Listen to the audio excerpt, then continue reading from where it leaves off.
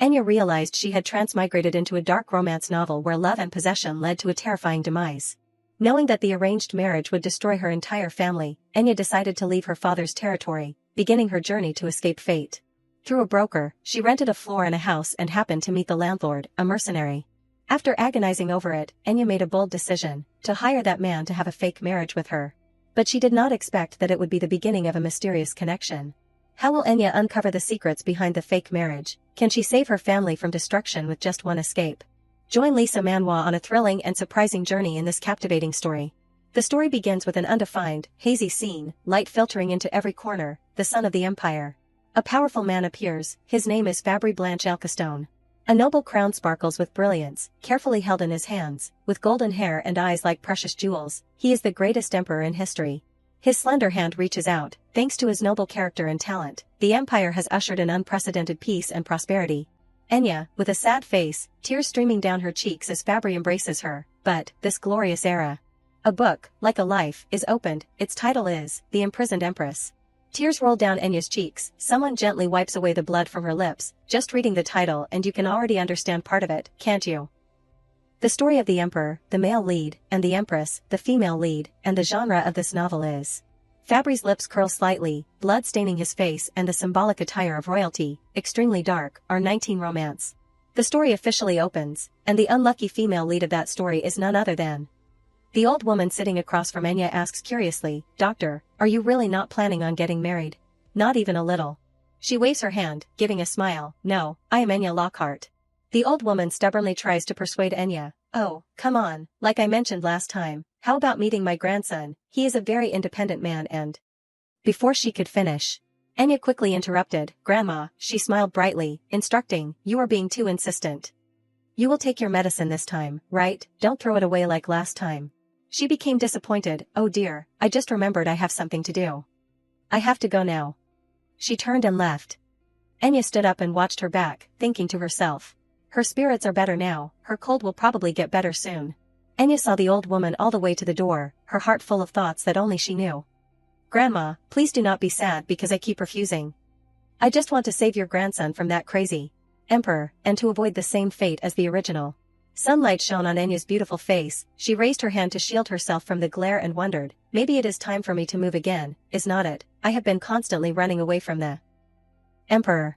A richly dressed white-haired man appears with a crown in his hand, with the catalyst for all these events being when the female leads Lockhart family, who played a crucial role in helping the current emperor ascend the throne, were raised from marquises to dukes. Next is a simple but no less formal invitation, which is natural for the young emperor and the duke's family, now the leader of the new aristocratic faction, have arranged a political marriage to consolidate their power. Images of Enya and Fabry dressed in luxurious wedding attire appear. In the bedroom, he embraces her on the bed, but there is no love between them. However, after their first night together, suddenly, a sword stained with blood appears. The emperor, who previously had no interest in the female lead, begins to become obsessed with not only where she goes and who she meets. Fabry watches Enya talking to another man from afar, but her every action, everything about her. His eyes immediately gleam with danger, his sudden obsession, even making him jealous of the female lead's own family. The entire kingdom is almost submerged in a sea of blood, culminating in him falsely accusing that loyal family of treason and killing them, so that he can completely possess the female lead. Enya is locked in a birdcage. Fabry gleefully embraces the cage. The emperor is such a crazy person. Enya remembers the time when she had just transmigrated. She looked at herself in the mirror in astonishment, realizing she had transmigrated into this deadly novel when I was only 8 years old. Her small hands clenched tightly. When a disaster is destined to happen, what can an 8-year-old do? No matter how much I think about it, I can only feel helpless. Suddenly, Enya felt something was not right. She looked around uneasily. But, what is that strange smell? 2 men are standing talking to each other. Surprisingly, the solution was right at hand. Enya ran over, pointing directly at one of the 2 men from before. "I was born with the ability to detect illnesses based on smell. Mister, you have a strange smell." Her small hands carefully hold the large bag of money, her face revealing obvious joy. "Thanks to that, I was able to discover his illness early. I was rewarded with a large sum of money while saving up, and utilizing my family's knack for using herbs along with this ability, I prepared to run away when a letter was sent to her. The royal family issued an edict designating me as the empress. The content of the letter was, by order of the emperor, the daughter of the Lockhart family will enter the royal palace, and this came 3 years earlier than in the original story. Night fell, enveloping all things. That day, I left home and prepared everything. A sigh of relief was heard as if a burden had been lifted. Enya squatted on the ground, saying with relief, "Okay, now all traces have been erased." Before her was a blazing sea of fire, the magic bag with an unlimited amount of herbs, and I also brought a fake identification card. Enya looked at the sea of fire in front of her, expressing her disgust when mentioning Fabry, that disgusting emperor. The next morning, the carriage set off. Enya resolutely told herself, "I will never fall into his hands." Enya propped her chin on her hand, looking out the window. "It has been 3 years since I started running away from the emperor. I have moved at least 10 times during this time." She pondered, if it were not for the recent reform of the residency registration law, I could have stayed in this village a little longer. A map appears. The current emperor, intending to check the nobles who held too much power during the reign of the previous emperor, reformed the residency registration law under the guise of compulsory military service in order to investigate the people of the empire. More precisely, this is like an attempt to prevent nobles from expanding their influence through parasitic lifestyles. Enya dejectedly raised her hand to her forehead, asking herself, why did the emperor send the empress edict 3 years earlier than in the novel, making me have to live such a miserable life from the start? A scene of a small village appears. At least the southern region with a sparse population will be the last area affected by the residency registration law, so that means. Enya stepped down from the carriage, opening her eyes wide, looking at the beautiful scenery before her. Let us go to Count Grinwald's territory in the south. She was engrossed in speculating as she walked. Grinwald is a remote and barren countryside, therefore with very few young people. This is the perfect place for me to hide. Suddenly it started to rain heavily. Oh, it is suddenly raining, and this is. Finally, a spacious and warm house appears before Enya, my new home. She walked forward, reaching out to open the door, her expression revealing surprise. I should go in before the rain gets heavier. In this new house, the interior is spotless, almost everything is complete, a house good enough for 2 people, not just one. Enya was so happy that she could not stop smiling. It is even better than I expected. She suddenly remembered the manager, but there is one thing I am worried about. He was always hesitant. That house has a small problem, but it is not much of a problem either, to let her live there. Perhaps, she began to ponder, the manager's suspicious words are bothering me a bit. Enya sighed helplessly. Anyway, to escape from the emperor, this place. Suddenly, a sound caught her attention. Enya stood frozen, looking around in fear. What was that just now? She anxiously began to stride towards it. Before Enya was a person, the unexpected event causing her to scream in fright. The strange man was lying motionless before Enya. She stammered, there is someone here." Enya covered her mouth in shock, wondering, what is going on? She anxiously looked around. Is the reason this house is cheaper than other places because of security issues?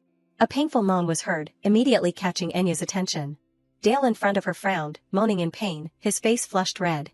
Enya regained her composure, squatting down beside him, hesitantly asking, are you okay? She reached out to touch Dale. Please try to wake up, the smell of illness. Dale's face became clearer, his eyes tightly closed, his cheeks flushed red, rainwater pouring down his face. Enya wondered, has he just fainted? She did not know what to do. This person is suspicious. What should I do? Calling the guards would cause unnecessary attention on my first day, a burden to someone who is running away. She looked down at Dale again, but in this weather, leaving someone passed out here is against my conscience. Enya slowly stood up, struggling with the decisions in her mind. If I leave him here, he will definitely get sicker, even though I am on the run. In the end, she decided to grab Dale's wrist. I can't pretend not to see a sick person right in front of me. Enya embraced his body, carefully helping him up. Let us treat him first. In her heart, she was still full of thoughts. People can't guess, can they, that this person might be the one who will end this painful life on the run.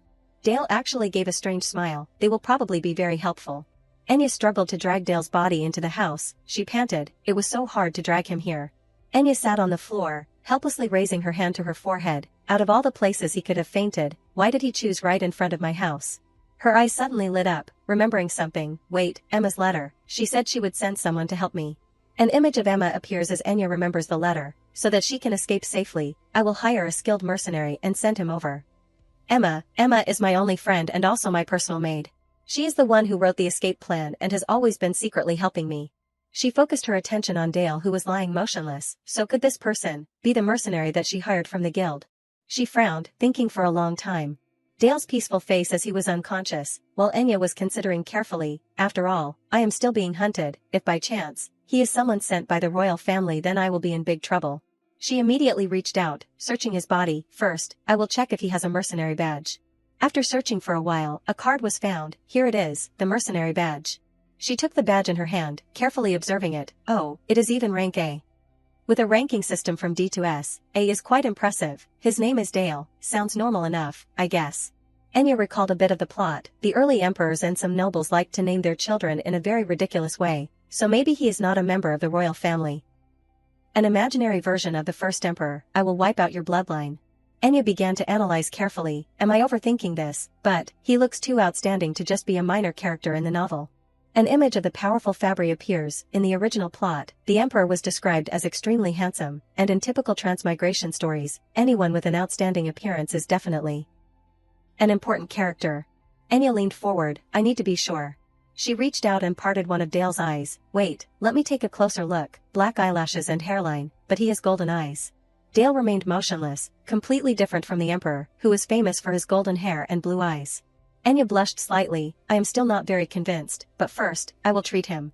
She tried to reassure herself. When he wakes up, I will ask him everything. Even if he was sent by the emperor, he would not dare mistreat the woman destined to become the empress. Dale's hand did not move at all. I will continue to find ways to escape. Enya was busy preparing treatment tools. Besides, Grandpa always said, never turn your back on someone who is in pain. That is the fate of the Lockhart family, the ideology of a true healer. Grandpa always said that. She frowned slightly, her face flushed red. Lucky for him that I am very good at this. Enya declared firmly, I will heal you completely. Dawn gradually appeared. The small house was very peaceful. Enya collapsed on the floor, exhausted. Staying up all night is finally done. She curled up, wearily giving a faint smile. His fever has gone down, and his breathing is more even. What a relief. She felt a little satisfied. It has been a long time since I focused all my energy on treating someone. I wonder what happened to him that he was unconscious for so long. Hopefully he will wake up soon. Enya fell asleep with her face buried in her knees. A mysterious foot approached. The man carefully took a blanket, covering her. Enya moaned softly while sleeping soundly. The man was slightly startled. The early morning was clear and peaceful. Enya hugged the blanket on her body, drowsily saying, Emma, you are too noisy. What are you doing so early in the morning? She suddenly realized something. Her eyes widened. Wait, I have been on the run for 3 years. Enya panicked and sat up. No way. Emma, who works for the Duke's family, is here. She observed her surroundings. This is the 2nd floor. When did I come up here? Yesterday I was treating him. Enya hurriedly got out of bed, carefully assessing the situation. If someone followed my tracks then. She walked down to the kitchen. Before her was Dale, engrossed in cooking. He noticed a sound. Ah. Dale turned around, smiling brightly. You are awake. Enya was stunned by that radiance. She looked at him in shock, thinking, that guy from yesterday, he is recovered to this extent. She took the broom and pointed it at Dale. Who are you? What are you doing in my kitchen? He innocently replied, I just wanted to cook to repay you for treating me. Do not you usually eat breakfast? Enya remained firm, making him completely bewildered. I was going to make something delicious. Oh no, I mean, that is not important. I am asking who you are. Dale slowly took off his apron, giving a bright smile as he introduced himself. I forgot to introduce myself. I am the owner of this house. My name is Dale. Enya was completely stunned. Ah, so he is the landlord. She almost trembled as she asked again, what, you are the landlord? She could not believe it. What the heck is going on? Sitting at the tea table, Enya sighed. No wonder, even in the countryside the price was suspiciously cheap. She asked Dale, who was sitting opposite. You, Dale, are the owner of this house and I am renting the 2nd floor, meaning you live on the 1st floor and I live on the 2nd floor. He confirmed, that is right. Enya looked disappointed. Then, why are you only renting out 1 floor? I thought I had rented the whole house. The delicious plate of cookies in front of her attracted her gaze. He explained, I needed money urgently. If there was not a suitable small house to move into immediately, then I had no other choice. Enya pondered. Dale sat anxiously opposite her, looking at her. I guess I can't argue. This place is all I could find anyway. I was too hasty. I did not even read the contract carefully. In the end, I went back to the brokerage office, and found out the whole story. Enya rushed over, angrily asking, are you kidding me? Why did not you explain it clearly from the beginning? The brokerage manager startled and trembled, replying, Hey, I did say that this house has a few special points. She angrily pointed at him. This is clearly fraud. I just thought there were ghosts or insects or something. You made it seem like I had gotten the whole house. He stubbornly said, there is nothing wrong with the contract, so I won't refund you. Enya calmed down. So, this is all the broker explained. She summarized the main points. 1. This house is divided into the 1st floor and the 2nd floor. 2. The 2nd floor has a separate staircase outside, and I can design a kitchen there. 3. Even if I want to leave, the only place available right now is Dale's house. Anya suddenly remembered Dale from this morning. I also heard a little more about Dale. He has lived in that house since the decision to make me empress was made. His smile was radiant. It is said that he is very trusted by the villagers because he helps everyone as if it were his own business. Anya turned her head to look at the brokerage manager who was confused, bowing to her. That information helped me dispel all my doubts about Dale, but I can't live in the same house with someone I hardly know. I also can't take any legal action because I am hiding my identity. Back at the house, she sighed in frustration, making Dale sitting opposite extremely confused. In the end, there is no other way but to go back to that house. Seeing Anya's weary appearance, he sat opposite her, anxiously looking at her. Of course, things went too smoothly. She suddenly looked towards Dale. Dale sat silently in front of her. She was troubled. How to solve this? His hand turned red, fidgeting. If it makes you uncomfortable, I will go somewhere for a while. She was shocked. In this cold weather, where can you go? Dale gave Anya a pitiful look. Well, anywhere. She startled, thinking, ugh, do not look at me like that. Anya sighed and pondered. However I think about it, it would be guilty to kick out the landlord. Besides, I know very well that there are no vacant houses in Grunwald. Suddenly there was a knock on the door, catching both of their attention. Anya worriedly thought, who is it? At this hour, she curiously asked Dale, are you waiting for someone to come? He carefully stood up. No, let me go see, you stay here. Dale walked towards the front door, cautiously opening it. Before him was a man with brown hair. He smiled brightly. Good day, I am looking for the most beautiful woman in the world, is Miss and here? Both Dale and Anya looked at him blankly. She remembered that, and is the fake name I used to hide my identity, and the most beautiful woman in the world is the code that Emma set. Anya was suspicious, so she raised her hand. Wait, Dale, he is here to find me. He happily quickly introduced, you are Miss and my client, right? I am a rank S mercenary, assigned to you from now on. Anya carefully inquired, do you have any documents to prove that? The rank S mercenary produced the documents. Of course, I had the request form with the client's signature. She seemed to have resolved her suspicions. Legal, no doubt, he really is a mercenary. Anya suddenly realized the problem. If he was sent through the mercenary association, then do not I have to pay them a fee, and what about providing him with accommodation? She looked towards the door, despondently thinking, my escape budget is already extremely tight. Suddenly her eyes fell on Dale standing next to her. Ah. Anya regained her composure. If I want to hire you, then there will be additional fees. Right, that is right. You will have to pay a service fee, separate from the initial contract fee. She bluntly asked the mercenary, you do not have a place to stay in Grunwald, do you? He confirmed, I do not. She walked over and took his hand, smiling brightly, making him bewildered. Sorry, but I am going to cancel this request. She continued, I can't afford any additional costs, then quickly closed the door. Forgive me. Then Anya asked Dale standing next to her, I can use the second floor of this house for a year, right? Anya thought to herself, in this world, there are two types of people, those who value efficiency and those who care about cost-effectiveness. She continued to confirm. You agreed, right? Dale replied, that is right. She carefully calculated, my mother is completely the type who values efficiency. I only care about cost-effectiveness. Anya silently pondered, perhaps my mother requested a rank S. Because she was worried and wanted me to be safe, but she recalled the image of the rank S mercenary from before. No matter how I look at it, this agreement is too expensive. Brokerage fees plus surcharges, accommodation problems plus surcharges, food costs plus surcharges. Anya secretly compared him to Dale. Compared to those things, Dale is actually. She quickly asked the question, so, according to the residency law, my temporary registration will be recorded under Dale's name, not mine, right? He innocently replied, that is right, but if you want, we can inform the inspector and put it under your name instead. She immediately denied it. No, that part is actually very reasonable for me, no matter how you look at it. Dale's rank A mercenary badge appeared in Anya's mind. There is no reason not to hire Dale, is there? I can evade the residency law. I get a rank A mercenary as personal protection. She carefully considered, and he cooks pretty well too. Then Anya made a proposal. Dale opposite her was made nervous by her. Dale, I have a job for you. She slowly stated her proposal. I will pay you 1 million krovats as a basic salary, and since we live together, I can also provide additional living expenses. So. Anya looked at Dale with determination as she made the request, become my mercenary. She took out a bag of gold and pushed it towards Dale. Actually, when you fainted, I saw your ID card. Anya stated the reason. Based on this amount of money, this is clearly not a normal request. I am running away from home and need someone to protect me. Dale curiously asked. Is someone threatening you? She replied, it is almost like that, but a little different. The person I have to deal with is extremely powerful. He pondered, powerful, Anya immediately made an additional request. Because this is a dangerous mission, I will also pay additional compensation. I will add 10,000 crobots per day. Totaling 3.64 million crobots, including the initial amount, the total is 4.64 million crobots. That amount of money is enough to buy an entire mansion in the capital. She was immersed in her thoughts, and I have a reason for investing so much. Dale calmly replied, with a client who is willing to pay so much money, this mission will definitely not be simple. Especially when the person involved is Miss N.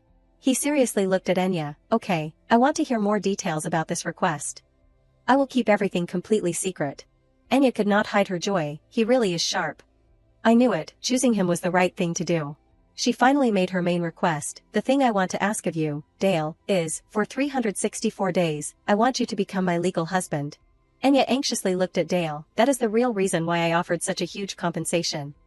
Even the Emperor would not dare to touch me if he knew I had a husband. Dale was shocked. The teacup next to him was somewhat displaced. You said husband, Enya thought. Does marriage sound a bit excessive? This is probably the first time he has received such a request. Right. He looked at her with wide eyes. 364 days is quite a long time. She avoided his gaze. But this is not a real marriage.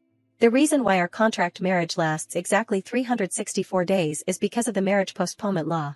Marriage procedures in this empire are very simple, but divorce procedures are extremely complicated. The divorce processing stage alone takes an average of 3 to 5 years. When this problem caused the marriage rate to decline, the government has enacted a marriage postponement law allowing only a 1-year postponement from the date of registration. Thanks to this, even if legally recognized as husband and wife, it will still be postponed, and during that time, each party can cancel the marriage contract. It is truly a wonderful law. Enya raised the teacup in her hand. I know this request sounds utterly absurd, but the truth is, someone has proposed to me. An image of Fabry gradually blurred into view. She gradually revealed, a very dangerous and cruel man. I have had to run away from him for the past 3 years. If we sign a marriage contract, then on paper, I will be registered as your family member, Dale. That means I can stay here safely, under the protection of the resident identification law, without worrying about my identity being discovered. Dale curiously asked, who is the man who proposed to you? Enya put down her teacup. I won't say anything more about him. You have not officially accepted this offer yet, have you? She looked at him and asked one last time, while he was silently embarrassed. So, what do you think? Are you willing to accept it now? Enya stood up, holding the bag of money. Take your time to think about it. I won't force you. She made a hypothetical situation. If you refuse, then I will have to find another fake husband. Dale reached out and grabbed her wrist. I accept. He repeated his acceptance in full. I will be your husband, Miss N. On the carriage running smoothly in the forest, Enya asked Dale, have you memorized all the necessary information? Dale immediately repeated, yes, we used to be in a long-distance relationship, then broke up because of Enya's parents' betrayal, but Miss Enya could not forget me. So she traveled all the way to the south to find me, is that right? Enya smiled in satisfaction. Exactly, and now we are trying to register our marriage. From ancient times, all marriages on the continent have been supervised by the local temple. A magnificent temple appeared before their eyes. The temple we are about to go to is known discreetly as a place for couples in love who have run away together in the night. As long as you offer more gifts, you can quickly register for marriage, but to guard against the priest asking anything, we have also practiced the story of our relationship. Enya immediately noticed Dale's calm expression. But, you do not seem very surprised, do you? I am the daughter of the Lockhart family, and the person who proposed to me is none other than the Emperor. You know that too. He was silent for a moment, then replied, as I said before, I accepted the risk when I took on this mission. Even so, I am still a little worried. Enya looked at Dale in front of her, realizing, no wonder he has been fidgeting restlessly. But that is only natural, for a contract marriage. She immediately comforted him, don't worry, Dale, because you bravely helped me, so if anything happens, I will do anything I can for you too. Dale blushed, his heart seemed to be pounding, you will do anything for me. Enya looked at him, worriedly thinking, he must be very nervous, right, he is even stuttering. The carriage stopped, she eagerly looked outside, we have arrived at the temple. Dale reached out to receive Enya as she stepped down. The first time we met was at a ball in the capital, when Dale participated as a guard for a noble. Should we say it was at the banquet hall of a noble family? Dale immediately said, the city of the empire. He smiled as he offered the idea. I think the garden behind the city of the empire would be more ideal. His next sentence made Enya stare at him in a daze. That would be much more romantic. She smiled with delight, taking his arm. Dale, I did not expect you to be such a sentimental person. I must remember this detail to build the story of our life on the run. Enya began to recall information about Dale. Before entering the temple, we must also review the information about you. First, Dale comes from the Pendragon region in the north. An image of Dale appeared, looking heroic in combat gear, and the mercenary logo appeared, and currently you are a rank a mercenary belonging to Blacktail, the largest guild in the north. Right, Dale quickly confirmed, yes, that is right. She eagerly said, and what reason made you travel from the north to Grunwald, the southernmost region of the empire, if you want our marriage to look really convincing? Then we must make sure that we know every detail clearly. Dale smiled gently, there was an accident, a dream that I had been pursuing for a long time did not come true. He continued, I came to Grunwald to try to make that dream come true again, he chuckled lightly. Enya listened and encouraged him, so that is it, good luck, Dale. I do not know what happened, but I hope everything goes well for you. Dale was about to enter the temple, then, before it gets completely dark, we should go to the temple. Enya hurriedly grabbed his arm, wait, Dale, there is one more thing. She carefully inquired, are you currently dating anyone? Dale replied, no, I am not. Enya breathed a sigh of relief, that is good. Just be honest with me. I promise not to interfere in your personal life, so if you meet someone you like in the future, you can just... He straightened his face, no way, absolutely not, so, no need to worry. Dale affirmed to her, I will not neglect the mission. You saved me, and I will definitely repay that kindness in kind. She looked somewhat bewildered, I only let you stay in the house. Though. Oh well. She asked again, the temple in front of us is shining brightly under the sunlight. So, let us go become a fake couple together, shall we? Enya took Dale's arm and walked into the temple, looking very intimate. She repeated the request, so, as we said, we are here to register for marriage. The priest smiled contentedly as he looked at the bag of gems brought by Enya, a marriage for love on the run, or a second marriage, or another reason, what is it? She immediately replied, it is a marriage on the run for love, so please do the procedures as quickly as possible. He immediately understood, I understand, please follow this way. Both of them walked following the guidance of the priest. Enya looked around, am I also feeling nervous? This place is so big that I feel pressured, but Dale is surprisingly calm.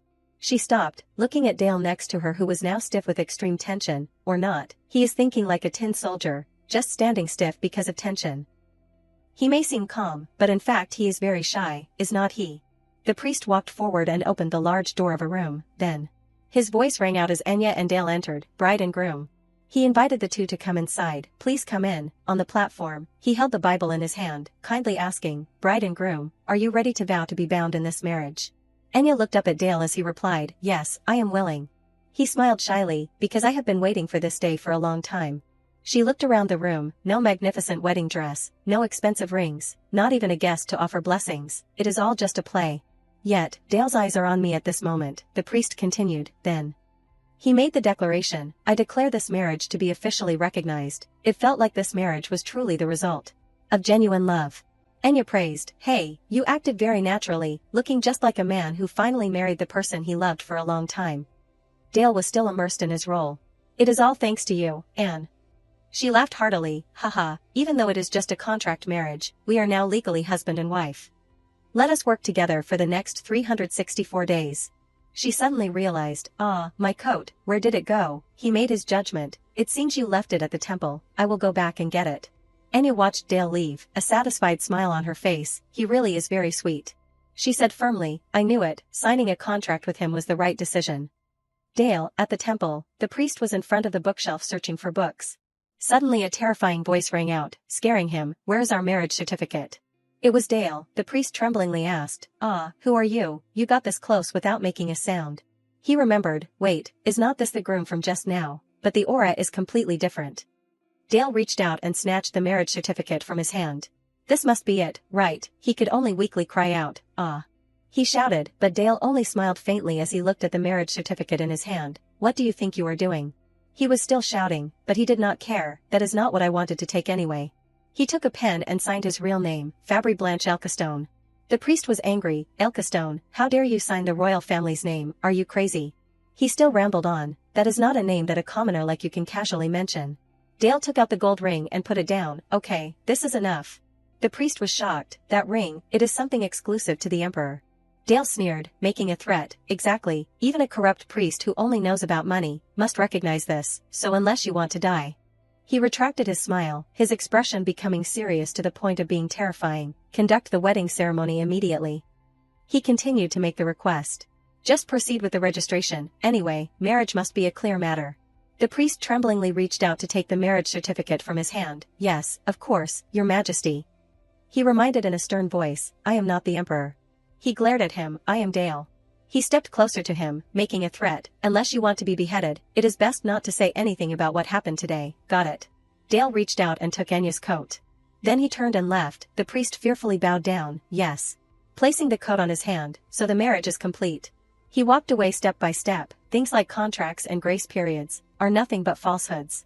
Dale returned to where Enya was waiting for him, since we have completed the marriage registration at the temple, I have officially become her husband. He reached out to adjust Enya's ribbon. Enya smiled innocently, while Dale was having dangerous thoughts, yes, I never intended to let her go in the first place. His cheeks flushed slightly, his eyes looking at her with infatuation. He softly called her name in his head, Miss Enya Lockhart. The carriage began to roll away. Two maids and the young lady walking on the road immediately discussed, Miss Ameline, the man who just passed by, is not that Dale, who came from the house on the hill in the Grunwald territory. They continued, the one that Miss Adeline was planning to invite to her birthday party, right, the lady holding the umbrella slowly replied, that is right. They still continued to discuss, didn't he just come from the prayer house, where marriage vows take place, and look at the beautiful woman next to him. The black-haired girl next to her said, don't tell me he came here to get married, right? The brown-haired girl next to her immediately reminded, what nonsense are you talking about? The girl holding the umbrella seemed angry but always maintained a calm voice, anyway, we should go and verify it ourselves. The next day, Enya and Dale's house was full of gifts. Enya was astonished, wow, is all this our wedding gifts? She walked over to the dining table, curiously asking, how did they know the news so early, and even give gifts so quickly, and in such quantity? Dale, you must be very famous. Dale embarrassedly apologized, sorry for scaring you. She laughed loudly, you are not denying the fact that you are well known, are you? He sat down at the dining table, it is not like that, she still smiled like that, well, Dale is a kind, exemplary guy, always proactive in everything in the village. And above all, his appearance alone is enough to attract attention. Both began to silently enjoy the morning, but Enya was lost in her thoughts, if I think about it rationally, this is not an ideal situation for someone like me. With many secrets to hide. Although the environment is harsh, the people in this territory live closely together like a family, and now I have become the wife of a guy who is said to be. I have attracted more attention, surely I have noticed, with an apprehensive confidence. She looked at the knife in her hand, pondering, I had planned to attract more attention, but if I can make good use of this, the story will change completely. She revealed, this region contains fertile land that even the villains in the novel want to have. According to the original novel, in Grunwald, there is a large herb field that will allow possession of the hexagon formula. Enya pondered, but when I observed during my trips to the temple, I do not remember seeing any land that looked like an herb field. She immediately asked, Dale, has anyone from the Duke Hexagon family ever come to Grunwald? He thought carefully and replied to her, there are still many people who visit the landlord's estate regularly, but I have not heard about that, and I am sure I would not miss it if the Duke's family visited. Enya wondered, just as I thought, the formula must not have exploited that herb field yet, if so then maybe I still have a chance, right? She put down her fork. Dale, I want to ask you for a favor. She looked at him, smiling brightly as she made the offer, can you help me find some land? Dale curiously asked, land, are you planning to cultivate it? Enya immediately confirmed, that is right, I definitely have to get it close to the possession of the landlord and formula. He stood up, taking his cloak, I understand, today I will find a piece of land that suits your requirements. Enya smiled happily, thank you, Dale, have a good day. Dale made an appointment, I will complete the work early and be back early before something approaches. He looked at her, blushing slightly, I will be back soon. Enya raised her hand to wave goodbye to him, he really is a reliable contract husband. In the warm shared house with sunlight shining in, Enya wondered, okay, Dale will definitely find a suitable piece of land. He is so busy, maybe I will clean the house today. Suddenly someone knocked on the door. Enya, who was cleaning the house, immediately said, yes, I am coming right away. Who is it? Did someone else in the village come over? The black maid looked angry, saying loudly, what is going on? Why did you open the door so late? Enya completely did not know who they were. Who are these people? Why do they look so angry? She looked at them, hesitantly asking, may I ask what is going on? They asked loudly as if they were going crazy, did you really marry Dale? They made assumptions one after another. Did you threaten him? Don't tell me you bribed him. Enya was stunned. Where did these girls come from? And only a few hours after Dale left the house to work. They shouted loudly, he actually married someone like you, instead of Miss Adeline who has everything in hand. No way, Enya politely replied, sorry, but what does my marriage to Dale have to do with? You guys. The noble woman in the back slowly stepped forward. Ladies. She made a reassurance, causing Enya to focus her attention on her. Please do not be too harsh, you are making Miss Enya feel embarrassed. She is Adeline, she smiled lightly. You are Miss Enya, so the rumor about Dale getting married is true. Enya nervously replied, yes, I am Enya, and who are you? She worriedly thought, don't tell me she was sent by the Emperor. Adeline looked happy, starting to introduce, it is a pleasure to meet you. I am Adeline Kydland, daughter of Duke Kydland, the lord of the land next to Grunwald. Enya repeated her name in her head, Adeline Kydland. She smiled brightly, slightly tilting her head, no need to be so wary. I just came to invite my new neighbor to a gathering. The map gradually appeared, to put it bluntly, as Miss Kydland, she has to be a neighbor. It is true that they are two different territories, but the Kydland border extends much further. Enya wondered, what is Miss Kydland's purpose in coming to Grunwald? She immediately asked, why is Miss Kydland inviting me to the gathering? One of the two maids immediately said. Miss Adeline, the relative of the Lord of Grunwald, said that she wanted to personally introduce you to this place on his behalf. She seemed annoyed. Suddenly Adeline raised her hand to signal after she finished speaking. Well, she is sure different than the Lord's own niece and granddaughter. You should feel grateful. Adeline still kept a smile on her face. I love the nature in Grunwald, so I am temporarily staying at the Lord's estate, thanks to the close relationship between our two territories. She took out a card, asking Enya, I am planning to invite you to a tea party at the Lord's private estate tomorrow. Her maid looked admiring. Miss Adeline is so generous. Even inviting someone like you to the party. Adeline pretended to be pitiful. After all, she is an outsider, so she must not be familiar with this place. We are also the same age and status, so we should help her. Enya had already realized her intentions. She is pretending to be delicate and a lady. She observed Adeline holding the invitation towards her, but it was clear that it was fake. She is giving a fake smile. You will come, right? Enya knew Adeline's intentions. It was clear that she was insulting her. She gave her thanks. Thank you for the invitation, miss. Enya took the invitation in her hand, pretending to be happy. I believe I will learn a lot about this place. In fact, this is quite convenient, because I originally had something to do near the landlord's estate. That night, Dale came home. He immediately asked Enya after hearing the story, you mean Miss Kydland's tea party? He placed the cake on the table, kindly saying, are you okay? If you do not want to, you do not have to go. Enya smiled mischievously, it is okay, I am also curious about the estate. That cake you like? Enya ate the cake and asked Dale. Dale found a piece of land near the estate, so I want to go see it. He sat across from her. Then maybe. He smiled gently. You will need a dress for the tea party, right? If you want, Miss Enya, feel free to choose any dress in the changing room on the second floor. She immediately replied, oh, that is right, I need a dress, thank you. Enya hesitated and asked, Dale, before we talk about that, I have something I want to ask. Have you ever lived here with a lover? Enya remembered when she was cleaning the house. She entered a strange room in the house. Today when I was cleaning, I opened the door to the changing room on the second floor. Inside were women's clothes and accessories neatly arranged by season and purpose. These things are unnecessary for a man living alone. I wondered if they were the belongings of some previous tenant. Enya continued, I would feel a little embarrassed if those things belonged to your ex-lover. Dale explained, actually, it is my sister, she used to live here with me. His expression became serious. It is not what you imagine, Miss Enya.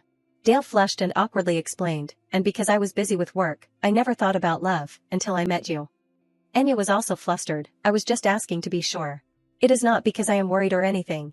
She smiled brightly, asking for permission. If no one is using them anymore, then that is great. Then I will borrow a dress to wear. Okay, Enya thought to herself. Yeah, someone as shy as him. He probably could not have lived with a lover. Dale is definitely not that type. Adeline's bitter scream echoed throughout the mansion. It is so frustrating. She kicked the door open and yelled, Sophia. Before she could finish speaking, Adeline slapped her hard in the face. You called for me, miss. She insisted, this year's birthday party, I will have to make it the most magnificent ever. Adeline growled with resentment. I will let that arrogant commoner know her place for daring to covet what belongs to me. Contact my assistant immediately. The next day, near the Lord's castle, Dale and Enya went out. This is the land that fits the conditions you mentioned. She enthusiastically looked around, showing obvious interest. It really is very spacious, and the price is cheap too. He told her some more stories. There is a ridiculous rumor that the Lord is sick due to a curse. People say land near the castle can't be sold at full price. Enya nodded in agreement. Now that you mention it, I remember hearing that rumor too. She secretly calculated a large piece of land near the Lord's castle and the ginkgo forest. From the location to the terrain, everything is exactly the same as in the original story. This must be the land I am looking for. Enya seriously considered, but, what is this strange smell that keeps assaulting my nose? The information she had was quite vague. In the original story, this place was only described as fertile land, where various herbs were grown. There was no mention of any smell. Enya was wary. Something's not right. She asked for help. Dale, can you bring me the shovel I prepared earlier? Dale immediately handed it over. Here. Enya was surprised. Didn't you leave it on the carriage? Dale shyly explained. I brought it along so I could give it to you as soon as you needed it. She happily replied. Thank you, Dale. Then, let us start right away. He stepped out to stop her. Wait, first, there is something we need to do. Enya looked up blankly. Dale. Dale gently spread his cloak down. Please sit down here, you have to go to the tea party soon anyway. She was a little flustered, but are not you going to work right after that? If your clothes get dirty then. He politely helped Enya. I just need to brush it off.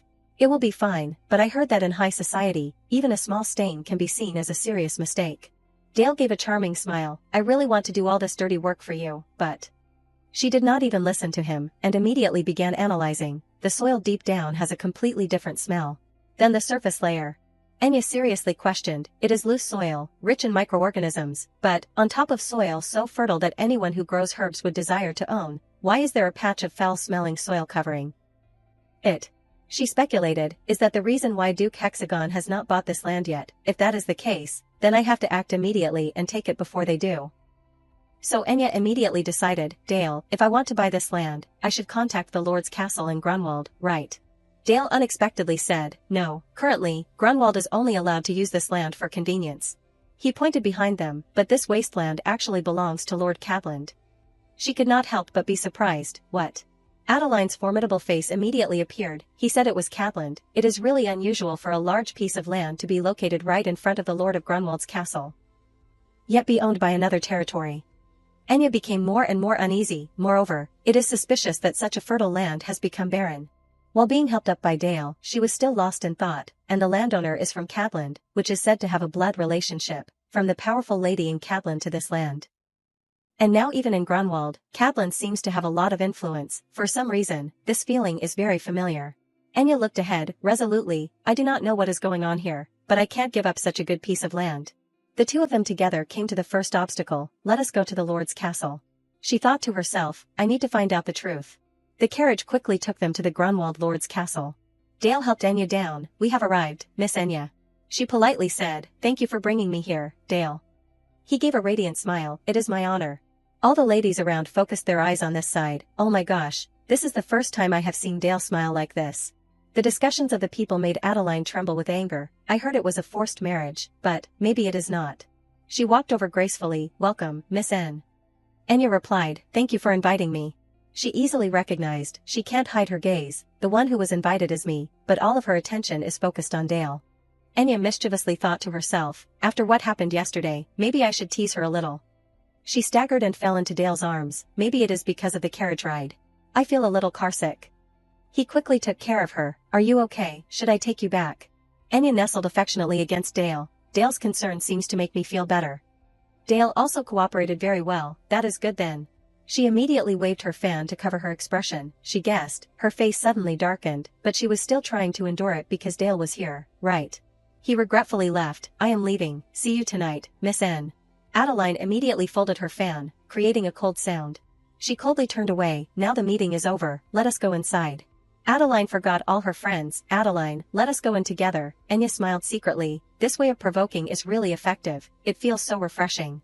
She bitterly vented her anger on the door. Unfortunately, someone standing nearby was injured. Sophia painfully hugged her face. Adeline immediately vented her anger on her. What is wrong? Why are you standing in front of the door? Adeline disliked continuing. All the preparations for the tea party are all ready. Enya rushed over quickly. Are you okay? She quickly gave first aid to Sophia. Oh my gosh, you are having a nosebleed. She weakly leaned on Enya. Thank you. Suddenly she noticed something strange. Enya keenly saw some problems. This woman's clothes seem ordinary, but they are not like the clothes of a maid. I also heard that the Lord's castle in Grunwald is so poor that they can't afford to hire maids. Could she be a noble lady who is having difficulties? She kindly asked, are you here to attend the tea party? Let us go together. I will help you. Sophia was about to explain. No, I live here. Adeline angrily interrupted. Sophia. She deliberately stepped between the two of them. I told you not to wander around like that. Your health is very weak. Adeline pretended to care, reaching out her hand. Go back to your room and rest. Okay, she obediently replied. Ah, yes, sister, thank you. So, can I wait in your room? She reflexively shouted loudly. What? Of course not. But Adeline suddenly remembered her current situation, quickly corrected. Of course it is not impossible. Why would you ask such obvious questions, Sophia? Oh my gosh. You scratched your hand. Go put some ointment on it and rest. Sophia and her acted out a scene of a kind sister and a grateful younger sister. Thank you, see you later. Anya doubted. Sister, is she her real younger sister? But the two of them do not seem very close. She suddenly remembered some details. Miss Adeline and the Lord of Grunwald are relatives. She is his niece. This made Anya feel even stranger. The Lord of Grunwald's real niece, if so, then that is strange. The Lord's real niece is not even allowed to attend the tea party. Adeline professionally directed the guests. Excuse me for a moment, now let us go inside. She had a hard time understanding. Adeline is just a relative, yet she is acting like the owner of the estate.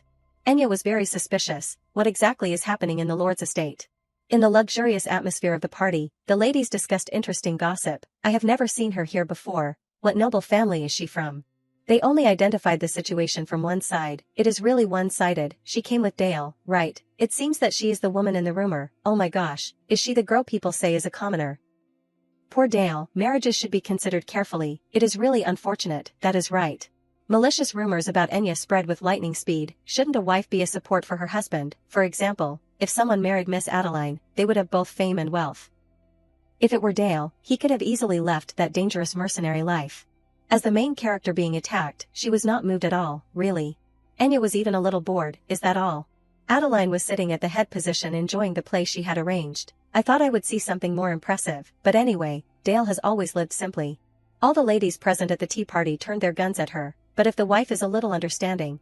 Enya boredly looked around the tea party. I wondered what she would show off. It turns out that she is just embarrassing herself. A lady suddenly raised her voice. Then, let us celebrate the birthday of today's main character, Adeline. Immediately, large and small boxes were brought over. Adeline, please accept my birthday gift. I am first. She refused with her mouth, but accepted everything. You do not need to do this. I said you do not need to bring gifts. Seeing this, she frowned unhappily. She said it was just a tea party, but now, I am going to become impolite for not bringing a gift. I only intended to come and see who might be useful to me later. But this is really childish. Adeline eagerly opened all the gifts. All of them were luxury goods. She exclaimed happily, you are so sweet. Suddenly Adeline turned her attention to Enya. Right, and, what gift did you prepare for me? The other ladies then spoke up to mock. No way, she did not come empty-handed after Adeline made it clear in the meeting, did she? This side. Enya gave a knowing smile. It seems like it is time for that. She was still enjoying playing the role of a generous and perfect lady. Please do not be like that. I told Anne not to. She interrupted the mockery. It is okay. And then, Enya took out a small box from her bag. Of course I brought a gift. She gave a sincere smile, saying softly, Happy birthday, Adeline. Adeline's smile immediately froze at this moment. When did you prepare this? Thank you. Enya heard her say that and secretly mocked. When did I prepare it? From the day you barged into my house. The previous afternoon, Dale unexpectedly mentioned, have you thought about a gift? Hearing this, she looked blankly with a question mark. A gift? She asked back, causing him to also be stunned. They said it was a tea party, but, was not it an invitation to a birthday party? Enya seemed to have no idea at all. I did not hear anything about a birthday. Is there any reason to think so? Dale then tried to recall his memory. I do not remember the face clearly, but... He affirmed with certainty, someone claiming to be the daughter of Kidland invited me to a birthday party. At that time, Dale did not pay too much attention. I guessed that the party was for her, because she mentioned the Yangju castle. Maybe I was wrong. She was no stranger to these childish tricks and reassured, no, maybe you are right. It seems they deliberately did not say it to smear me. He heard this and left for a moment. Then, please wait a moment. Later, Dale brought out a small box. I have something that is very suitable to be a gift. It would be troublesome if you came without bringing anything. Do you want to bring this along? When she saw it, Enya immediately changed her expression. Is it the real thing? How did you get something so rare? Seeing that it seemed to help her, he generously gave it. I received it as a righteous gift. You can take it, because I do not need it either. Enya looked very expectantly. With Dale's help, I have solved this problem, so, how will they react? Adeline immediately opened the box, muttering, I am very eager to open the gift from our new friend. Her tone carried sarcasm. Oh my, it really is a small and cute gift. Adeline fondled the large pearl necklace on her neck, implying disparagement. But what can I do? I am more suited to larger necklaces. This is beautiful, but it is too small. She tried to satirize to the end. It is hard to overrate this. Well, I will accept your kindness. Enya could only give a forced smile, just as I thought, no surprise. At this moment, she immediately raised her voice to move on. I understand. Suddenly someone stood up. She exclaimed excitedly, it is real. Amanda stepped closer to Adeline. This is a necklace so precious that it is priceless. Enya was surprised. Is she the daughter of a merchant? Her eyes lit up brightly, a masterpiece of the 6th Imperial General. Amanda was extremely moved. I can't believe I get to see Angel's trumpet here. Then, can I? She suddenly startled. What? Angel's trumpet? How did she get something so rare? It must be a fake. After temporarily borrowing the precious jewelry, she approached Anya with incredible speed. She is coming this way. Amanda grabbed her hand, sincerely pleading, I know it is a bit impolite, but I am very interested in this necklace. Can we talk in private? The others also began to whisper, if this is really Angel's trumpet, is not at the beginning of the pendant trend in our empire, it can't be the real thing. She admired it while being touched. I have to say this is a true masterpiece. From afar I was not sure, but looking closely, it is definitely Angel's trumpet. Amanda immediately turned around and declared, it seems that Adeline refuses because this is too gorgeous of a gift. She pushed her straight to the wall with just a few words, is that right, Adeline? The ladies around gradually became suspicious. Could it be that she did not recognize it? She said it was too small and laughed at it. Adeline lost all face, hurriedly stood up and left. Of course, how dare I accept such a precious gift, and I just remembered that I have urgent business to do. Let us end the party here. Enya knew the reason clearly. Adeline must be embarrassed, so she dismissed the party. She now had some thoughts about Amanda. She is definitely not an ordinary person. 2 days later, she was invited to play. This must be the newlyweds' home. Amanda bluntly commented, and he must be the one Miss Kidland can't live without. He is really handsome. Enya was a bit speechless. Please do not look at my husband like an object. She immediately took out a contract. Then, I will take the liberty. Let us get straight to the point. Do you want to sell the Angel's trumpet? I will pay 2.5 million. She was slightly surprised. You are okay with that price? I thought you would bargain. Amanda affirmed firmly, this is a rare thing that is not easy to see, and the one who keeps it is not an ordinary person either. No joke. With that amount of money, you can become wealthy. Enya also had to glance at her husband. That is true. Thinking about it, how did Dale get this? She unexpectedly mentioned, by the way, you do not intend to give that necklace to Adeline, do you? She bluntly admitted, you are right. She looked down on me. I thought she would not recognize the value of the necklace. Enya expressed her intention, and I thought if someone recognized it, it would be great if I could make friends with that person. She thought to herself, I want to have someone to trust besides Dale. Amanda poked at the apple that Dale had elaborately styled, her head full of question marks. So I have passed, have not I, a rabbit? Enya confirmed and made a new deal. That is right, I can give you a discount for friendship, but in return, can you provide information about Grunwald? Anything secret or related to land is fine. She took a sip of tea. I am not from Grunwald, so I won't be able to help much. She immediately suggested, what about the castle? I heard the lord is so sick that he can't move. Amanda was quite surprised. You know about that? That is right, because there is a rumor. She gently put down her teacup elegantly. Then you must also want to know the reason why the lord is sick, right? Enya spoke up to confirm, yes, and also the relationship between Kidland and Grunwald. Amanda sorted out the information in her head. Where should I start? Ah, there is a map here. She spread it out on the table. Did you know that they used to be one territory? The story began several generations ago. The Lord of Grunwald ceded a piece of land to Kidland, and from then on they began to rule the separate lands. Therefore, Kidland helped Grunwald control and hunt demons, but one day, when Kidland was negligent, the consequences were terrible. The demons broke into the Lord's castle. The Lord fainted from being attacked. Kidland helped the Lord recover and took the land of Grunwald that they had been aiming for as compensation, but the Lord of Grunwald never woke up again. Enya, as if she had been aiming for it, asked softly, one of them is the bad land in front of the castle, right? Amand immediately confirmed, that is right. She needed more information. Kidland, who already has a lot of land, wants that piece of land. What reason do they have? She replied, I do not know about that. Suddenly Enya spoke up to propose, maybe I will find the answer. Do you want me to share if I know? Amanda looked up enthusiastically, and what do you want from me when you say you want to be friends? She sincerely replied, just help me when I need it, just once. She shook hands with Enya happily. Of course, if I can help, I am very willing. Time passed quickly. Dale brought drinks to Enya. This is warm cocoa. She received it. Thank you, Dale. By the way, what kind of work do you do on the island? He sat down opposite and replied, in case there are unusual water currents falling down, I have to monitor the hunting area. Enya wondered, he does not even dare to kill an ant, yet he is in charge of overseeing the hunting area. She had something she wanted to ask for help. Then can you take me there tomorrow? Dale immediately agreed, okay, but can I ask why? Enya mentioned that thing again. Do you remember the piece of land we investigated?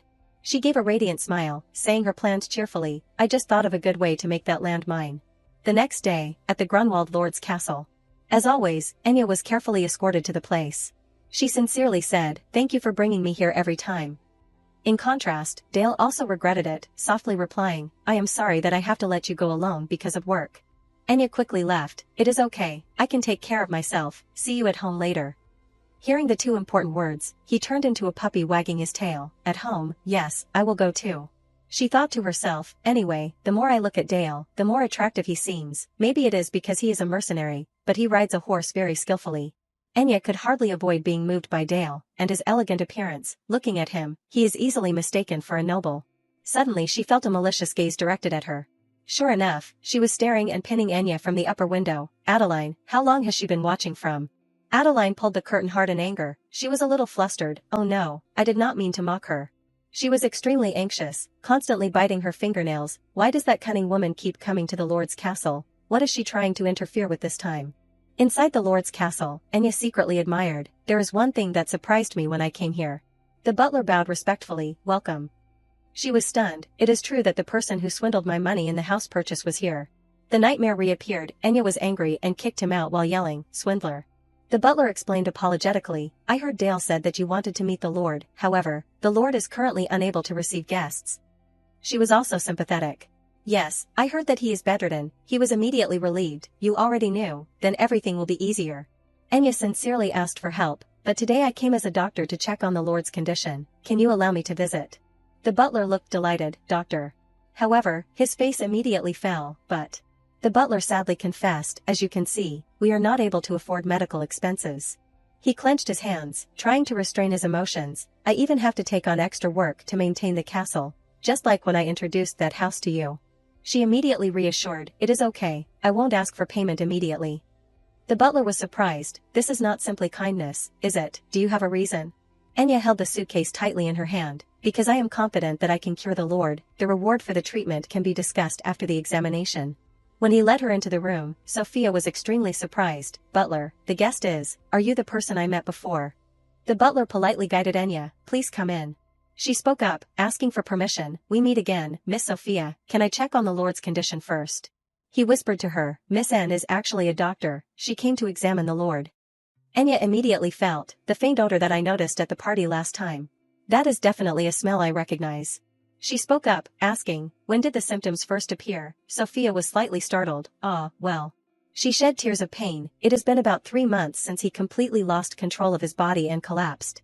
Enya quickly prepared the tools. 3 months, that is a bit late for treatment, however. Enya shook the medicine bottle in her hand. "Fortunately, I have the perfect medicine for the Lord."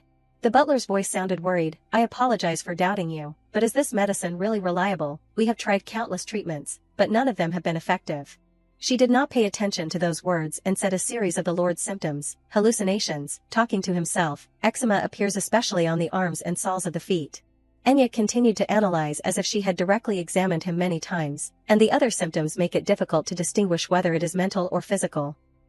They suddenly appeared at the same time, right? He stammered, "How do you know that?" She made up a reason. "My grandfather used to have similar symptoms. Fortunately, he was treated in time and recovered his health." Hearing this, Sophia immediately asked with a worried look, "Then, what illness did my grandfather have?" Enya's next sentence denied everything. "No, this is not an illness." Her expression was serious, her eyes as cold as ice. "It is poison." They could not believe their ears, constantly asking again and again, "The Lord has been poisoned." "What, poisoned? No, who could do this to our Lord?" She excitedly grabbed Enya's hand. "Please, save my grandfather. I lost my parents in a carriage accident. He is the only relative I have left." Compared to Sophia, she was much calmer. "Then, can you follow my instructions from now on?" She hurriedly replied, "Yes, yes, I will do anything." Immediately, Enya opened the medicine bottle. "Good, then." Then, without hesitation, she poured it straight into Grunwald's mouth. "Please hold the Lord's hands and feet firmly." The Lord trembled, tears streaming down. "He looks like he is in so much pain." Enya waved her hand. "It is okay, the medicine is just bitter, that is all. He is complaining about the taste." The butler panicked. "Miss N, what exactly is that? You did not give him anything strange, did you?" The smile on her face became even clearer, directly showing them the bottom of the bottle. "It is holy water, an extremely rare and expensive item from the temple." They were surprised and shouted, "What?" Both of them gaped. "Holy water, the thing that costs a fortune, you actually have that, Miss N." Seeing them looking at her like that, Enya just smiled without explaining further. "They are looking at me like they can't believe I possess something so precious." She had planned everything in advance and made a wise decision. "I kept it for emergencies. I stole a few bottles from home when I ran away." Grunwald continued to struggle, causing all three of them to have to reassure and hold him firmly. "Grandfather, you have to endure it, even if it is bitter. Please try your best. Lord, do not spit it out, swallow every last drop," she thought to herself. "At least they believe me now, what a relief." After a while, seeing that the Lord was breathing evenly, everyone felt very relieved. "He seems to be calmer now. I will continue to take care of him regularly until he recovers completely." Sophia was extremely happy at this time. "I am really very grateful." She could not restrain her emotions, holding Enya's hand and crying, "I do not know how I can repay this kindness." There was one thing she never revealed. "I never considered holy water as a treatment method because it is too expensive. It is only used for diseases that can't be cured with ordinary herbs." Is the Lord's condition really that serious? At this time Enya suddenly remembered something. Miss Adeline said that treating with herbs regularly is enough. The butler was also very grateful. "Thank you, this is the first time the Lord has had some improvement. I would really like to offer some compensation, but as you know, our territory is having financial difficulties." She proactively mentioned her other main purpose for coming here. What about land?" He looked suspicious. "Land, what will you do with it?" Hearing this, she said, "There is something I wanted to do." Enya expressed her ambition. "I want to grow herbs for those who can't afford treatment. Is there any suitable land for cultivation?" The butler said to himself, "Herbs, this person really is a dedicated doctor." But, even so, he had to refuse. "I am sorry, but Grunwald has very little fertile land for growing herbs. There is no land available from the Lord's estate that has been cultivated." But she insisted, "It is okay, as long as it is wide enough, I can handle the rest." This made the butler very surprised. How?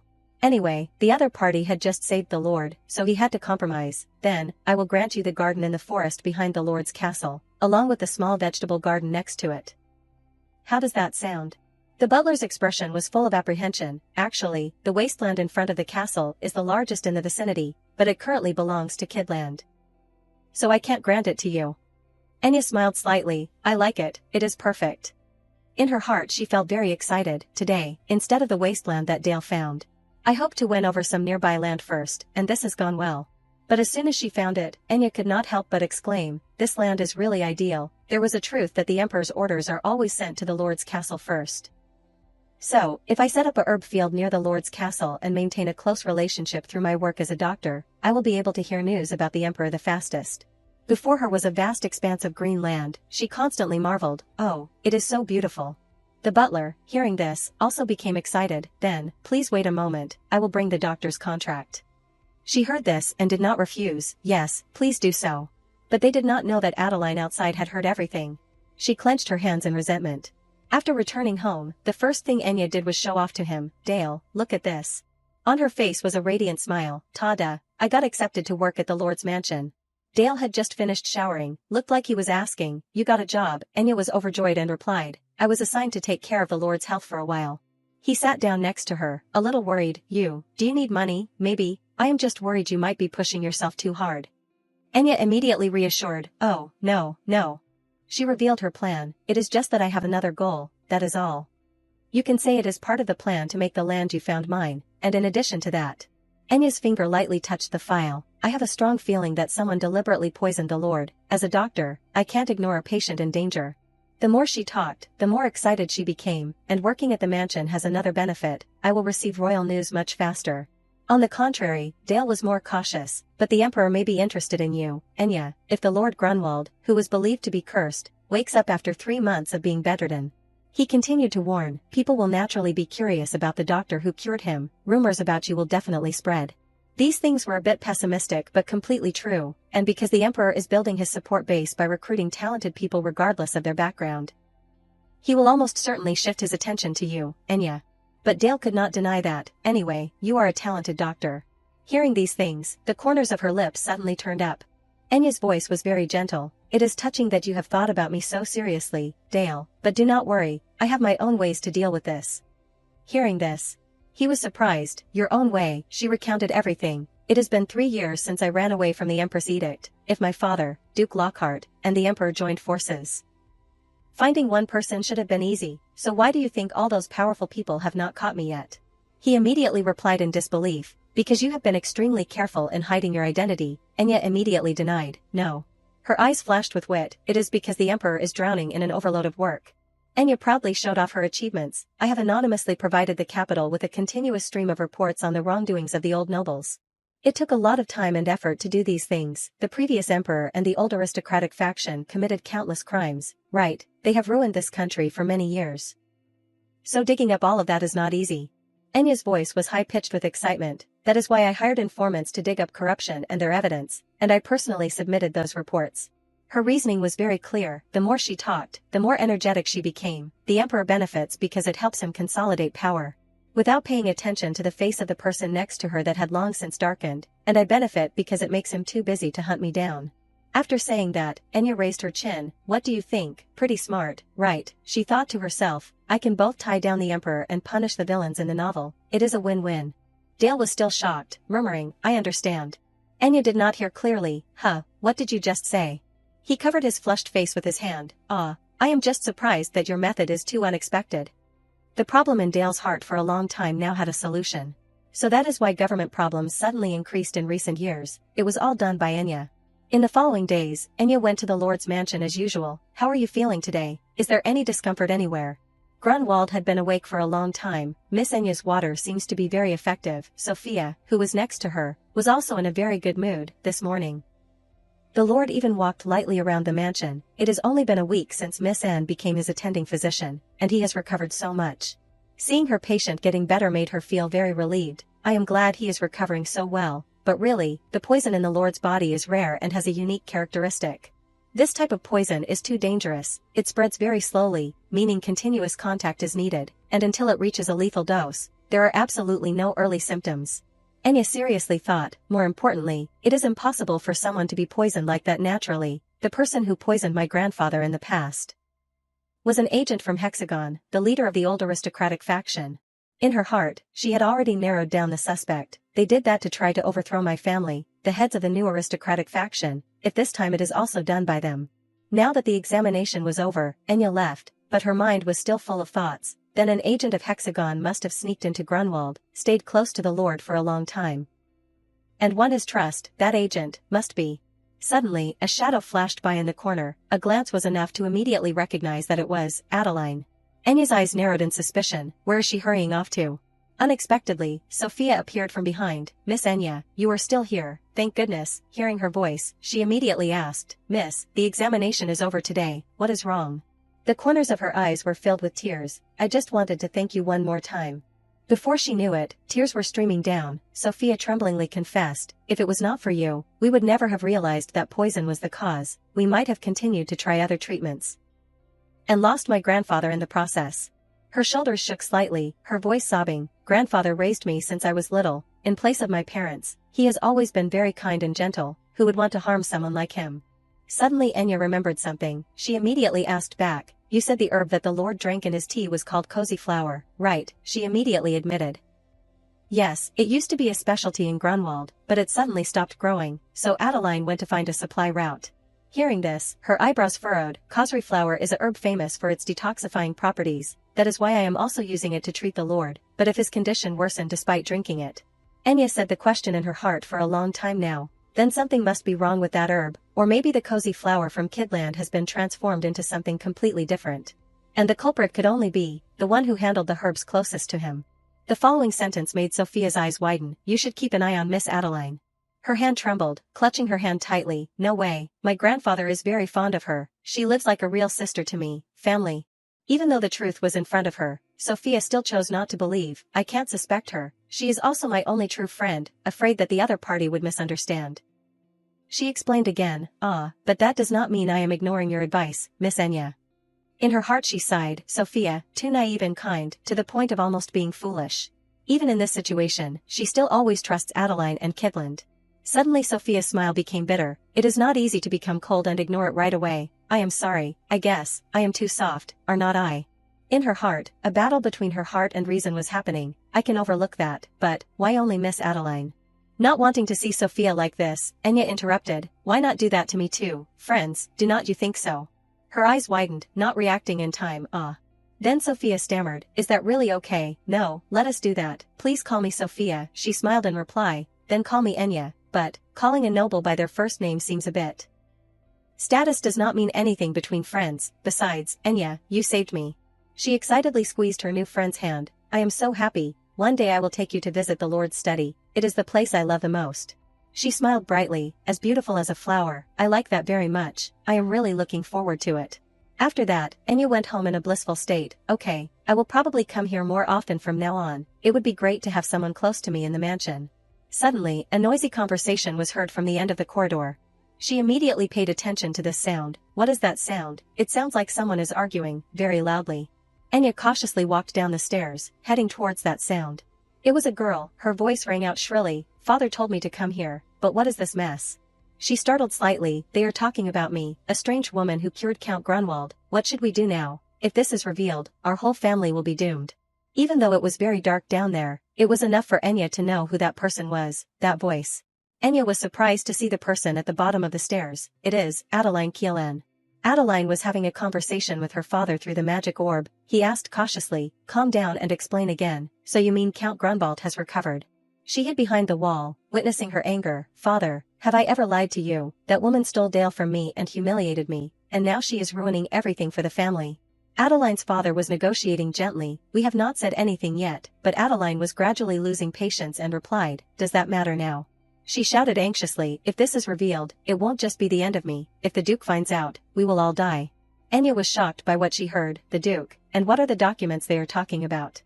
Adeline's father urged, "Don't talk nonsense like that. As long as we find the documents, there is nothing to worry about." "Quickly find them," she asked helplessly. "How can we still find the documents hidden by the dead?" Adeline angrily threw the orb while blaming, "If you want that, then why do not you find it yourself?" The orb shattered with every word she said. "I am fed up with it, I can't stand it anymore." Adeline seemed to be going crazy. She muttered curses. It is all her fault. Adeline vented everything she had endured for a long time now. Since she appeared in Grunwald, nothing has gone smoothly. Enya waited for her to leave and then quietly went down. She hurried down the stairs with a long train of thought. If they said the Duke, it must be Duke Hexagon then. In this empire, there are only two current Duke families. Our family, Mozart, and Hexagon. Enya stopped in front of the shattered orb. She picked up a piece of debris. In Enya's head, there was a speculation, just as I suspected. She gradually learned other mysteries, so the one behind everything is Duke Hexagon. The truth about him was gradually revealed. Duke Hexagon, the leader of the old aristocracy and also the villain in the original story. Like our family, the Hexagon family also specializes in herbs. The Hexagon family is called the Angel of the People. The reason is because they provided the people of the empire with something called the miraculous cure for all diseases. A medicine that can cure all diseases and eliminate pain. Despite its magical effect, it was extremely cheap. For the poor people who could not afford it, this medicine was distributed as a charitable act. But in reality, it was a nightmare from the darkness, despite the serious side effects, including paranoia and addiction, with the backing of the Hexagon family. The former emperor turned a blind eye, and the innocent people have been exposed to this drug for decades and fell seriously ill. However, the current emperor did not accept it. Despite facing fierce resistance from the old nobles, he acted decisively to destroy the Hexagon duchy. As a result, Duke Hexagon was sentenced to house arrest, although many people were disappointed that he was not executed, but due to lack of evidence, there was nothing more that could be done. Enya vaguely guessed Duke Hexagon's purpose. He is the type of person who likes to pull the strings from behind instead of acting directly, now that his sentence is about to expire. He will find a way to restore his power. She strung everything together. It is not a coincidence that both my grandfather and the Lord were poisoned in the same way. Enya secretly resolved, using pharmaceutics, a science that should have been used to save people, to harm others. I can't ignore this. At the same time, she also found a solution. I do not know what that document is, but if I can find it, there will be evidence. Sophia unexpectedly poked her head out. Who is there? Causing Enya to jump in surprise and almost drop the shard of the orb. She smiled and replied to her, while quickly gathering all the shards. It is me, Enya. Feeling relieved, oh my gosh, it turns out to be Sophia. She was no less surprised. Oh, and I heard a loud noise so I came to check it out. This is a sealed underground staircase, so usually no one comes here. She hurriedly made up a reason. I must have dropped something, so it made the sound that you heard. Enya's heart was a little worried with the lie. I went in the wrong direction and panicked. The reason sounds okay, right? Sophia naively believed her words. Oh my, are not you hurt? She gave a forced smile. It is okay, I am fine, she thought to herself, because I know how this will turn out. So it is best to keep it a secret from Sophia for now. Wait, if that is the case then. Anya suddenly spoke up. Ah, that is right, as it happens, I misread the schedule, so I am a little free now. She immediately offered, if it is not a bother, can you take me to the library? She heard this and smiled brightly, replying, yes, of course, I am very willing. Sophia took Anya's hand and walked quickly forward, this way, Anne. She also had her own purpose. Now that it has come to this, I will start searching for those documents in the library. Anya was excited, there are so many books, she quickly pulled down the cloth, I think it has been quite a long time since I returned to this room. She looked around, with such a large library, it will be very difficult to find something by myself. Sophia introduced her, before the Grunwald family declined, this library had even more books, this family has a tradition of loving books for many generations. Anya understood after hearing her say, ah, so that is it. Sophia smiled brightly, now this place has basically become an abandoned storage, she covered her mouth, thinking, no wonder it is so dusty. Anya curiously asked her, has Miss Adeline ever been invited here? Sophia then recounted, yes, but she said this place was too dirty, so she never returned after the first time. Remembering that time, she enthusiastically guided Adeline. Ah, it is a painting, but she completely rejected it. Oh my, how can I step into such a dirty place? She heard this and could only sigh, a typical spoiled noble lady. For Anya, this was a stroke of luck, but precisely because of that, those documents are likely still here. If Adeline has not found them yet, then she must have missed something. If they are here, perhaps it is in a place that outsiders will never check, whether it is accidental or intentional, a document that is well hidden, pressed in the right place. While searching, Anya discovered something, She turned to point to Sophia. Sophia, what is that? She explained, ah, that is a family portrait that the head of the family from several generations ago was painting. I heard it was never completed for certain reasons. Anya curiously approached, really, can I take a closer look? Sophia happily agreed, of course. She slowly removed the cover, be my guest. Anya was a little disappointed when she saw it, it is just a normal family portrait, I thought it would be something special because it was painted by the head of the family from the previous generation. Suddenly she felt something strange behind the painting, there is some texture here. Anya unexpectedly discovered a clue, wait, there is something showing between the layers of canvas. She secretly rejoiced in her heart, I found it. In a flash, it was dark, Anya was walking home. She stared blankly at the sky, when did it get so dark? Anya recalled the afternoon, I spent too much time hiding the documents from Sophia so I am this late. She immediately thought, Dale must be very worried, I should go home quickly. Anya walked while smiling happily, last time, he even went all the way down to the foot of the hill to wait for me, I feel guilty for making him worry, but it is really cute. Suddenly a sound startled her, causing her to turn her head, what was that, a wild animal, it scared me to death. Anya gradually trembled in fear, perhaps because this house is too isolated from the village, after the sun sets, the atmosphere is somewhat eerie. Then she quickly went home. But a sudden burst of light appeared behind Anya. She turned around sharply and shouted, who is there? It was Dale, limping towards her. Anya was surprised, Dale. He could not support himself and immediately fell to the ground. She frantically ran to Dale's side, asking quickly, are you hurt? Anya did not understand what the scene before her was, what happened so late at night. She hugged him to check on his condition. Dale, oh my gosh, you are burning up, try to wake up. Suddenly Anya discovered a piece of paper flying out from behind Dale. She immediately recognized it, this is a teleport scroll. Anya secretly wondered, Dale just used this, but why? The two of them barely managed to get home. He lay on the bed, gradually waking up, making some small sounds, Dale woke up with a start when he saw her walk over. Anya asked softly, you are awake, Dale. He startled, Anya, why are you in my room? Dale struggled to sit up in horror with a small towel on his head. What is going on? She was afraid he would misunderstand and hurriedly explained, I saw you faint. Dale, so I asked the neighbors to help carry you into the bedroom. Anya sat down and spoke, more importantly, Dale. She gently cared, have you been working too hard lately?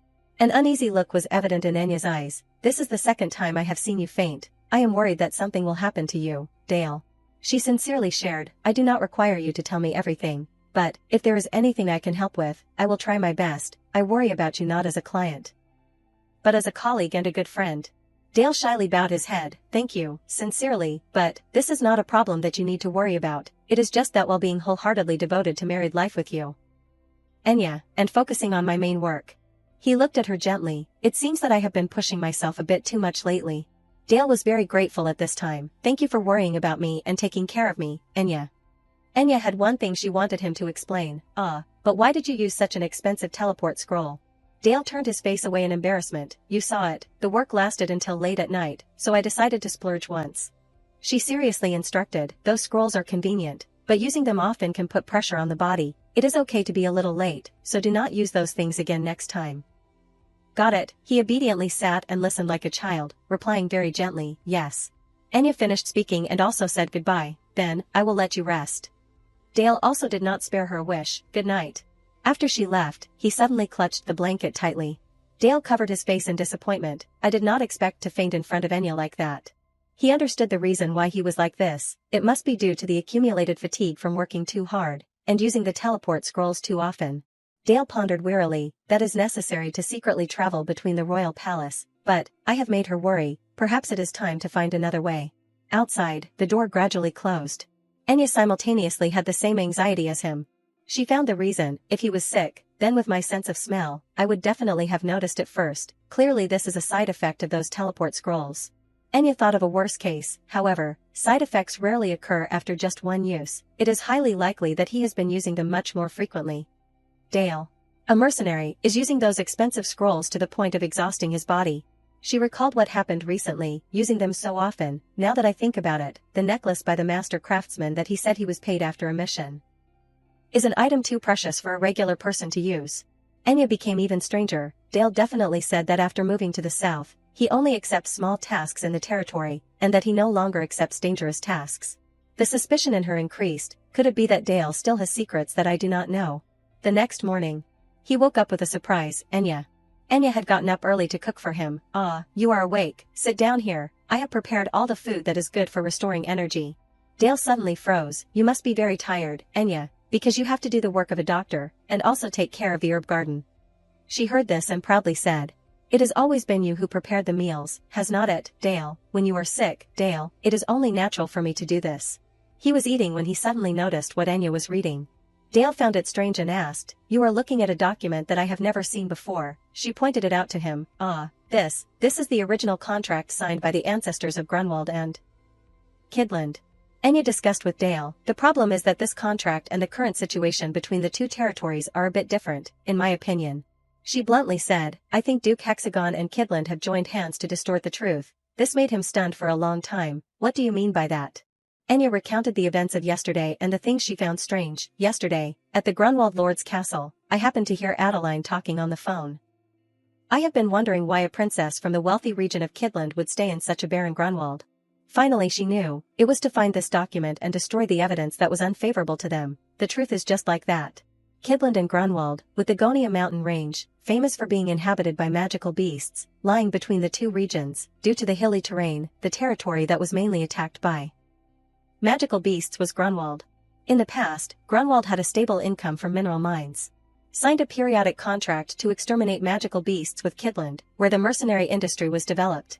In return, they granted the right to exploit the mines located near the border area, because minerals are the main source of income for Kidland today, so it must have been profitable at that time as well.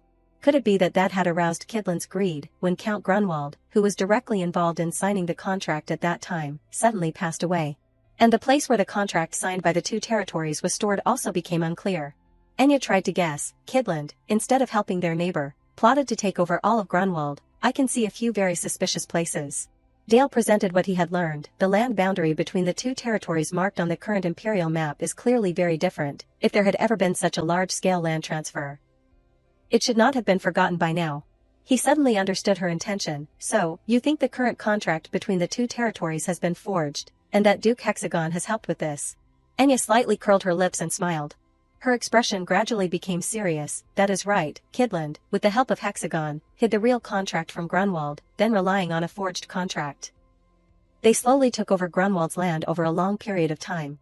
Then Enya showed Dale the evidence. This is the original contract and the map proving Kidland's guilt.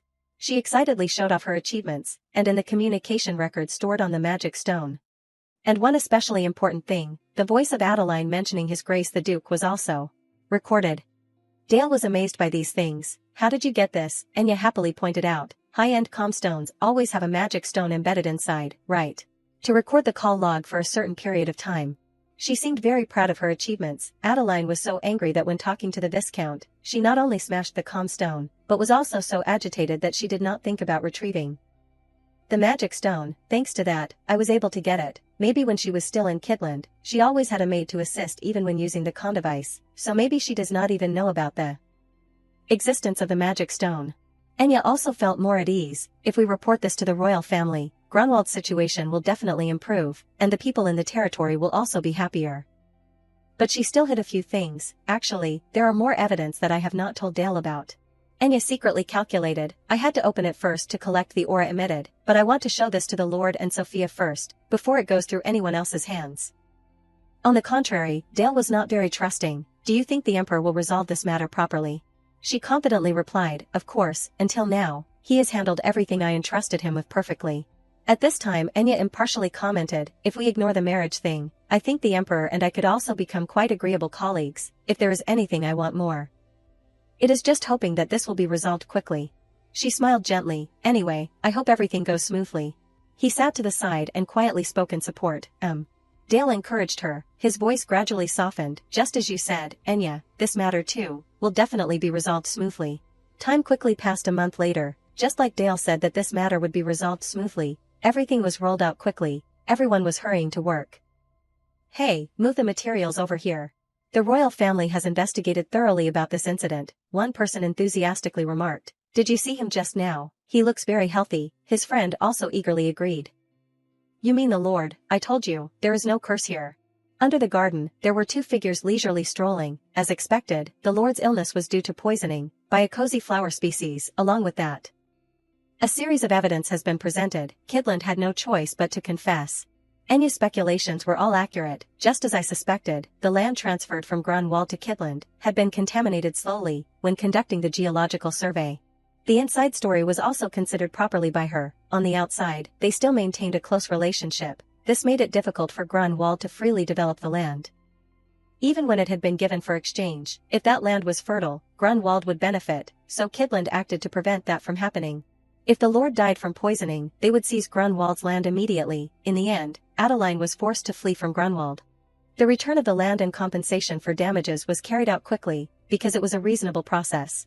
And as a result, not long after, they visited Grunwald, Miss Anna, Dale. She happily thought to herself, Grunwald has recovered very quickly. Enya friendly said, Lord Grunwald looks very energetic. The butler replied with a bright smile.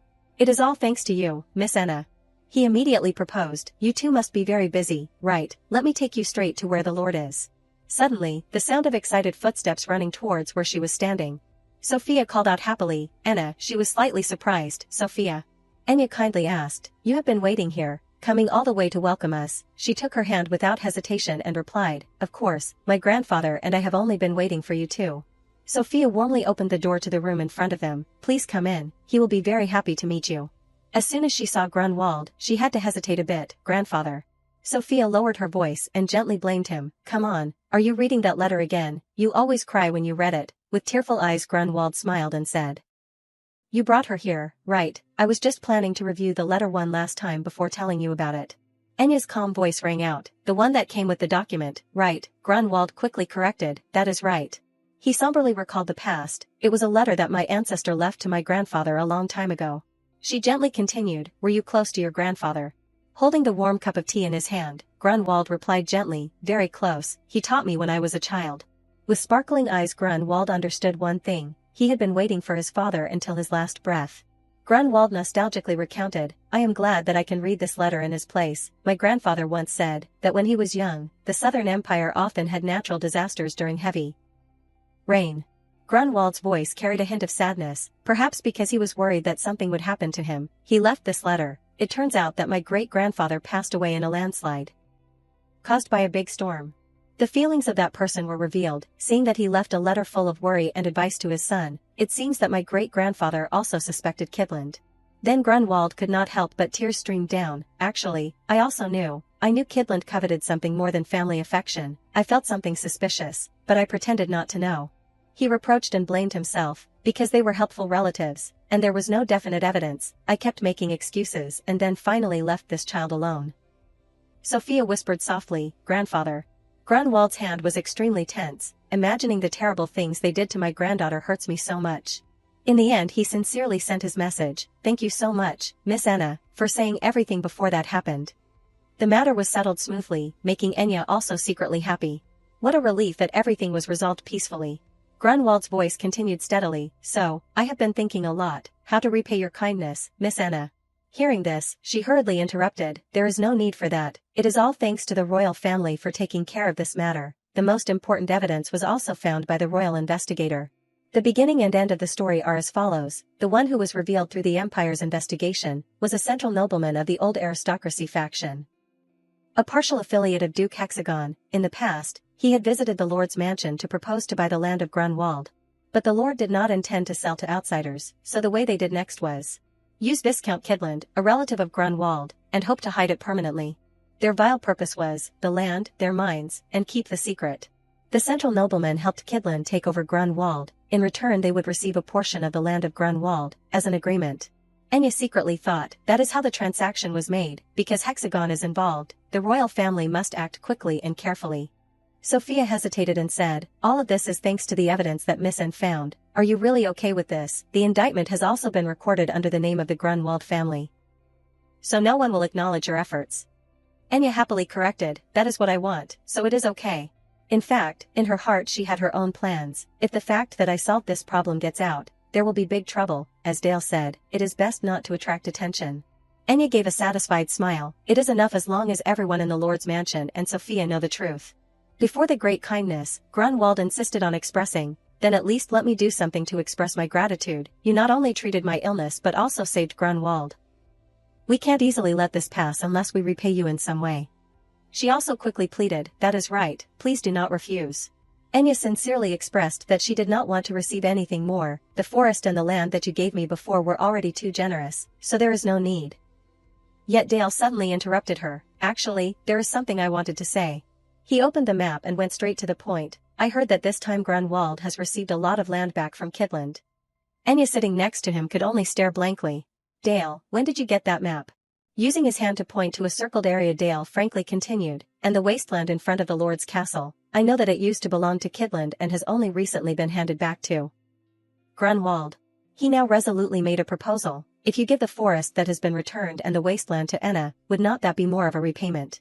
With a firm tone Dale authoritatively concluded, "After all, she is the Lord's lifesaver." Suddenly Enya realized his intention, this land.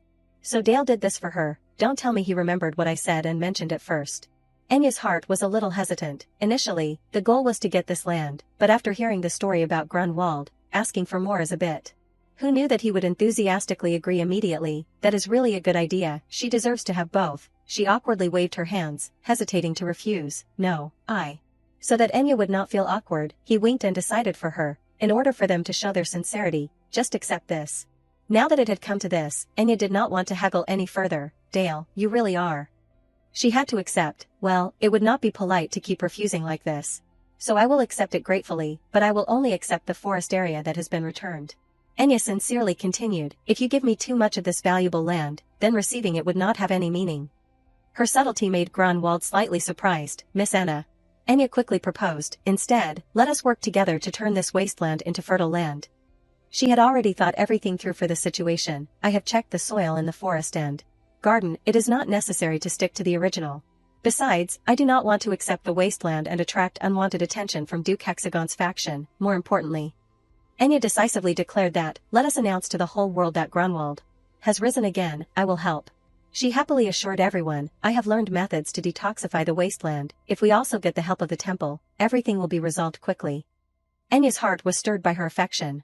"For this place, I really like everyone here, so I want to return all the assets originally belonging to Grunwald." The butler asked in surprise, "The temple?" Grunwald generously commented, "Those are good words, but I am not sure those busy priests will come to this remote and distant place." Facing this problem, she was the most enthusiastic. "Didn't you have enough charity funds to call a priest? It just so happens that I know a priest." Enya decisively stood up and proposed, "Although he is a bit corrupt, if I pay him generously then there is someone who will come regardless." The priest unconsciously shuddered from afar. "No, I definitely do not want to get involved with those two again." After she and Dale left, Grunwald murmured to himself, "What did I do wrong?" The butler gently spoke, "No, Lord, you did very well. I just can't believe it. Dale's identity had long been recognized by him, that His Majesty is here at Grunwald, then Miss Anna must be the person that His Majesty has been searching for all along. Grunwald quickly cleared his throat and interrupted, let us keep this a secret between the two of us. The glittering pair in his sight made him believe in a brighter future. Yes, they both look happy, that is enough. After that, as planned, Enya proceeded to list the items needed. Here are all the things necessary to purify the wasteland. She stepped out onto the windy balcony, smiling and whispering, I wonder how Dale is doing. Below in the garden he was holding an axe in his hand, preparing to chop wood. Sweat glistening on his face made Dale even more handsome. Standing on the balcony, Enya blurted out in admiration, he really is very handsome. Towards him she called out his name, Dale, are you okay? Noticing Enya from afar he happily replied immediately, I am fine. The more she looked at Dale, the more relieved she felt. I am glad that Dale's skin tone has improved a lot recently. It seems like he has not been using the magic scrolls since that day. Dale, with an expectant look, left the axe and asked, have you finished your work? Enya murmured thoughtfully, since coming here, I feel like I have received a lot from Dale. He always listens and seriously helps me solve problems. Looking at him with affectionate eyes she softly spoke, we have been through a lot of things together. To Dale's astonishment, Enya proactively proposed, how about tomorrow we make a trip out to the city? So the very next day, the two had arrived at a city south of Grunwald. The two of them were strolling on the street when suddenly a child tripped and fell. He quickly helped her up, not forgetting to seriously remind, you kids have to be careful, especially when holding something sharp like this. The girl happily left, thank you, sir. The girl's innocent form of address made Dale stunned, sir. Embracing his arm, she happily explained, perhaps for tourists, every adult is a sir or madam. Dale heard this and stopped wondering, I guess so. The peaceful scene made Enya thoughtfully commented, seeing the children running and jumping so energetically makes me happier. You would not often see children in Grunwald. Holding Dale's hand, she excitedly commented, these things are very different from the big cities. He blushed and inquired about Enya, by the way, about our date, is there a specific reason why you wanted to come to the city? She laughed loudly, eagerly correcting. Of course, the more things there are to see, the better. Enya sincerely expressed her feelings, and I really want to repay you for your help, for me, Dale. Every word from her made him flutter immensely. Now that I think about it, we have not had much time alone together, what a pity, so let us make today special. Giving a radiant smile, Enya happily spoke, after all, this is our first date. Take me around the block, she proactively led Dale. Let us go over there first. Soon after, they found themselves at a high-end suit store, and Dale, trying on outfit after outfit, mumbled self-consciously, it is just. He blushed, exclaiming, so many clothes. Even so, Dale indulged Enya's wishes, constantly trying on clothes. It is really not necessary. His handsome face and proper attire made him shine. Just spending the day with you is more than enough. I do not want you spending so much money on me. Even she is enjoying this. He said, don't say that, Dale. Enya gave him a thumbs up, full of praise. When else would I have the chance to have you try on so many beautiful clothes? She was thrilled. I swear, everything looks good on someone as handsome as you. Enya had already bought countless clothes at this store for one simple reason, he looks good in everything, making me want to buy him more. And this store is for the middle class. So it does not cost much money. What, 20 suits? Sitting beside him, watching him, she beamed. I have got my contract money now, so I am loaded. Don't worry. In fact, Enya had planned this long ago. Before the truth behind Grunwald's case was revealed. I told Rosanna why Kidland was after Grunwald's land, and I helped her start investing in the area before it boomed. She made the most of this opportunity. In return, Rosanna promised to be a solid partner in the herb project I have been planning. Enya thought happily, the deposit money's paid. I think I have more than I need. Suddenly, a store employee approached her and eagerly made a suggestion. Madam, the suit your husband is wearing is actually a matching set with a women's outfit. Would you be interested? Without hesitation, Enya immediately bought it. Great, I will wear that outfit out of the store. Please send the rest to the address I gave earlier. Her directness made the employee burst out laughing. Wow, you are so bold, miss, matching outfits for newlyweds, you two really have style. Afterward, they walked out of the store hand in hand. Enya was already wearing the matching dress she would bought for herself. Quite a successful shopping trip. Was not it, Dale? He happily replied, I love that you pick out clothes for me. Where are we going next? This time, Dale proactively invited his beloved. I heard there are many famous tea houses around here. Squeezing his hand, she cheerfully agreed. Oh, do you want to get something to eat while we are there? Dale gently smiled, unable to hide his happiness. He lovingly confirmed, anywhere is fine, as long as I am with you. Anya blushed and playfully scolded, "You always know how to say such sweet things, Dale." And then they enjoyed a heartfelt moment beside a table of delicious tea and pastries. Only then did she realize, I have not known Dale that long. Anya elegantly picked up a strawberry, but strangely enough, her mind was filled with images of them walking side by side. Just being near him makes me happy. When Dale, both thoughtful and kind, saw a little girl struggling to sell flowers, it felt like we have been close for years. He did not hesitate to buy the entire bouquet of beautiful flowers. How wonderful. That little girl beamed and was incredibly grateful. Even though it is just a marriage contract to avoid marrying the emperor. And as Enya widened her eyes in surprise, every moment with Dale, with his radiant joy, gave her the whole bouquet, makes me feel like this situation is just light and happy. His gaze was loving, and Enya was so happy. Maybe relaxing a little would be okay, right? Returning to reality, Enya asked Dale, "So, did you have fun today?" He did not shy away, but smiled brightly. "Yeah, I feel like it was a dream." Seeing him happy made Enya happy too. "Thank goodness, I am so glad my efforts paid off." "Ugh, it feels awkward saying things like this." Suddenly, Dale asked her, "The reason you ran away all these years, was it for today?" She immediately confirmed, "Yes, Rosanna helped a lot." "I am glad you liked it." Suddenly, Dale took off his glove. "Actually, I have this for you too." Enya asked curiously, then blushed in surprise. "What is it, a gift?" Dale sincerely held out the item in his hand. "Our wedding rings." Enya was taken aback. "Wedding rings, but we are not really." But he did not let her finish, and took her hand. "To avoid suspicion, I thought we should wear something like this, so I had them made." Even though he had proactively taken her hand, Dale still asked again, "May I put it on you?" This unexpected event made Enya question herself endlessly. Why am I blushing? Is it because Dale is too charming? A flurry of emotions welled up inside her. It is so much like a real proposal. Night had fallen, and the streetlights were shining brightly. "I had a lot of fun today." Enya had taken the ring, but she still felt a bit embarrassed. "Me too. It feels like a waste to just go home like this." Suddenly, her attention was caught by a sign for a shop on the side of the road. Enya curiously peered inside the shop. A fortune teller, it looks like they do everything from horoscopes to compatibility readings. Hearing this, Dale could not hide his excitement. "Did you say compatibility readings?" Enya thought to herself, looking at those bright eyes. It seems like he is interested in things like this. She proactively asked him, "Shall we go in and see? It looks like it could be fun." Dale quickly accepted. Great. Inside was a mysterious fortune teller with a large crystal ball in front of him. What a lovely couple. "Well then, what are you curious about?" Dale quickly replied, "We would like to see our horoscopes as a married couple." The fortune teller inquired, "Let us see." "Newlyweds, huh?" Unlike Dale, Enya looked bored. "Matching outfits, wedding rings. Anyone can guess that. What was I hoping for, but of course." Suddenly, his tone changed mysteriously. "But..." Enya quickly noticed something different about Dale. Something's not right. Suddenly, his face. The fortune teller continued, "You two." He slowly continued, "You two are not really married, are you?" Enya looked at the mysterious man in shock. "Huh, what do you mean?" An unease welled up inside her. How does he know?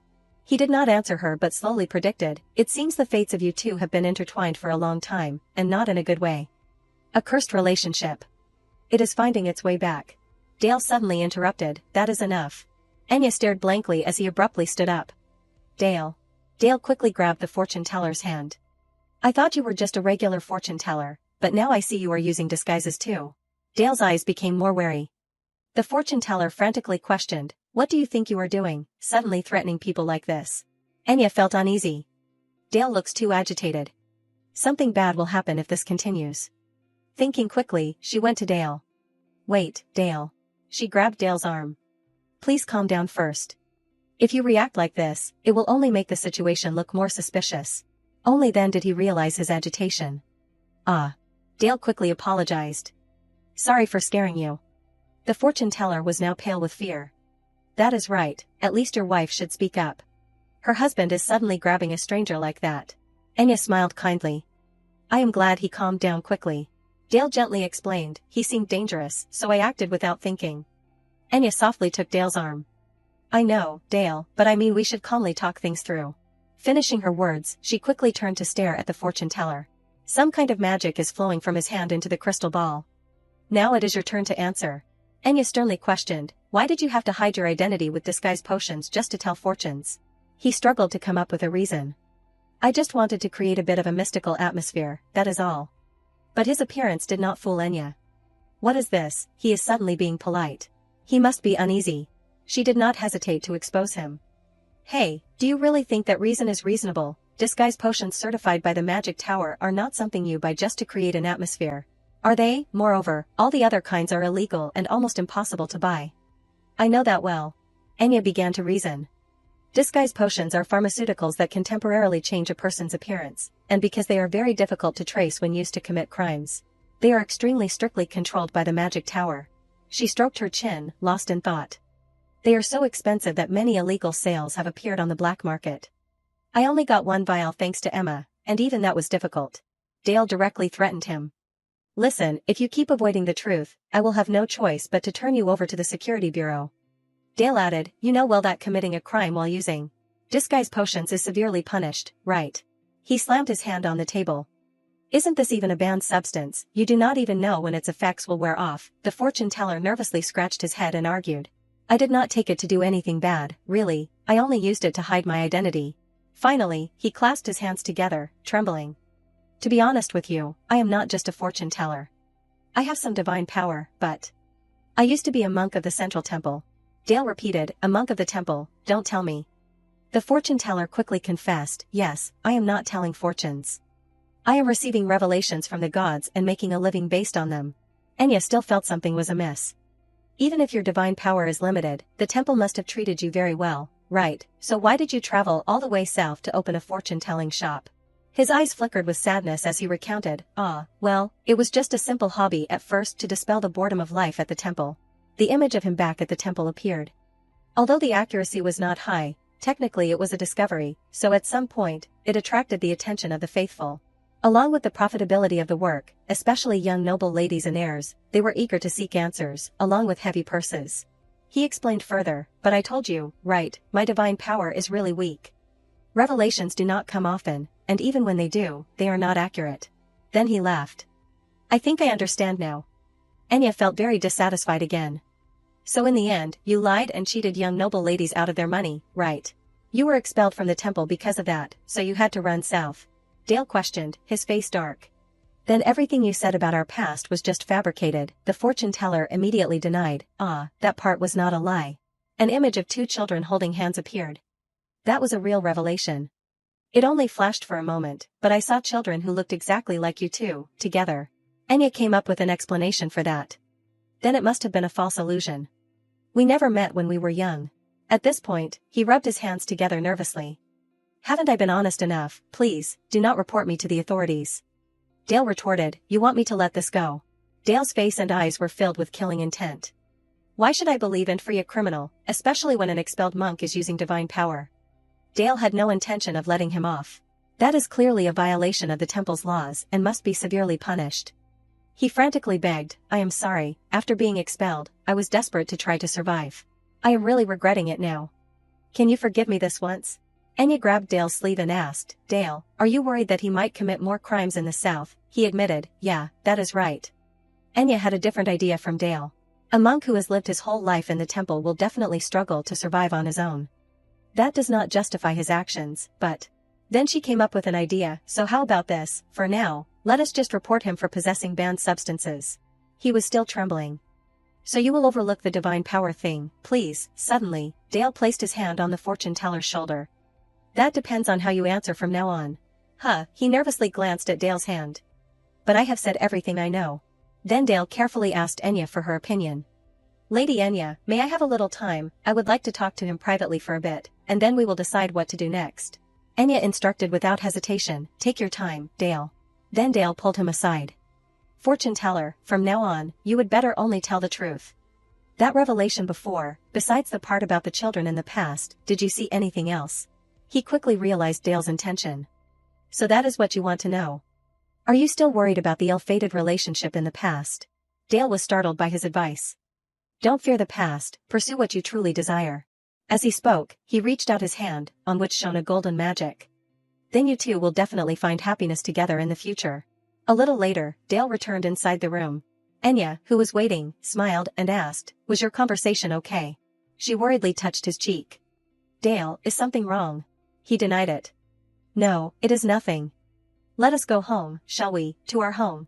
After returning, Dale stood by the window talking. And besides the things that were mentioned, the fortune teller had no other suspicious behavior. Dale carefully instructed, even so, keep an eye on him for a while, especially to see if he has any contact with people from Hexagon. The worried tone of the other party came from the crystal ball. But, Your Majesty, are you really going to continue living like this? I have said it many times. This puts too much pressure on your body. Dale tiredly held his head. Huh. He lay down on the bed, dejectedly admitting, that is true. Sweat poured down Dale's flushed face. I can clearly feel my body gradually weakening. He tried to reassure himself. But I can't stop now. At this moment, a scene from the past appeared. That ungrateful bastard does not even understand the grace of being spared. That person's face had faded. Until I allow it, the attendant bowed, taking orders. Don't give him even a drop of water. Yes, Your Majesty. Dale collapsed painfully on the floor, his hands covered in a purple liquid. Huh. He writhed, hugging his small body tightly, cold and hungry. Outside, there is a fierce blizzard. Will I have to live like this, forever? At that moment, the kingdom was bursting with fireworks. Negative thoughts flooded Dale's mind. If that is really the case, then maybe it would be better if I... Suddenly, a voice snapped Dale out of his thoughts. Hey, are you okay? A small girl was looking up at him. Why are you up there? Anya held out her hand to Dale. Please, come down from there. Dale lay there, recalling that memory. During the darkest time of my life, she was the only one who told me to leave that place. The image of Anya smiling like a small sun flashed in his mind. I must protect Anya's happiness. The next morning, a footprint appeared on the ground. Anya looked at it helplessly. Honestly, who keeps stealing my herbs? She stared blankly at the fences. These past few weeks, something keeps coming to pick and eat all the herbs in my garden. I thought it was a wild animal, so I fenced off the garden. But it did not work. She picked up a fallen plant and examined it. Actually, lately it seems to be getting more aggressive. At first, it only picked a few leaves, but this time it pulled up the whole plant. Roots and all, clean. Then she put her foot next to that strange footprint to measure it. And these footprints. They are bigger than my feet, but smaller than Dale's. It is definitely not Sophia, who sometimes helps me in the field. Anya could not help but worry. Could it be that a thief is sneaking into my garden? Sophia arrived, cheerfully greeting her. Anne, I am here. She immediately recognized her voice. Sophia. Anya went over to ask. Are you helping out again today? She was excited. Yes, let us do our best together today. I am so happy to be able to help my friend with something. Sophia suddenly became flustered, not knowing what to do. But after we finish today, can you spare some time? Actually, I have something I want to tell you. She became more nervous than ever. It is just a little difficult to talk about it here. This made Anya suspicious. I wonder what is making her so nervous, but, she agreed without hesitation. Of course, an invitation from Sophia is always welcome. Anya thought to herself, I guess it is probably nothing serious. For some reason, she hesitated for a long time. Anne, do not panic, listen to what I have to say. Actually, Sophia must be very surprised. I have discovered Anne's real identity. Seeing her choke, she quickly asked, Are you okay? Here, a handkerchief. Anya took the handkerchief. Thank you. She suddenly felt extremely uneasy. She's discovered my real identity. But Anya still wanted to clarify things. Sophia, what do you mean by that? She seemed to have sensed it long ago. Actually, from the beginning, I felt like Anne was not an ordinary person. Sophia gave a typical example. Even though Anne is a commoner, she did not show any fear at all when standing in front of Adeline. There were a few things she was still wondering about. I also heard that Anne was the original owner of Trumpet. Sophia added, MS. Rosanna, who told me that story, also said that the reason she partnered with Grunwald even when the conflict with Kidland was not over was because she trusted Anne's advice. She analyzed it very carefully. And this might be my misunderstanding, but I think Mr. and Yurda have also recognized Anne's real identity, so they seem to have a hard time talking to you. Sophia continued her speculation. More than anything, the reason why I, a friend who has been by your side all this time, can recognize it is. She believed in her ability to judge people. It is thanks to the elegance in Anna's every gesture. Even you do not realize it. Elegance. Anya's actions had attracted Sophia's attention. Even when drinking tea, even when walking. She constantly showered her with compliments. Anne is as perfect as an illustration in an etiquette book. Sophia had confirmed her thoughts. Seeing that, I realized. She suddenly spoke hesitantly. Anne's true identity is. That gentle way of speaking made her curious about Sophia's way of thinking. Her eyes were full of anticipation. You are a noble lady who ran away with Dale for love, are not you? So Sophia was guessing based on books. I love romance novels, I can tell at a glance, the romantic love story between Anne and Dale. Anya thought to herself. When we went to find Grunwald's contract documents, this is the novel she was talking about so enthusiastically. She did not want Sophia to have unnecessary misunderstandings. I thought she had discovered that I was Lady Lockhart, but if I let her dig deeper, it would be troublesome. So I should clarify things, right, Sophia? Actually, Anya's voice suddenly dropped. I am the daughter of a noble family who was falsely accused and collapsed. She looked sad when she thought about her fate. When the disaster struck my family, Dale, a mercenary, secretly helped me escape and saved me.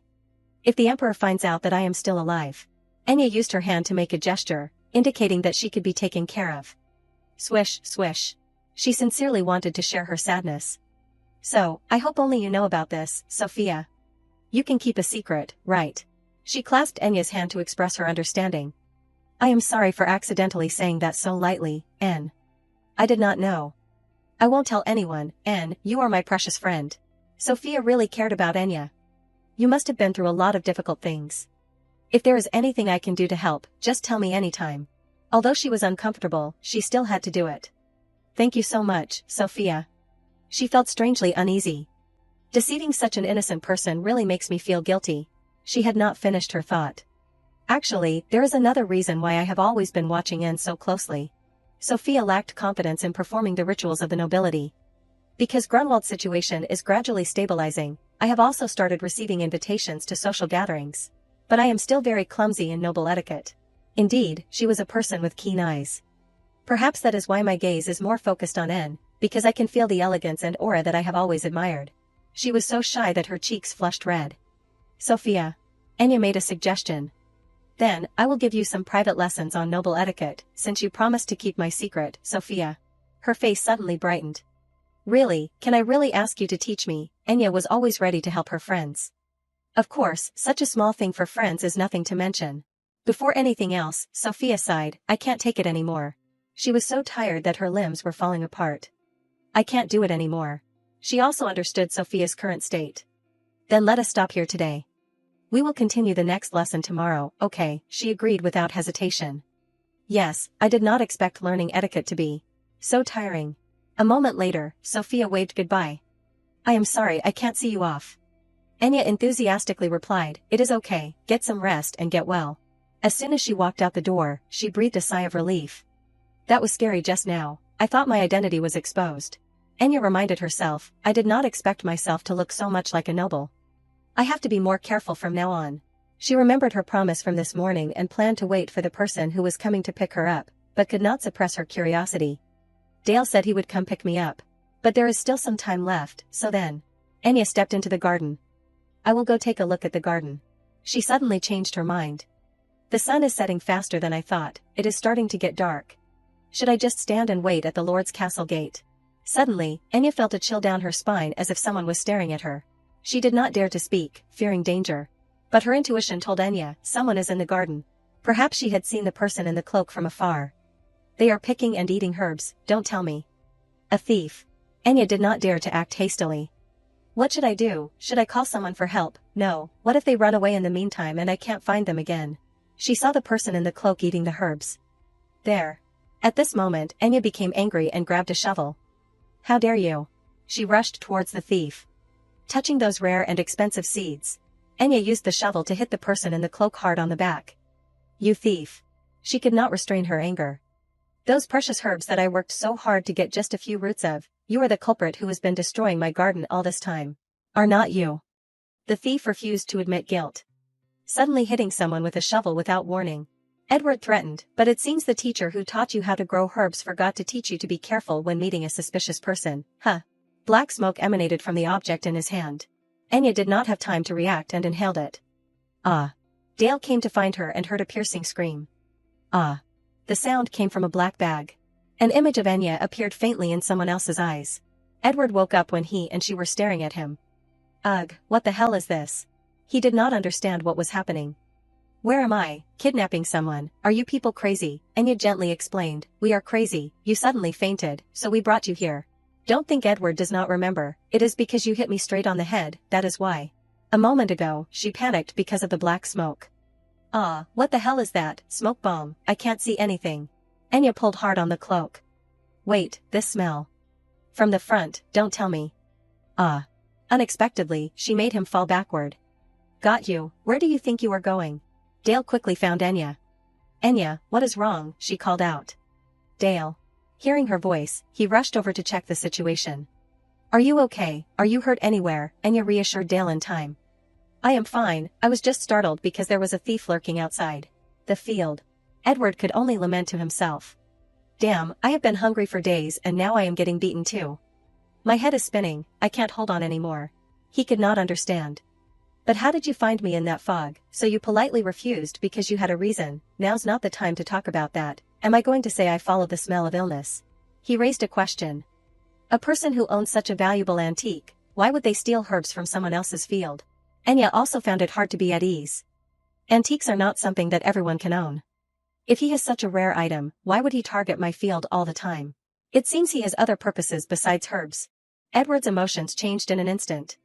Just hand me over to the guards, why should I confess to the people who kidnapped me? Where's that fragrant smell coming from? She now made a request to him. Ah, if you answer our questions properly, you might get to eat some.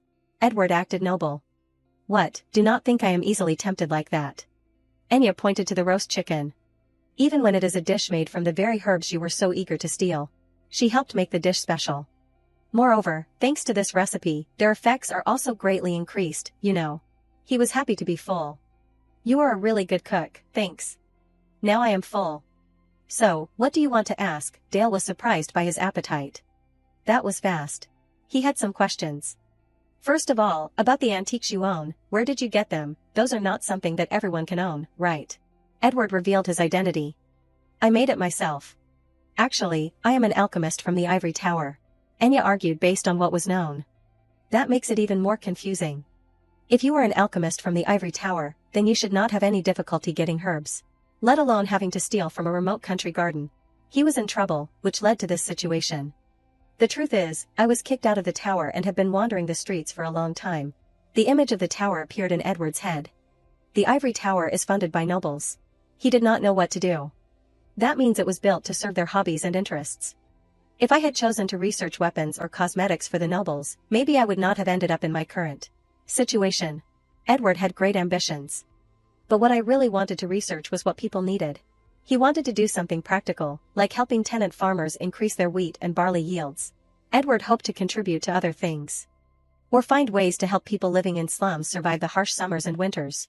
He became confused.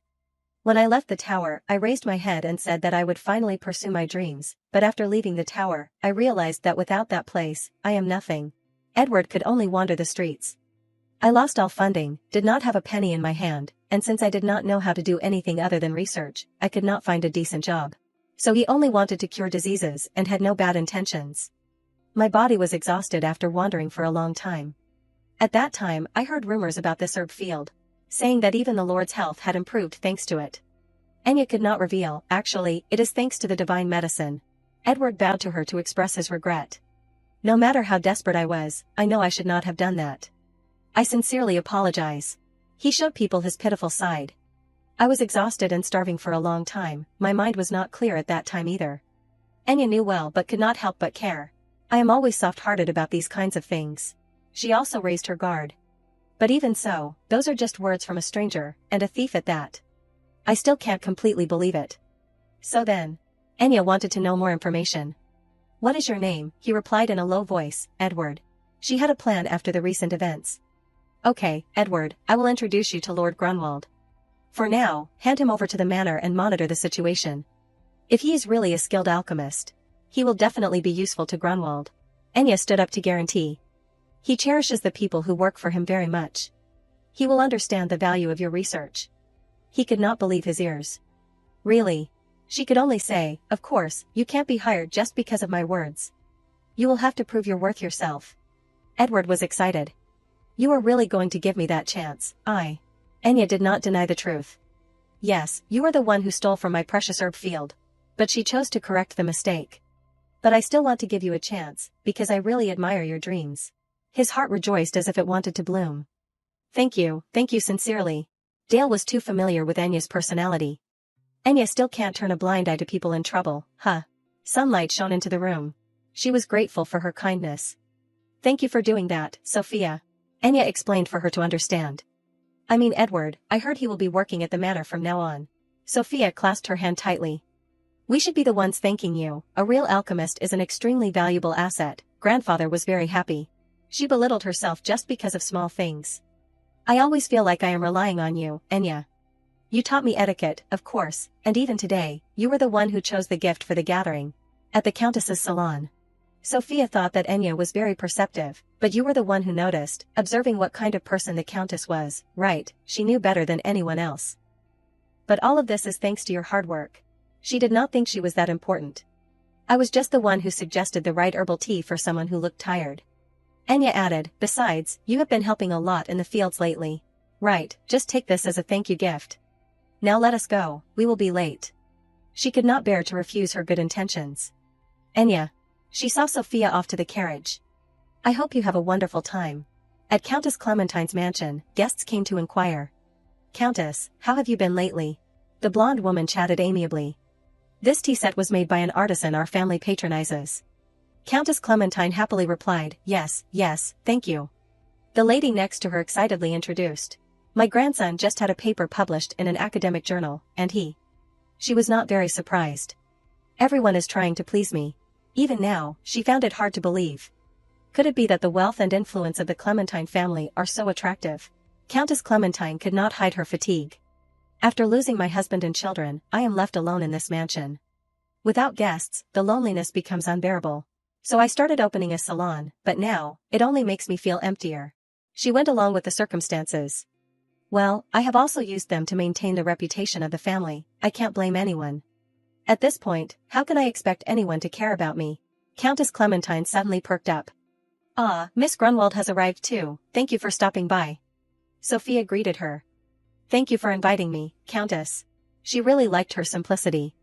Ah, yes, this young lady, who never flatters, always maintains a dignified demeanor. By the way, what are you holding? Sophia hesitated to speak. Oh, Countess Clementine always treated her specially. Butler, please show the other guests to their seats. I want to have a private conversation with Miss Grunwald for a bit. At this time, she was curious about the gift. So, what is this? Sophia expressed her feelings. I am always favored by the Countess's invitation, so I can't come empty-handed. She always observed carefully. The weather has been colder lately, and every time I meet the Countess recently, you seem a little lacking in energy. Sophia understood at a glance. I am just a little worried that you are overdoing it. She brought it in person. So on the occasion of the approaching winter, I have prepared some herbal tea to help nourish the blood and chi. Even Countess Clementine was surprised. I thought I had hidden my emotions quite well in front of everyone. She acknowledged this kindness. So this is from the friend that Sophia often mentions, the one who helps out in the garden. She was polite when answering adults. Yes, my friend carefully made this tea for you. Sophia talked about the process of deciding on the gift. When I asked my friend what I should bring as a gift for the Countess, she listened to the story very carefully and thoughtfully prepared this tea. If you brew it and try it, it will warm both your body and your heart. She hurriedly explained. Ah, I did not mean to say that the Countess's heart is cold or anything. Countess Clementine did not blame her. I understand what you mean. Do not worry, I won't misunderstand. She felt so warm. It has been so long since I received a gift that was not for flattery or self-interest, but a gift full of genuine concern for me. Countess Clementine still remembered. That girl's name is Enya, right? She was really happy. Tell her that I am very grateful for this meaningful gift. Countess Clementine did not forget to tell Sophia. And let that girl know, I will definitely remember her. Amata's scream shook the whole house. This is our chance to get rich. She said excitedly, do you know how many nobles have been asking about your herbal tea lately? Even so, Enya only shook her head and explained carefully. Even so, we can't do that. The gift we gave the Countess was just a small part, so it is okay, but if we only focus on quantity, the effectiveness of the tea will decrease. On the contrary, Amata did not want to miss the rare opportunity. Now is the perfect time to act, when the whole society is focusing on us. Although she argued back and forth, she still shook her head and refused. But on the contrary, we can't sacrifice quality if we want our high-end strategy to succeed. She carefully considered the situation these past few days. Recently, the herbal tea gift that Sophia gave to Countess Clementine seems to be attracting a lot of attention in high society. But that tea still needs further research. More importantly, we need to focus on the high-end herbal project that we signed a contract with Rosanna. Suddenly, an idea flashed in Amada's mind. The high-end herbal project is. She gradually outlined a big idea, a welfare initiative that uses the profits from selling high-end herbs to high society to buy more affordable herbs. Even so, Amada gradually considered other benefits and sell them back cheaper to the poor. She pursed her lips, looking a bit regretful. But it is a pity if this attention is wasted. How about we take this opportunity to go to the capital? Enya looked up blankly. The capital. She immediately nodded excitedly in response. That is right, actually, the headquarters of our company, Calipelt, where my father works, is in the capital, and all the trends in high society originate from there. Seeing that she was interested, Amada was happier than ever. I really want to monopolize this business with you, but since this is a mission for a greater good, helping the poor, I want to give you a better opportunity. Across from her, Enya also began to think about this direction. Just like Rosanna said, going to the capital will help me achieve what I want more easily, but the capital is full of dangers of all kinds. After a moment, she regretfully replied, thank you for the suggestion, but I have not thought about going to the capital yet. Hearing this, Amada unconsciously sighed. Is that so? Well then, if you change your mind later, just tell me. Anyway, we are in regular contact with headquarters regarding the supply of luminescent stone. Then, she smiled politely and excused herself. It seems today's meeting is over, so I will take my leave. Enya also quickly understood and smiled in response. Your husband does not like it when you are out for too long, right? After that, she sat and thought for a while. The business is going well enough for now. Maybe I should plan the next step before Dale shows up. On her desk was a letter she was still writing. So many things have happened in the south recently. Enya felt a bit relieved about what she had done so far. Helping to treat the Lord and teaching etiquette to Sophia has helped me completely stabilize my life in Grunwald. Even so, she still had many things she wanted to accomplish ahead. The land reclamation is still ongoing, but now we have an alchemist joining us. She gripped the pen in her hand tightly. Finally, we are about to start accelerating. That alchemist, like me, wants to help everyone. Enya continued to calculate. This high-end herbal project was initiated to help those commoners who can't even afford ordinary herbs. She unconsciously sighed at this reality. Let alone going to the doctor. In this empire, where everyone praises the emperor as a kind and benevolent ruler, Enya thought, her heart fluttering. Only I know what is really waiting for this world. And she also told herself, I won't sit still and be swept away by everything like the original empress. Unlike Hexagon, who used the poor to fill his own pockets, Enya remembered the king's selfish actions and her heart filled with resentment. And the emperor, who confined the empress just for his own selfishness. She clenched her fist to her chest. I want to help everyone and lead this story to a better ending. But thinking about the present, Enya sighed, but living as a fugitive like this does not give me many opportunities to act. She secretly considered many other cases, especially now, when Duke Hexagon is about to be released from house arrest. It is dangerous. So what should I do next? Suddenly, there was a noise outside. Enya was momentarily bewildered. Who could it be? I am not expecting any more guests today. She slowly approached. Someone. An unfamiliar voice rang out from outside. Oh, excuse me, is there someone named Dale living here? In her heart, she immediately had a good feeling. A warm, gentle voice. Even so, Enya was still very wary.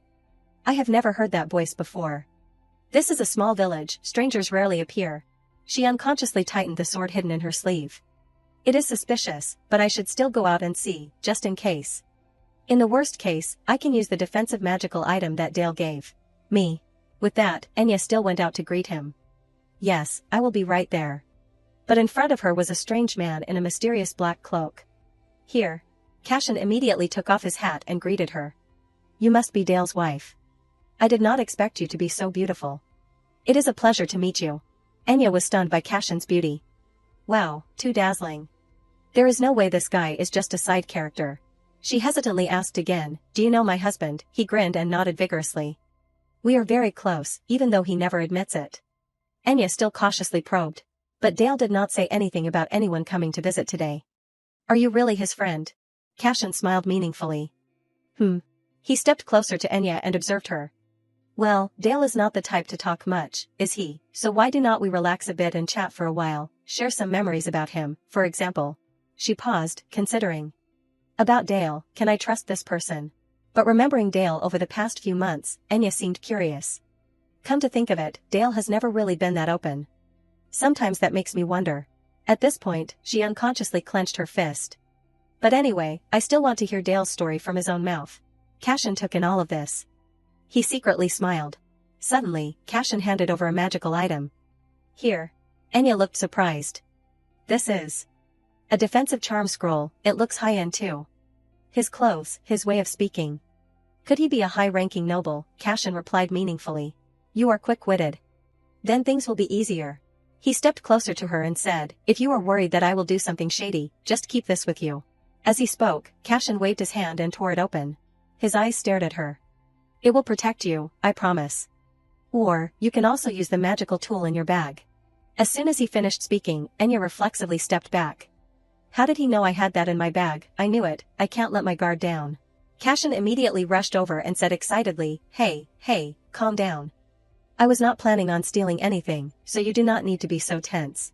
Enya looked hesitant when she heard his suggestion. Why do not we go inside and talk more comfortably, madam?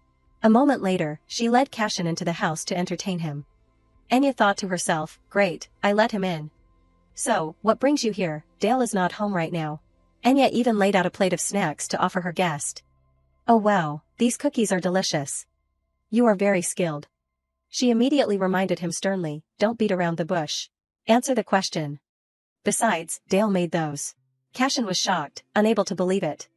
Dale made these, that guy, who knows nothing about food. Seeing his reaction, she frowned slightly. Are you sure you are really his friend? Dale is actually a super good cook, did you know that? Hearing this, he immediately sighed. No, I am serious. He almost never had to cook from the beginning, and yet he makes sweets like this. Enya, on the opposite side, immediately became serious. After all, it seems that you are the one who does not know anything about Dale. This guy is really a scammer. I should kick him out right now. Cashin rubbed his chin suspiciously. Still do not believe me, I am telling the truth, I really am his friend. At this moment, his face became serious, and he put both hands on the table. For example, I know that he is currently an A-rank mercenary, and in his heart, he is the type of person who does not care about anyone else. She immediately objected bluntly, that is not true at all. Dale is good to everyone. Everyone in town likes him. Hearing this, Cashin laughed heartily.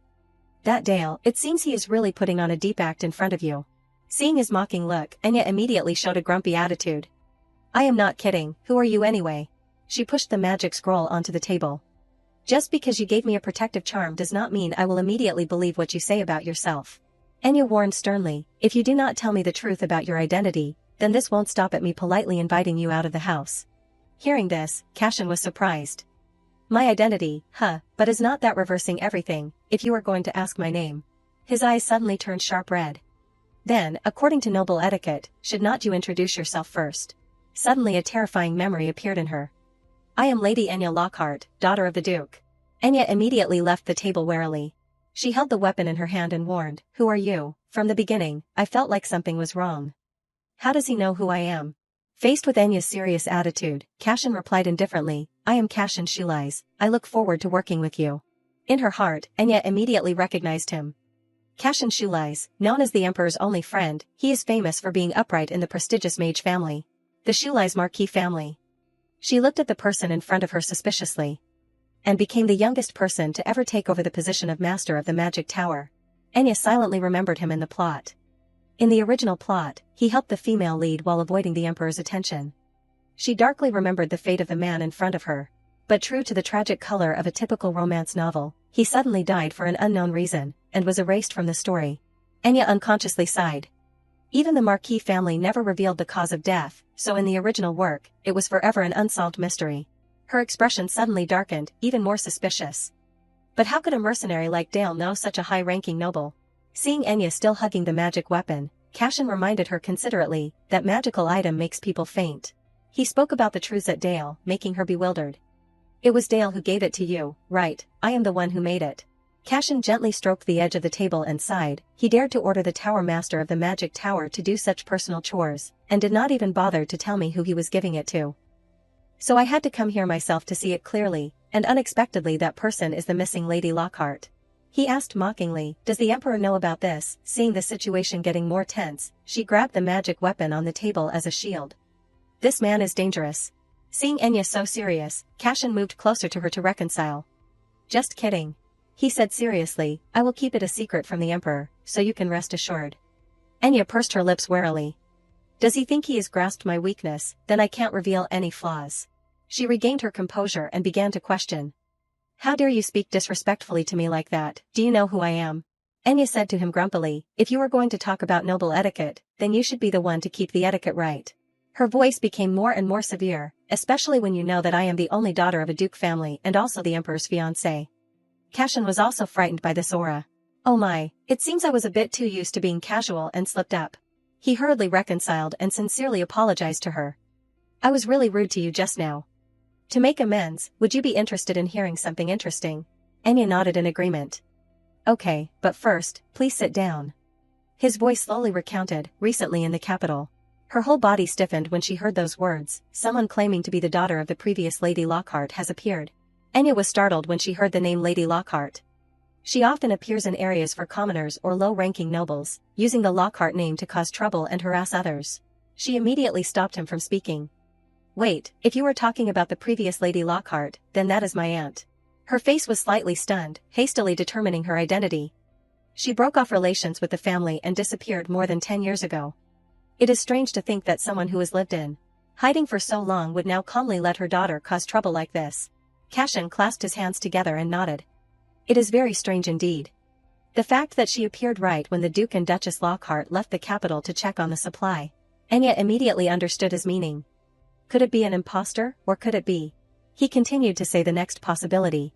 She has another purpose. The previous Lady Lockhart, or in other words, my aunt. She darkly remembered her family.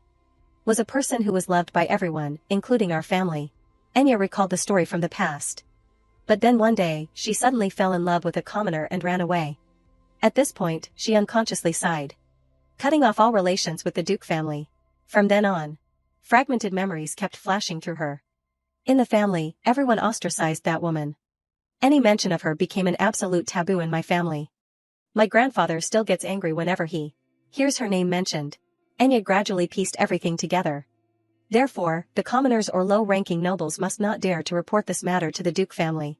She had gradually guessed the purpose of the impostor. Perhaps that is exactly what the mastermind is aiming for. Complex emotions appeared in Enya's heart. A scandal spreading secretly, tarnishing the honor of the Lockhart family. Following the clues, she gradually understood everything. Only someone with enough guts and enough power to stand against the Lockhart family, the Emperor's right-hand man, would dare to do this. Immediately after hearing her tell everything, suddenly Cashin had a bold idea. Then, could it be that you are suspecting Duke Hexagon? Enya was speechless for a moment in shock. How do you know? He sighed, not hiding anything. Our Schultz Marquis family, also a force supporting the Emperor, has suffered a lot of damage. Cashin sighed, now that Duke Hexagon's house arrest is about to expire, a scandal targeting the honor of the Lockhart family has coincidentally occurred. He smiled and explained the reason. Then, should not we suspect the faction that benefits the most from this incident, Enya thought, looking at the teacup on the table. Her heart full of thoughts. I did not expect the Marquis Schultz to be thinking in the same direction. Cashin propped his hand up and gave her an idea. With His Majesty leaving the capital to oversee the winter training of the Night Corps, this time is really too perfect. Since this matter concerns your family, would Madam like to investigate it in person? Enya did not agree immediately. Why are you helping me? We just met for the first time today. Her heart was pounding a few times. That is because. Even so, he just beat around the bush. Let us just say it is because of an old debt.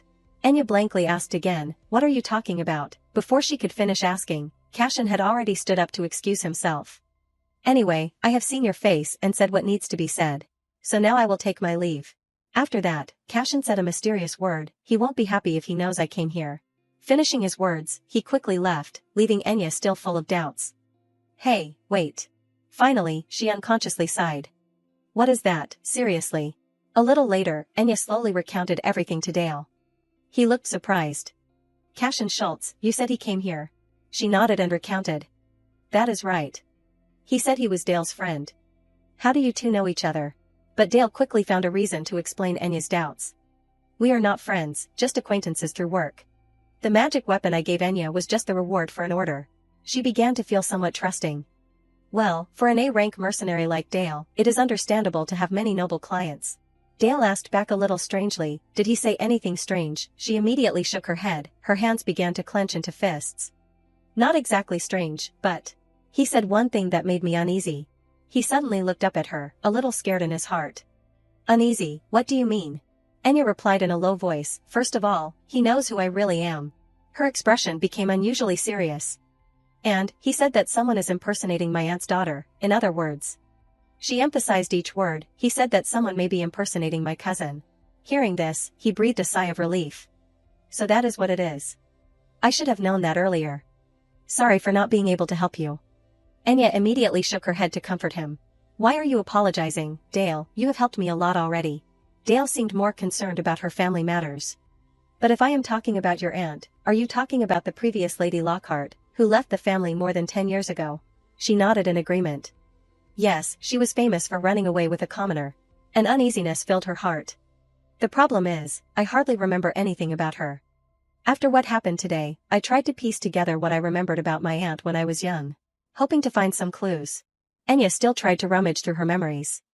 When I was young, I am sure I used to talk quite often with someone who must have been my aunt. Unconsciously, she seemed to realize something unusual in her memory, but I can't remember clearly what we said. No, it is not just about my aunt. With her existing doubts, Enya spoke her mind. I realized that the pieces of my childhood memories have disappeared from my memory, as if someone had cut them off. In an instant, she unconsciously clenched the hem of her skirt. If I can meet my aunt again on this occasion, I can find clues about the lost memories. She clutched the hem of her skirt. Worried about her aunt, I do not know all the details, but... Finally, Enya made a decision.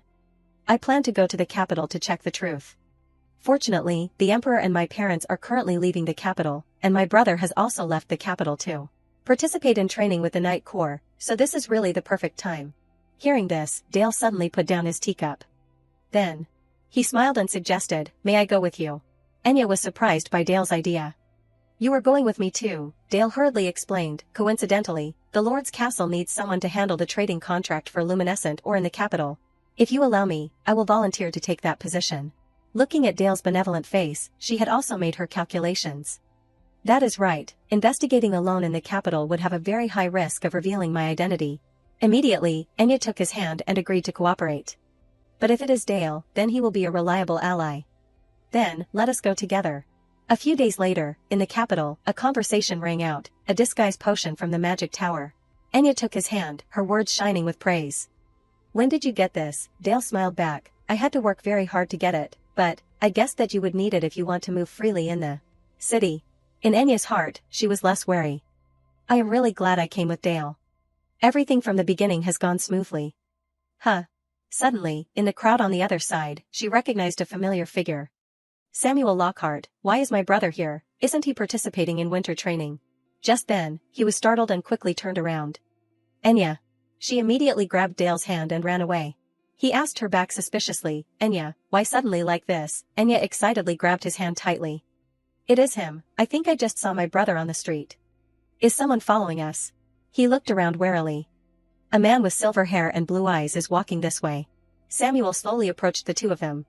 Hey, wait. Both of them froze stiffly. This is bad. Enya worriedly thought of a solution. Did he see me already? What should I do? Suddenly, Dale reached out and lifted her face. Enya. He leaned closer to her. Forgive me for a moment. Just then, Samuel had also just arrived. Enya. He happened to see the two of them turn in a different direction. Wait. Samuel hurriedly ran after them. Enya Laka. Even so, in the empty alley, he saw the two of them being intimate. Samuel turned his face away shyly. He mumbled an explanation, I must have mistaken her for someone else. I sincerely apologize. Did I see wrong? Samuel recalled the figure of the girl just now and muttered, that is right, her hair color is different. It must just be someone who looks like her. There is no way Enya, who has been hiding so deeply, would be in the capital. The small alley immediately became silent. Samuel had left. Dale quietly observed the situation. After confirming that it was okay, he looked at her and smiled.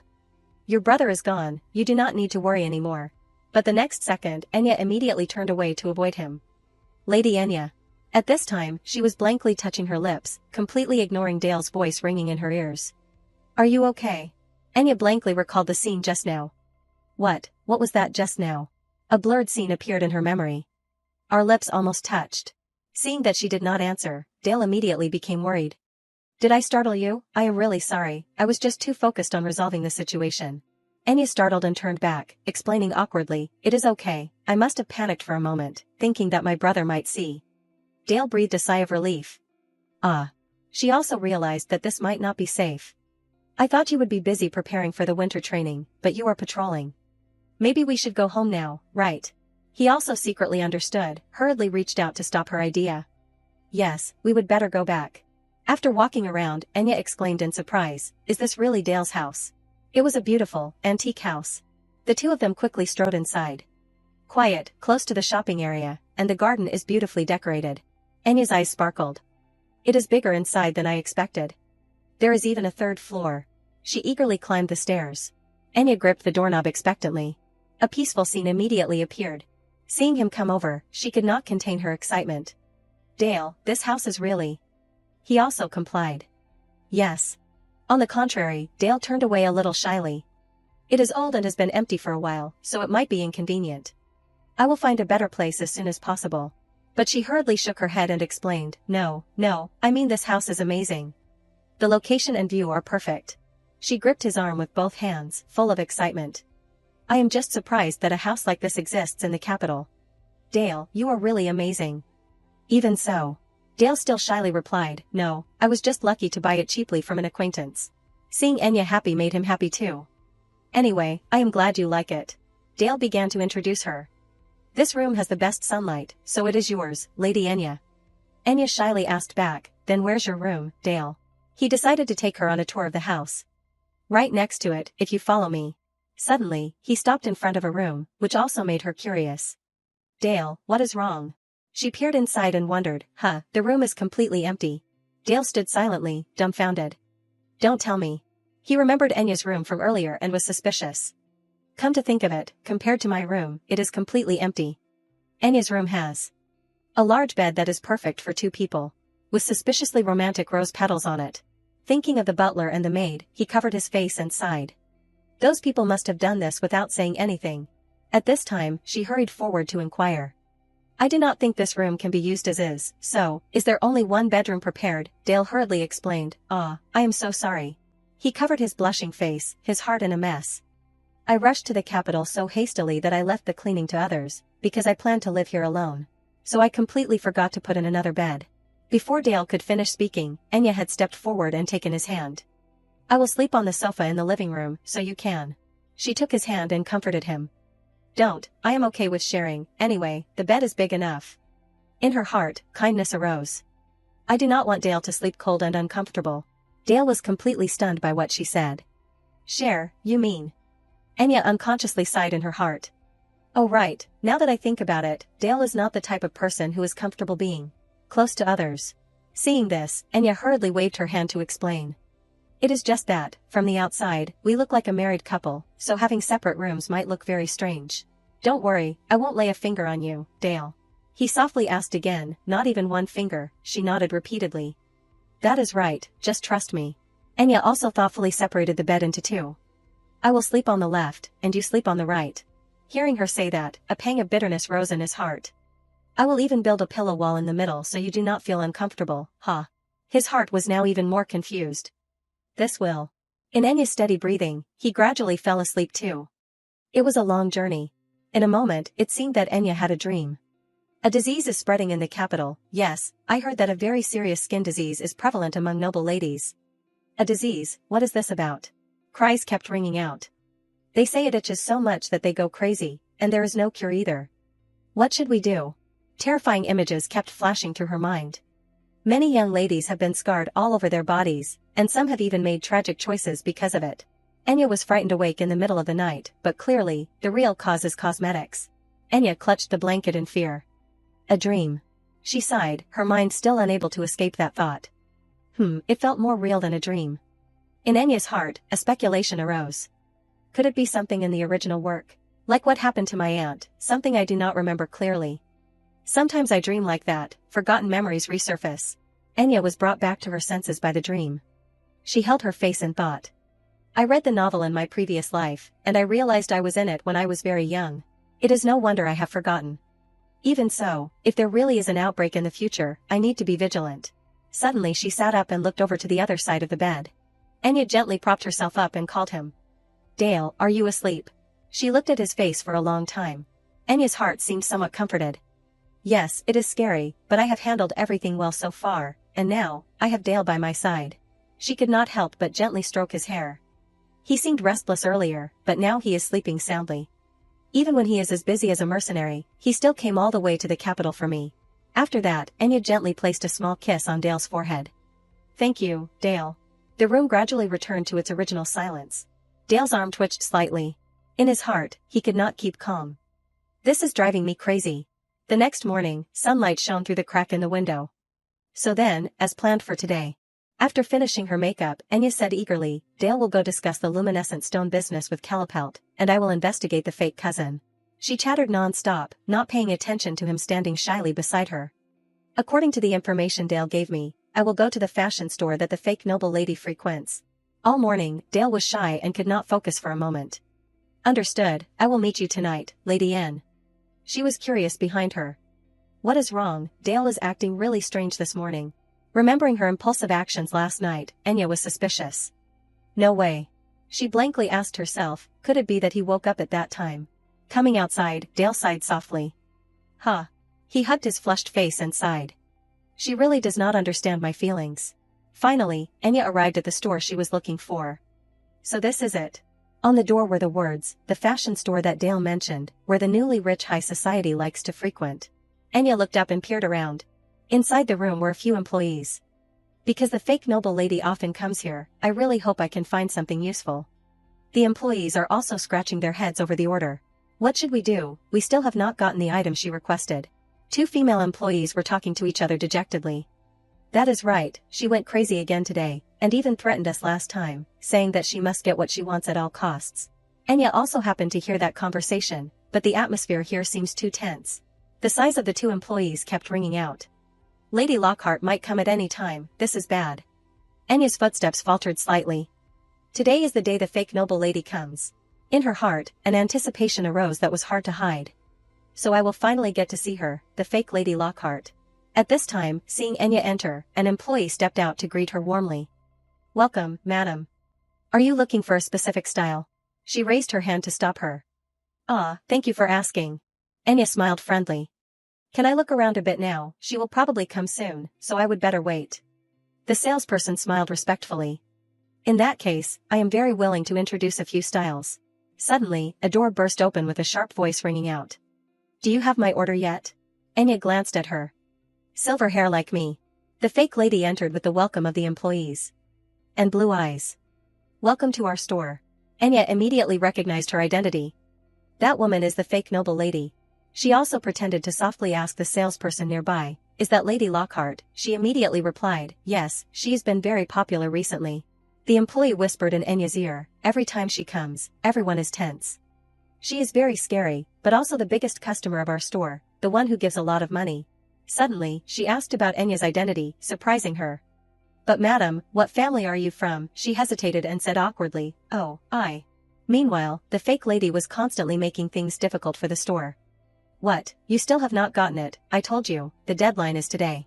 2 or 3 employees immediately stepped forward to resolve the situation. We sincerely apologize, Lady Lockhart. If you can give us a little more time, we will make sure it is completed. While waiting, what do you think about this new silk product we just received? We have saved it especially for you. She immediately threw it away and scolded, I do not need this kind of trash. She knocked the item onto Anya. The employee attending to Anya was also startled and softly asked, Madam, are you okay? The fake lady glanced over casually. Huh. She noticed the dress that Anya was wearing. Right, wonderful, fresh Western mountain velvet embroidery, this feels so classic. The fake lady angrily pointed at her and questioned, who are you? Why are you wearing the dress I want to buy? She grabbed Anya's arm, full of anger. Don't tell me you sold it to her first, you said you did not have the item until now. The fake lady continued to make a fuss. You, where did you get that from? They said it has not been released to the market and can't be found. Wait, this person. Anya quickly realized that she had a problem. Something's not right. Even though she is threatening, she seems very anxious. Even the arm that was gripping her arm was unsteady, and her hand is shaking too much, like someone being forced to act. Suddenly, the fake lady started to hit people. How dare you show up in an outfit that even I can't have? She roared, take that dress off right now. Suddenly, someone quickly appeared to stop the fake lady. Stop. Cashin appeared at the right time. Looks strange, have we met somewhere before? Seeing him, Enya immediately froze. Marquis Schultz, Marquis Schultz. The employees quickly recognized him. Oh my, is not he the youngest tower master ever? What brought someone like him here? The fake lady immediately brushed Cashin's hand away. Let go, how rude. He smiled back. Rude. He leaned close to her ear with a cold voice. You are an impostor of the Duke's daughter, and you dare to say it is rude. The fake lady said loudly, startled, what did you say suddenly? She trembled and stepped back. You are saying I am pretending to be Lady Lockhart. If that is true, what proof do you have that you are Marquis Schultz? Cashin shrugged and made up a reason. I know you look familiar, you attended the royal banquet once, did not you? But she quickly refuted. No, confusing me with someone else and accusing me like this, how ridiculous. You are not qualified to associate with me. Cashin stood on Enya's side and shrugged indifferently. Just wait, the Lockhart family will never forgive this, huh? At this time, she softly turned to ask him, thank you for helping me, but what are you doing here? Don't tell me you are following me. Hearing this, Cashin teased softly, following you, saying that is a bit unfair to someone who is just worried about you. Enya hurriedly explained, I did not mean it that way. He felt uncomfortable at the store and suggested, should we move to another place first? Enya could not refuse. Okay. A moment later, at Dale's warm house. Cashin took Enya's hand and did a teleportation spell. She looked around blankly. You just teleported without using a scroll, he nodded and explained. For a tower master, this kind of magic is basic. As if realizing something, Enya blankly asked him, but how did you know where the mansion is? Cashin laughed awkwardly and avoided the question. Haha, let us just go inside, shall we? Suddenly, he suggested, by the way, I will treat the injury on your wrist for you. She shyly used the other hand to cover it. When did he notice that? The conversation of the two people rang out again. The fake noble lady ran away just now. Are you sure it is okay? Cashin did not pay much attention to this issue. Yes, I plan to handle that matter myself. Enya asked suspiciously, but how are you sure she is an impostor? He said and explained, I have done some preliminary research. Cashin recalled his previous face-to-face meeting with the fake lady. But one thing is that I saw that face once at a social party, she did not use the Lockhart name at that time. But after meeting her again today, I am sure. Suddenly, he asked a question, making her bewildered. But did you really just go to the fashion store to investigate? Enya immediately replied, yes, of course. After hesitating for a long time, Cashin also said his thoughts, I think, Madam may be choosing a birthday gift for Dale, because it is coming up soon. Enya's mouth dropped open in surprise. What? She hurriedly rushed forward to question. His birthday, when is it? Why did not you tell me sooner? Seeing her so flustered, Cashin softly explained, please calm down, I thought you already knew. Enya hurriedly explained, not paying attention to her steps. I did not know, I really did not know. If that is the case, then I have to. Just then, Dale opened the door and appeared at home. A shady scene appeared before his eyes. Dale still stood blankly looking at the two people. Dale. Cashin hurriedly let go of her, a bruise immediately appeared. Dale's expression darkened, and he immediately rushed to attack Cashin. You bastard. He grabbed Cashin's collar, his voice hoarse with anger.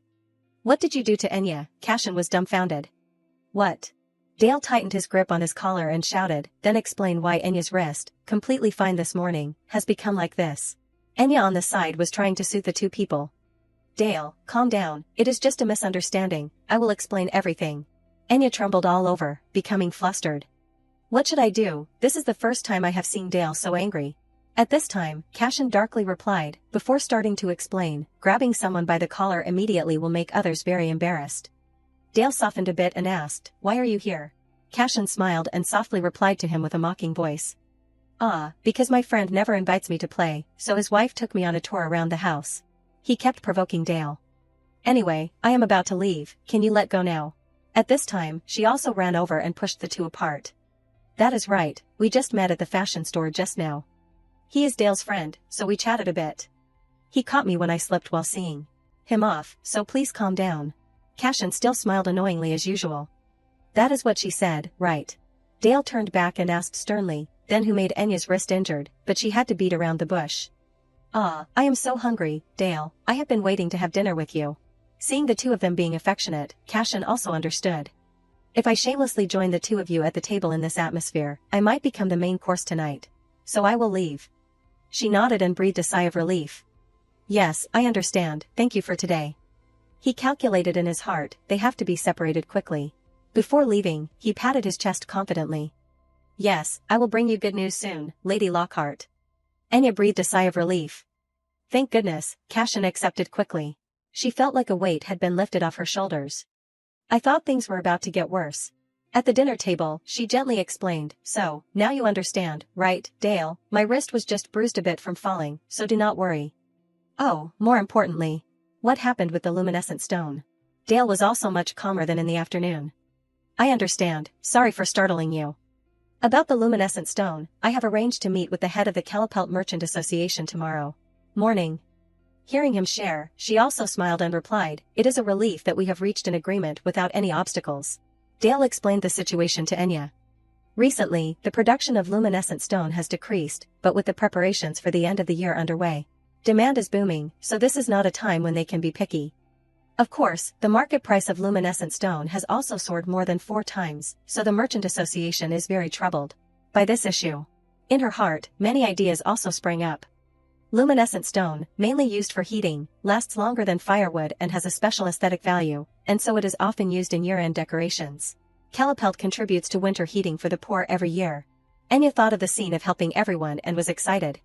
By distributing excess luminescent stone from seasonal decorations to those in need, Dale looked straight at Enya and sincerely requested, then, tomorrow, please join the meeting with Calipelt with me. Enya was surprised and wondered, me? He continued to explain, yes, I think it is best if you personally present the proposal that I mentioned earlier. Hearing this, she was quite surprised but also understood. Oh, if it is that. Enya stroked her chin, her eyes carefully thinking. To be safe, I have prepared a proposal that the Calipelt Merchant Association might find attractive. Then she immediately agreed. Okay, let us seal this deal together tomorrow. She looked up and carefully spoke. Oh, Dale, oh well, I also heard earlier, do you need anything? Dale looked at Enya a little confused. She secretly calculated.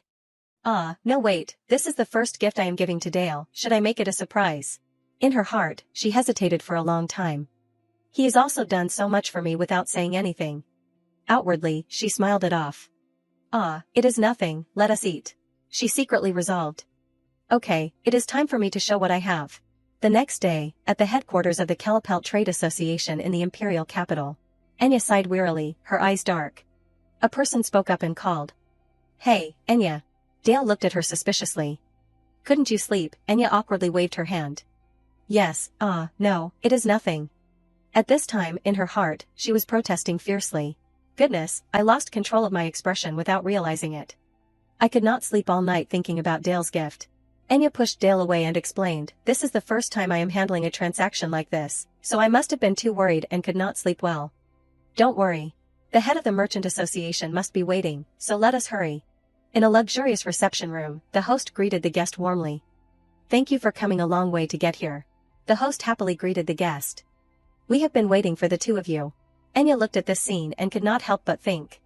They are welcoming us so warmly. Did he like Dale's first impression yesterday? She praised. Dale really is different. The host recognized Dale's identity and worried secretly. I did not expect the Emperor to bring Lady Lockhart. The fact that he came in disguise means that he does not want to reveal his identity. Right. He wiped the sweat off his brow and continued to think. The reason we became the top trade association in the Empire is because the Emperor supported us. Although we never swore loyalty to the Emperor. Before, thinking of that grace, we naturally have to accept some losses, but I am a merchant, I must keep the loss at a minimum. Dale suddenly turned to the host and said, now, can we continue discussing the promised agreement? He replied in a calm voice, I heard that you have a lot of luminescent stone, can we listen to your terms? Enya confidently raised 3 fingers. 30 million krobots per ton. How does that sound? The host calmly replied, that price is cheaper than other places but still expensive. With that money, importing from abroad can also be considered. But Enya had gradually heard the hidden meaning. So he is trying to bargain, she still replied confidently, but you know the quality of foreign luminescent stone is not guaranteed, right? More importantly, this agreement could be the first step towards continuous exchange with Grunwald. Enya smiled softly and placed a stone on the table. First, let us take a look at the goods. The host used a magnifying glass to examine the stone and could not help but be surprised. They retain their warmth fully, so they shine brilliantly. The color shows both turquoise and blue at the same time. Excellent quality. He held the stone and carefully observed it. They said the mining rights have been returned to Lord Grunwald, so that is right. With this quality, Grunwald will soon become a prosperous territory. Suddenly, the host seemed to realize something. Inside the crystal ball were words that made him exclaim, "No, what is this signature?" He shouted and questioned Enya, "Why are you sabotaging the goods?" She cleared her throat and replied, "That is not sabotage, that is quality assurance." Enya smiled confidently and explained, "Kellepelt has become famous for the quality of its products. Even if someone buys stones here, everyone will pay attention." The more the host heard, the more confused he became. "That may be true, but what does that have to do with this?" She explained slowly, "Recently, I heard that many merchants are impersonating Kellepelt to sell fakes." She winked playfully and explained further, "That is because the certificate is easy to fake, however, this method can reliably prove that the goods come from Kellepelt. This is a handwritten guarantee mark, passed down with the skill of an alchemist, no one can imitate it. It is very difficult to forge or copy." Enya's words surprised the host so much that he could not speak. With this quality assurance mark, the reliability of the product is certain. This will also be an opportunity to promote the name of Kellepelt more widely. Images flashed in Enya's mind. The Kellepelt Association holds a solid #1 position in the empire, but they want to expand their influence beyond the empire, throughout the entire continent. She was satisfied when she thought of the Kellepelt Association. Therefore, one of Kellepelt's choices is to contribute to society. Thanks to this, the positive image of the trade association is engraved throughout the continent. Enya continued to explain, "This year as well, you will distribute luminescent stones free of charge to those in need, and this opportunity can help promote the handwritten certificate widely. What do you think?" The affirmation surprised the host. "Of course, if it were me, I would not miss this opportunity to turn it into a symbol." A moment later, she smiled and hugged Dale's arm. "We did it, Dale." Enya chatted happily non-stop. "I am so glad the head of the association agreed to this agreement. Even my herbs were added to this deal at the end." Dale also happily encouraged her. "I am glad everything went smoothly. I am glad Enya also likes it." Immediately after, he said goodbye to her to leave. "I need to go to this place for a while, so you go first." Enya obediently replied, "Yes, okay." Enya remembered something. "Oh, that is right, wait a moment, I have a gift I want to give to Dale." "Can you close your eyes?" Dale asked in surprise, "For me?" He closed his eyes helplessly and said, "Understood, like this, is it okay?" Dale slowly opened his eyes after hearing Enya say, "Now, open your eyes." She put on a new pair of gloves for him and took his hand. "I made it myself so it is a little messy but—" Dale looked at the gloves in surprise. Enya said, "Happy birthday, Dale." He wondered and said, "Could it be that the reason you are tired is because you were preparing a gift for me?" She calmly replied, "Yes, I tried not to show it as much as possible, but—" Enya happily reached out to touch him. "I really want to take care of you. I was worried because your hands are always cold." She gently stroked Dale's cheek, concerned from her words. "Because you are a mercenary, I was very worried when the weather got cold. Do you like it?" He took her hand, his face a little red. "It is really amazing, Enya, I will cherish it for life." At Dale's house, Enya put her hands on her hips and proudly shouted, "Great." In her head, she thought about the situation from the afternoon. "We finished Dale's birthday well, and finally completed the preparations to return to Grunwald. The fake princess case has been resolved, and the contract has been successfully completed, but—" Thoughts kept running through Enya's head. "I did not find any clues about my memories, it is a pity, but if the Emperor wants to return before the winter training ends, there is no other choice. But Dale told me to go back first, so is the packing done yet?" She opened the wardrobe, muttering, "I do not want to infringe on his privacy too much, so I tried to arrange Dale's going out clothes instead." Things in the wardrobe fell out, startling her. "Ah." Enya rubbed her head, constantly sighing, "Ouch." The things that fell down surprised her and wondered, what fell down? Enya listed each item she saw, a merchant and, a monk, a knight. She asked suspiciously, "Is this Dale's identification badge?" Enya worriedly supported his body. "Dale, can you roll up your shirt so I can see the wound?" Dale was a little surprised and turned to stammer, "Here," but Enya did not care that much. "Does our location really matter right now? Hurry up." Hearing that answer, he agreed to Enya's request. "If you insist."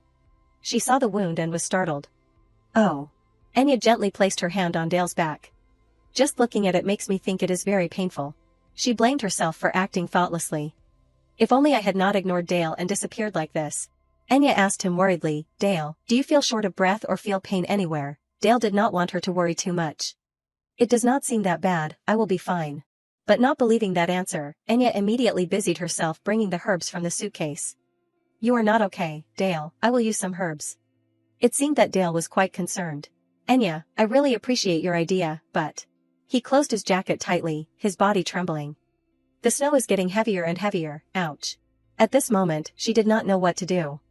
If I take off my clothes outside like this, he will catch a cold. Even so, the wound needed to be treated immediately.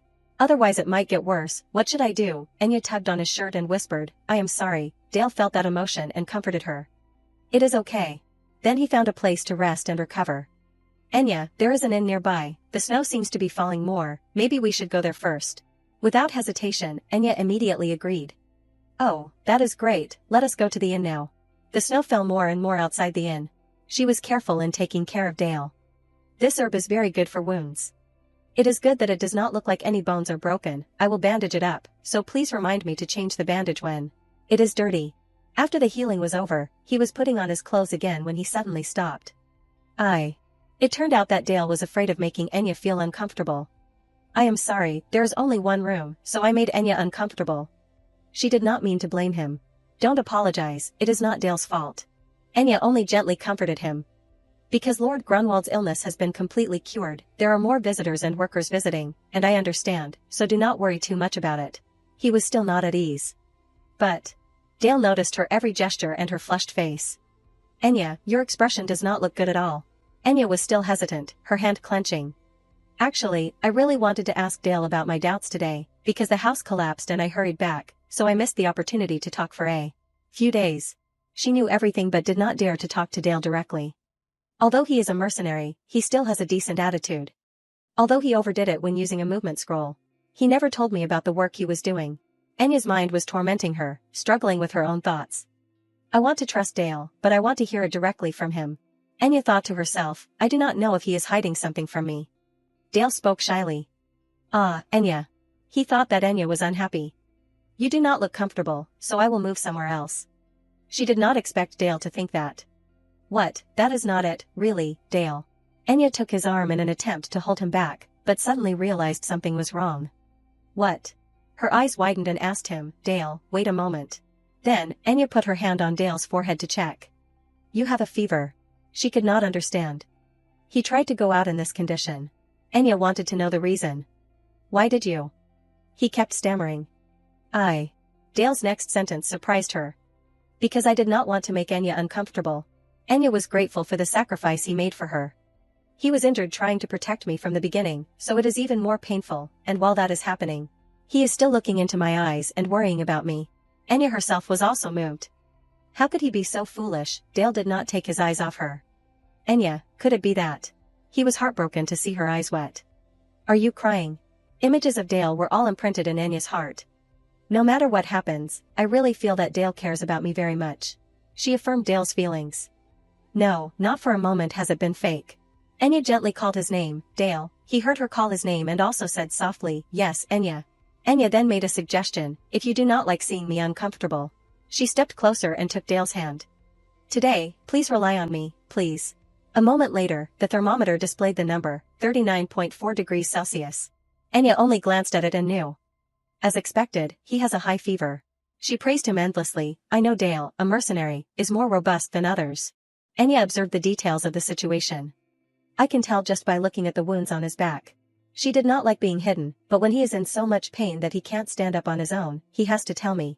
Enya did not hesitate to say the truth. Before becoming Dale's wife, I was a medical officer. If it were someone else, I would have smelled the disease from their smell and noticed it. At this moment, she felt more helpless than ever. I had suspicions, but this incident confirmed it. When looking at him, Enya seemed to have a new discovery. My ability does not work on Dale. She remembered the moment when Dale fainted on the ground. Even when I met Dale for the first time, or when he fell due to the side effects of the teleportation scroll, I did not smell anything. At this time, he had opened his eyes and looked at Enya, but she was still immersed in her thoughts, doubting her ability to feel. I thought it was because it was beyond my ability. There is no way I would not be able to detect the smell with the amount of bruising and high fever like this. Her question had no answer, so why? Dale suddenly spoke. Lady Enya. Enya startled. Ah yes, do you feel uncomfortable anywhere? Dale saw that she was distracted. No, I have something I am curious about. He asked worriedly for fear that Enya was suffering some grievances. Why are you crying? She answered honestly, of course it is because I am worried about Dale. Putting down the bowl of medicine in her hand, Enya expressed her feelings. You are so kind to take care of me, but it seems Dale can't take care of himself. It makes me a little sad. Dale could not help but wonder about me. He slowly sat up and gave an explanation for his actions. I am a mercenary, and I believe my mission is to protect Enya, but she did not want Dale to have to work hard. We are just a married couple under contract. I never asked you to try to protect me. Precisely because she did not know his identity, she had prepared in advance. Originally, my fiancé was the Emperor. If Dale was in danger, the Emperor, I could cancel the contract at any time and leave alone. Enya gently explained, because I cherish Dale that much. The moment she said that sentence, he grabbed Enya's arm and looked at her adoringly. Please do not leave me. Dale lowered his head and begged, please do not leave me behind. Seeing that action, she was a little stunned for a moment. Yes, I am not saying I am going to leave now. But he thought otherwise. What I mean is. Dale wanted to hear her evaluation. Are you disappointed to see me like this? Hearing that question, she was a little surprised. Oh, thinking about Dale being so worried. Enya went straight to the point. Do you want to be by my side? He admitted his feelings. Yes. She could not avoid thinking. Dale does not seem to be himself anymore. Is this also how he relies on me? But not wanting Dale to worry too much, Enya comforted him. Don't worry, I will be right next to you when you wake up after a good sleep, Dale. She had also opened her mouth. I told you, right, rely on me today. Enya was very good at coaxing him, and even when he is in that state, I won't turn my back on him. Instead, her face showed happiness. I have realized how precious you are to me. Of course Enya had doubts. Actually, it would be a lie if I said I did not find Dale's identification badges suspicious at all. In the end, she chose to trust. But so far, everything Dale has shown me may not be false. Instead of investigating, Enya chose to convince herself. Because Dale is a mercenary, it is also possible that he needs different identification badges. I know this sounds like a forced excuse. She also did not like forcing others, but I want to wait until Dale tells me the truth first, so let us rest well, I will treat you. Suddenly, he remembered when he was little. At that time Enya looked so cute. Okay, I promise. She understood the situation of the boy in front of her. I promise to treat you so you won't hurt anymore. Hurry, let us hook our fingers and promise. Dale stared blankly at his palm. He took her little finger. That action surprised Enya because Dale did not follow the rules. We do not make promises like that. He was too shy to look her straight in the eye. Dale wanted to get acquainted with his new friend, so he bravely asked, what is your name? Enya smiled and introduced herself. I am Enya Lockhart. Then she took Dale's hand to show her friendliness. Just call me Enya. He suddenly remembered everything. Enya. No longer shy or cautious, Dale comfortably rested his head on her shoulder. Then, I will rely on you for a while. Enya breathed a sigh of relief. Good night, Dale. The morning sun shone through the window frame. She lay on the small bed, faintly waking up. It is morning already, I am too lazy to get up. Not wanting to get up, Enya lay there and felt that something was wrong, but why is it so cramped? She sat up even though she was still sleepy. That is right, I took care of him every day, right. Suddenly, Enya was unexpectedly pulled hard onto the bed, causing her to scream. Dale, still with his eyes closed, put Enya's head on his arm to sleep. She was secretly thankful. Dale, that scared me, he is still asleep. His handsome face, exquisite features, magnified in her eyes, Enya became flustered. Too close, if I move a little more. But no matter how hard she tried, she could not escape his vice-like embrace. It is easy to be misunderstood, I have to get out quickly before Dale wakes up. Enya had no choice but to lie still, unable to do anything. Even when he is asleep, he is surprisingly strong. She tried to check Dale's body temperature again. It seems his fever has gone down, just need to drink a little more medicine. Enya could not help but touch his face, but somehow looking at his face this close. Before she could react, Dale had woken up. I have a feeling I have. He froze, not knowing why he was hugging Enya. As soon as she spoke, the blanket was thrown up. Did you sleep well? Enya hurriedly asked, Dale, did I startle you? Seeing that Dale looked unstable, she asked worriedly, are you okay? On the other hand, he still did not understand what was happening. It turned out that Dale was afraid he would lose control. Enya, did I do anything wrong last night? Enya knew he was thinking negatively and hurriedly explained. Don't misunderstand, nothing happened. Even so, Dale shyly asked, really, but then, why are we in the same bed? Anya said calmly, what is so strange about that? We are in that kind of relationship now. She happily concluded, friends. Hearing this, he asked suspiciously, friends? Anya excitedly explained, that is right, I realized that Dale is a person who is more precious to me than I thought. She confidently emphasized once again, therefore, we are friends, and friends can always rely on and rest whenever they need to, that is the most important thing. Dale murmured, rely on each other. He gently touched Anya's finger, shyly asking, in short, does that mean we have become something more special? Dale's voice dropped. Still not enough for me. He took her hand tightly, saying leisurely, but, I will agree to be friends. Dale gently kissed Anya's hand, gently declared, because I also want to have a special relationship with you, Anya. A moment later, she was sitting writing a plan. But Anya could not concentrate, secretly thinking, Dale really, he said things that could easily be misunderstood. In her head, the image of Dale blushing appeared again, his soft voice announcing, I also want to have a special relationship with Anya. She propped her hand on her chin and thought shyly, saying such things with that face. Anya silently thought, Dale does not mean anything, am I the only one thinking too much? He is such a pure and honest person, I did not do anything wrong either. Just then, Dale came out. She spoke up and asked, did you finish showering? Dale gently replied, yes. Anya picked up the paper and shared excitedly, here, look at this. She happily explained, I came up with some ideas for our new house while you were showering. Anya came over to stand next to him and began to tell, in short. An image similar to a map was drawn by her. It clearly stated the criteria, a place not too far from our current house, but a little closer to Grunwald Castle. And in an area with many houses next to each other, is the most ideal. Anya said shyly, to be honest, this is just my wish list, and I am satisfied even if only these conditions are met. Dale gently replied, understood. She asked in surprise, oh, do you think a house like this really exists? He calmly declared, I will need to find out, but I have a few ideas in my head already. Hearing Dale say that, Anya also hurriedly spoke. You asked me to share what I wanted in the new place, so I said it without thinking. You know you do not have to overdo it, right? But he firmly said, you said I am the person you cherish. Dale's face became gentle, saying slowly, I want the person I cherish to also be able to rest comfortably. Then he leisurely concluded, so you really do not need to worry too much. Time passed. A week later, Anya was surprised when standing in front of a house. Are you sure this is our house? She asked curiously, how did you find a place like this, Dale? I did not think there was a place like this before. Dale calmly explained, this is a private mansion owned by Lord Grunwald. Hearing that, Anya turned to him, exclaiming in surprise. Lord's private mansion, Dale calmly recounted, yes, it was originally a noble's villa, but it was put up for sale after being abandoned. When the two stood facing each other, he continued to explain, considering that Grunwald often has heavy snowfall, villas like this tend to be abandoned. She said, that is right. Anya smiled brightly, saying happily, I was sad that our house collapsed, it turns out we were really lucky. He asked softly, do you like it? She took her luggage and replied with great excitement. Yes, I like it very much. Look, do not you think this place will be very beautiful in the spring? He happily replied. Yes, I am also looking forward to that.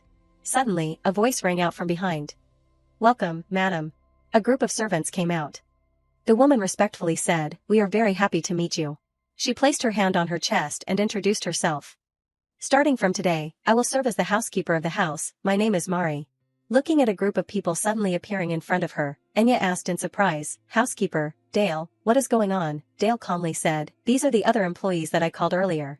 He took out a piece of paper and gently explained, with a mansion as big as this, I think it would be too much for just the two of us to manage, so I thought it was necessary, and Dale whispered to her, since I won't be living in the house full time, you do not need to worry. Anya softly asked, then, where will you live? He hurriedly reassured her. I will have my own accommodation and commute to work. Mari said leisurely, don't worry, madam. She confidently declared, we will handle everything effectively so as not to disturb the married life of the two of you.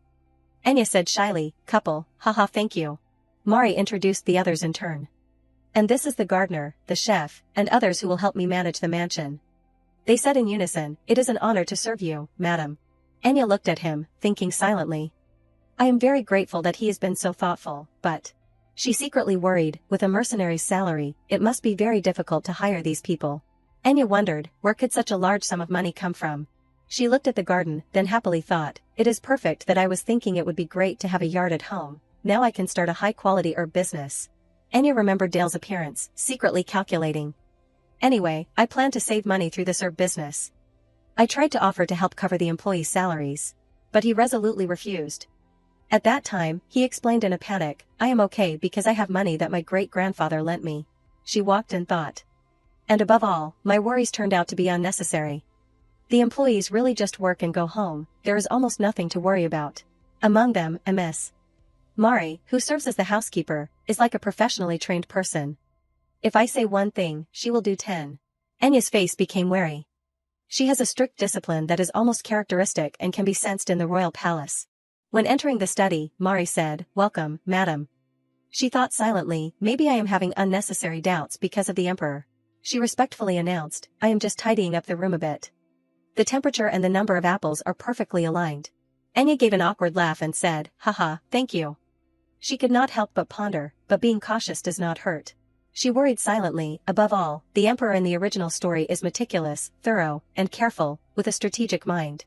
Enya quietly concluded, he always gets what he wants without fail. He might be watching for the moment I let my guard down.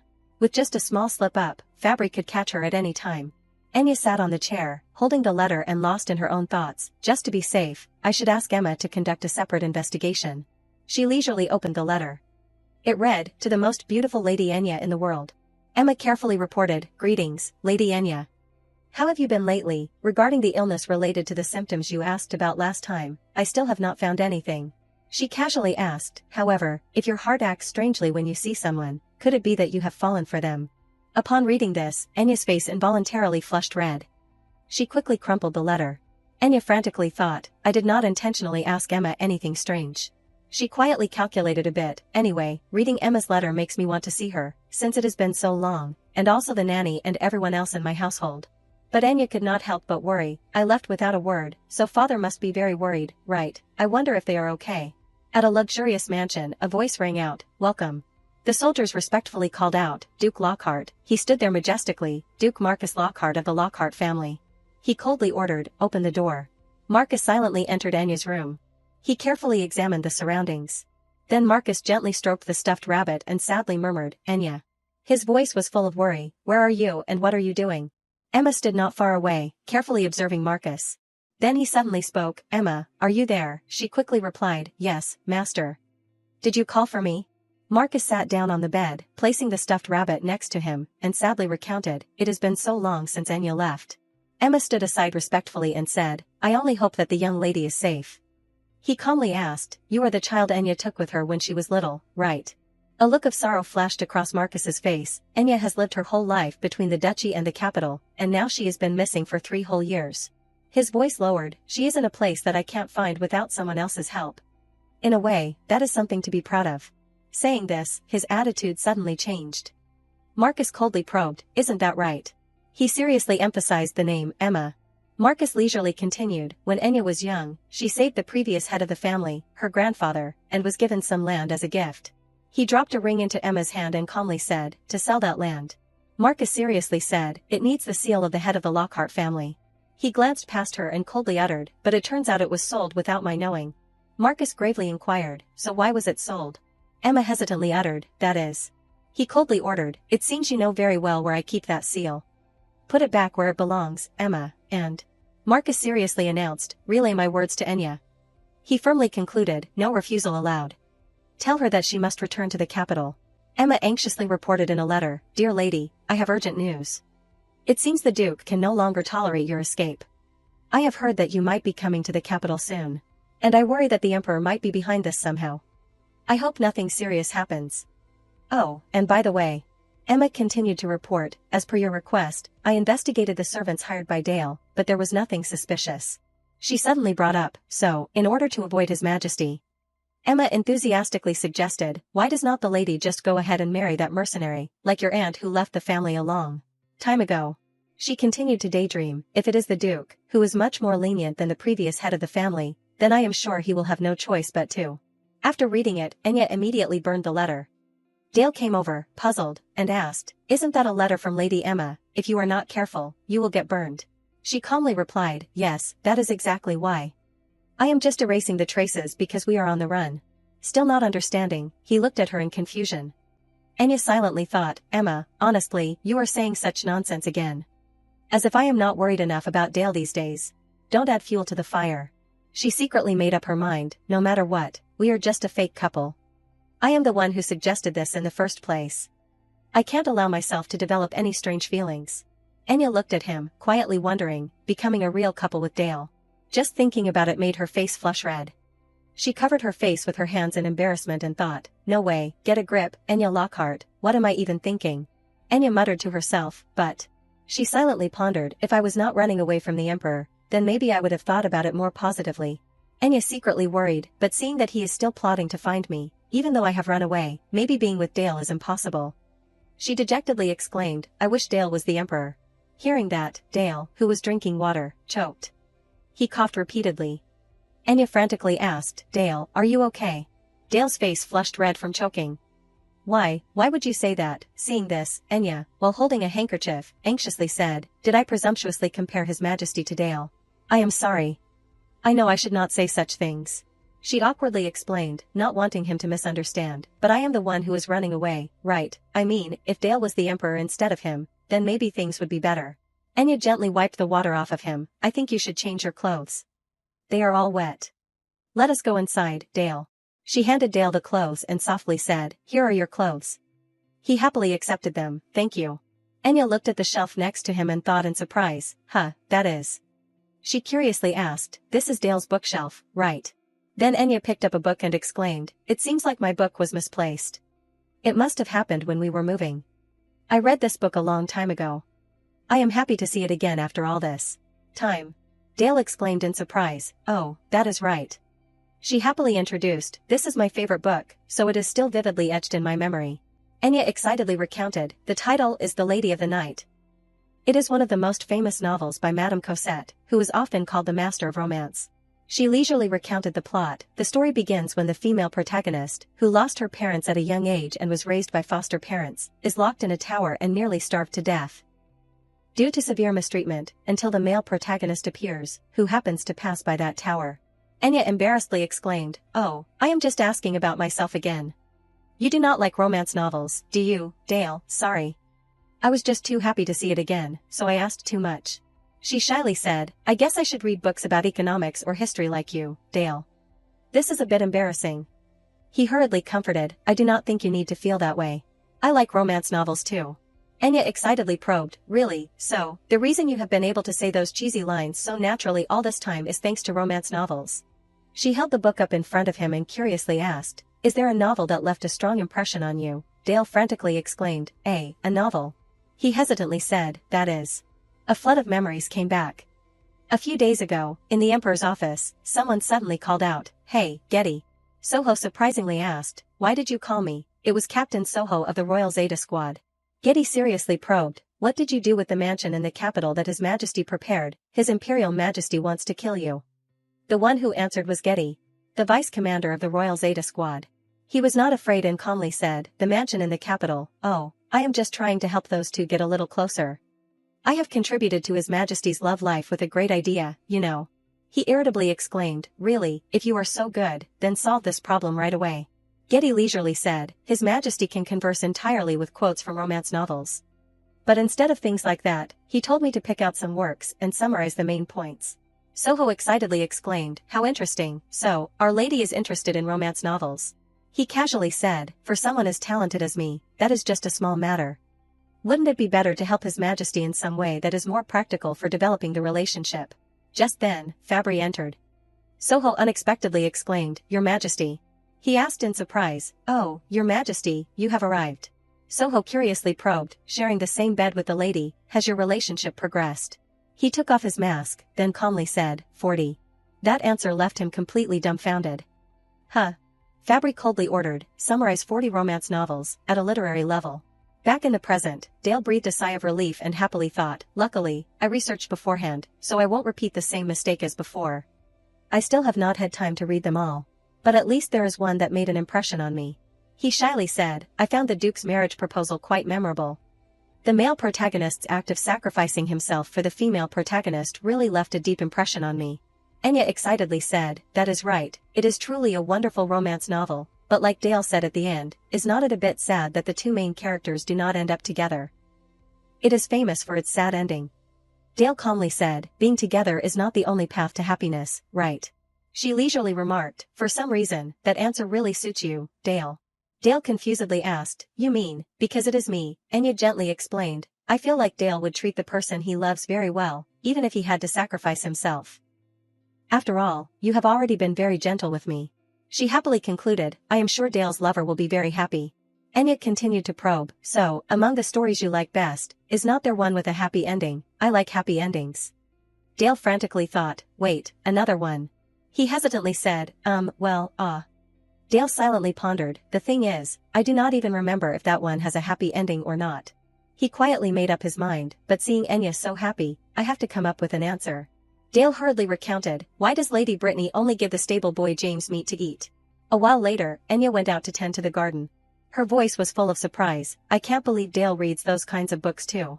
Anya muttered upon hearing the title of the novel, why does Lady Brittany only give the stable boy James meat to eat? Because, that book is a 14+ novel for adults.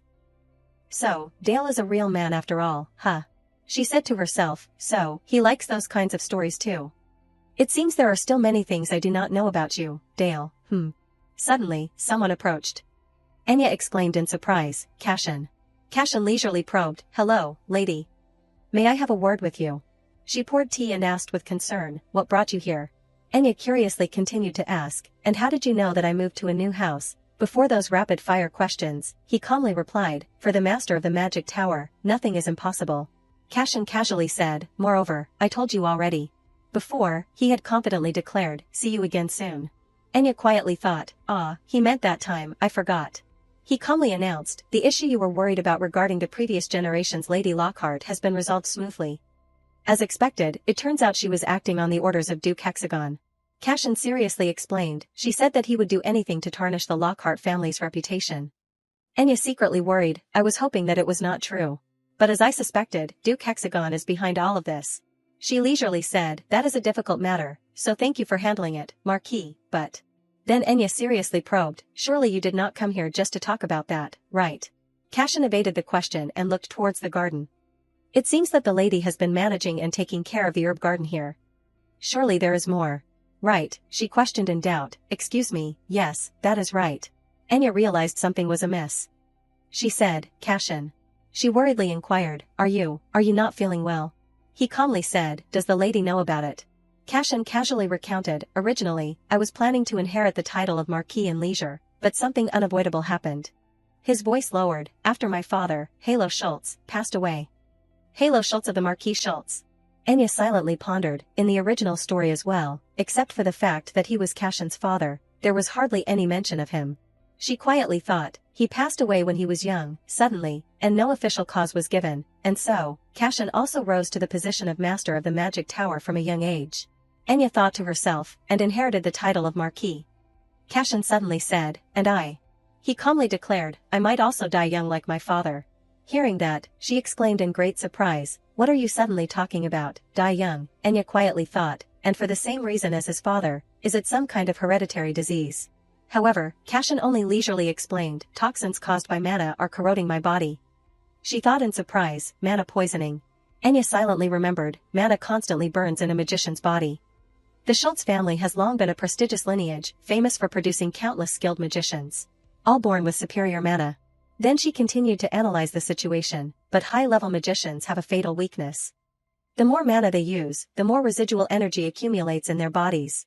Finally, Anya quietly concluded accurately, when enough has accumulated, they start to get sick frequently, like a time bomb growing inside them. She thoughtfully speculated, normally, unless a war breaks out, they do not use enough power to push themselves too far, so it would not be a problem, but considering the Schultz family has produced many generations of high-level magicians, Anya still continued her train of thought, the more mana, the more residue they will certainly accumulate.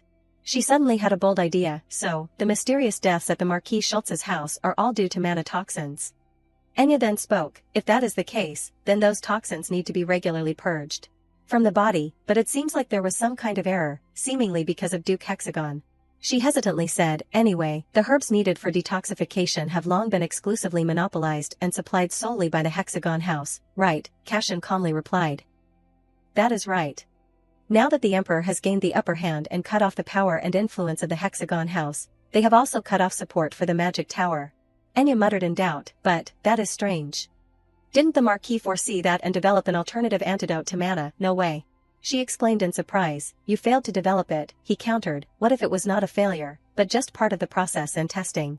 Enya slumped onto the table and dejectedly said, so you are saying it failed. So this is the pride of the magic tower, Cashin angrily exclaimed. What? Please be careful with your words, lady. He carefully explained, purifying mana requires a rare flower.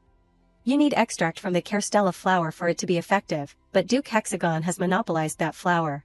With the support of the former emperor, they even monopolized the method of cultivation.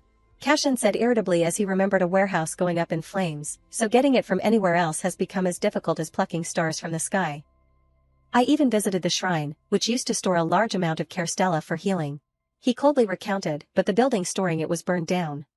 All of it disappeared in just one night. Enya rested her hand on her chin and quietly thought, there is no doubt that Duke Hexagon interfered to bring down the Schultz house. She seriously warned, in the end. If you can't get that flower, you will also be in danger, Marquis. Cashin did not hide it and casually admitted, that is right. That is why I came here to ask you, lady, if you have any Kerstella. Suddenly she slammed her hand on the table and interrupted him, but Marquis, there are a few things that do not make sense. Cashin asked in doubt, yes, what is it? Enya firmly said, first, the Emperor has declared Kerstella a special royal herb. That means restricting the Hexagon House's monopoly. The Empire has started sourcing it through official channels. And researching cultivation. An image of a vibrant purple flower appeared, and so, by law, individuals are prohibited from possessing it. Enya continued to analyze, second, Marquis Schultz, plus our family is known as one of the two moons supporting the sun. She gestured as she spoke, if there was an herb like Kerstella, the Emperor would definitely bestow it directly upon you. Enya's seriousness made Cashin think, but since there is no mention of it, that means even the Emperor does not have it. That is, Marquis Hexagon. It seems like no one in this empire has Kerstella. And finally, if that is the case, Marquis. She cautiously asked, why, out of all people, among countless herbalists, did you choose me to ask about the location of this herb? I can't help but feel this is really a way to test our loyalty. To see if we are hiding something from the Emperor. Cashin exclaimed, a test.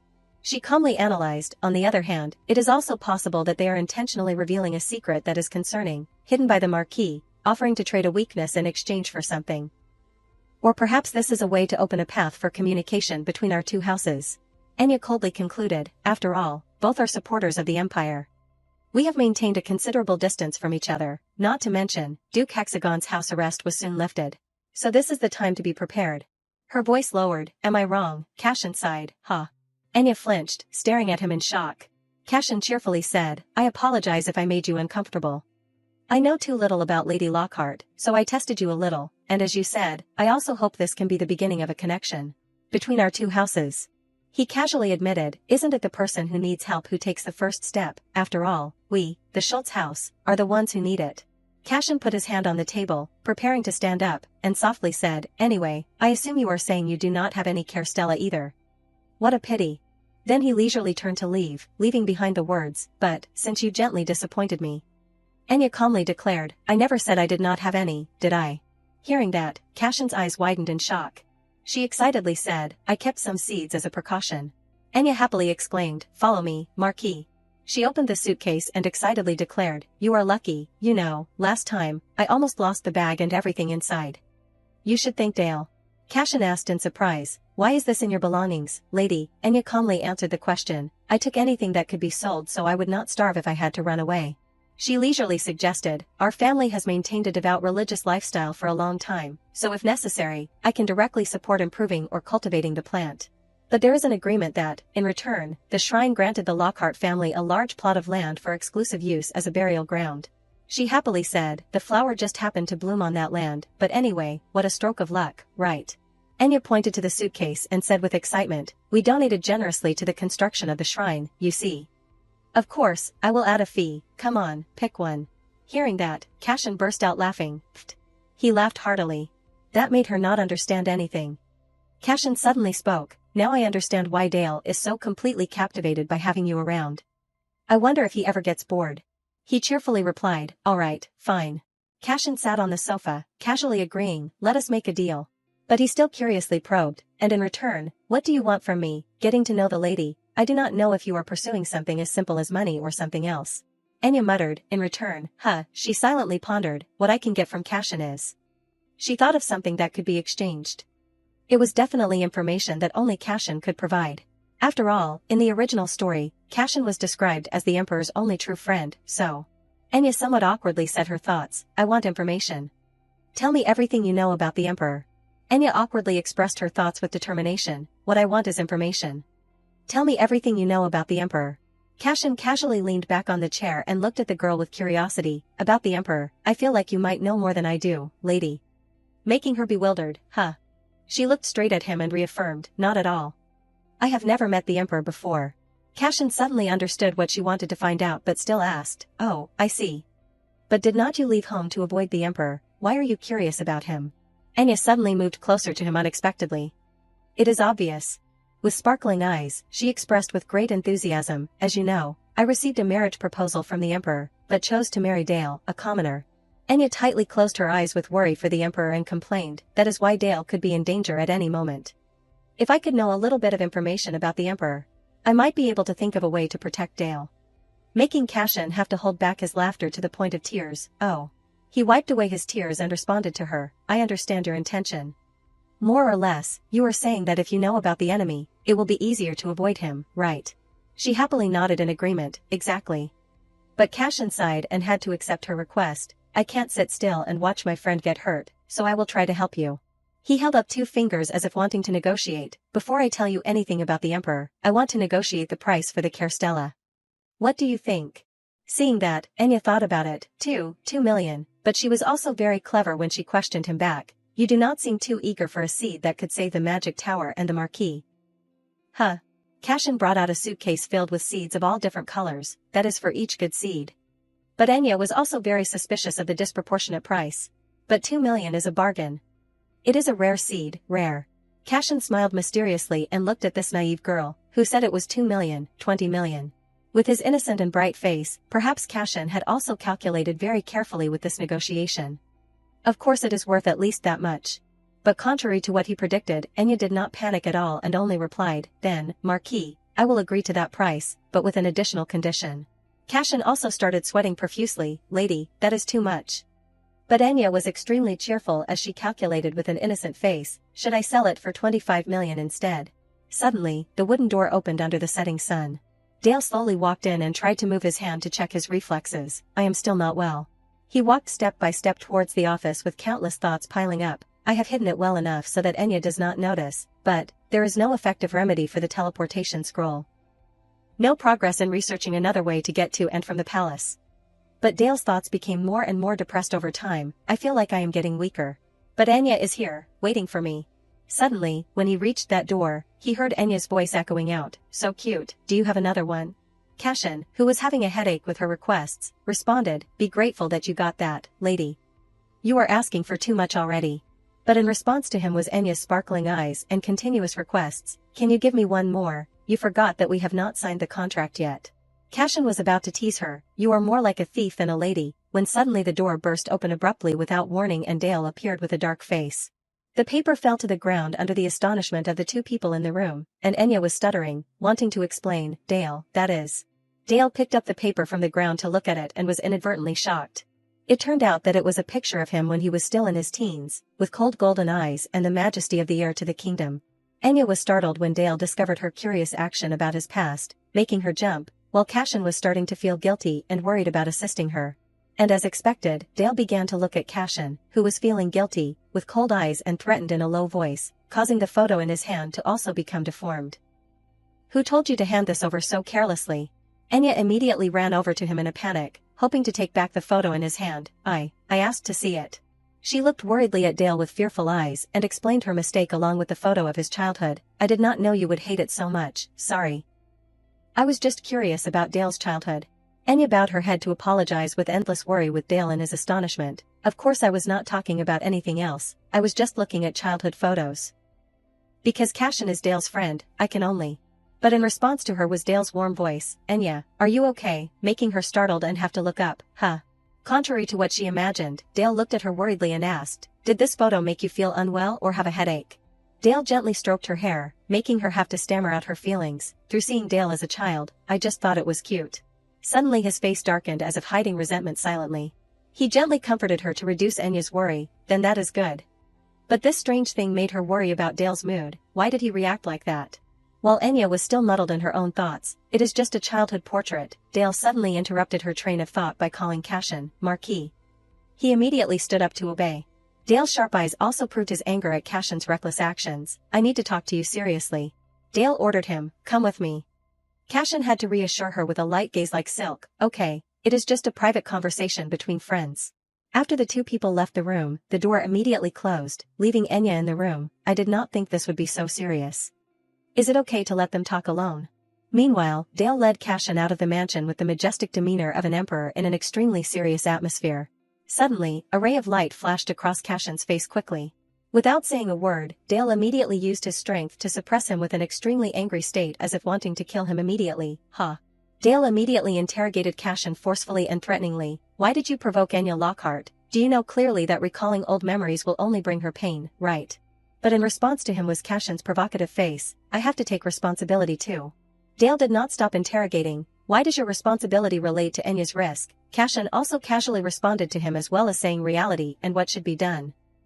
You saw her earlier, she is okay. We can't hide it forever.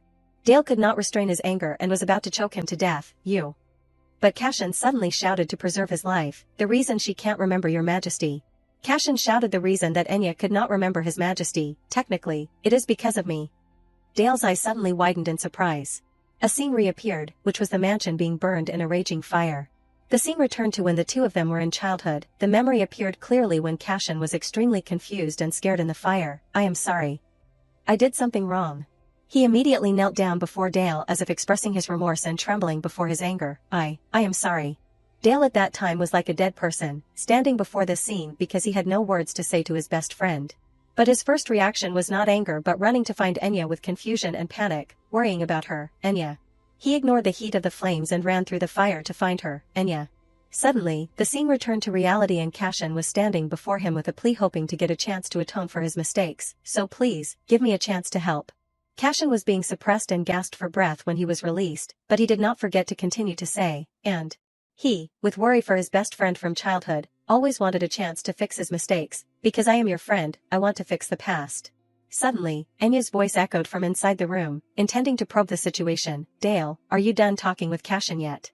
Dale had to give up pursuing Cashin and return to the room with her for fear that she would worry about him. Yeah, he has something to deal with, so I sent him away after we finished talking.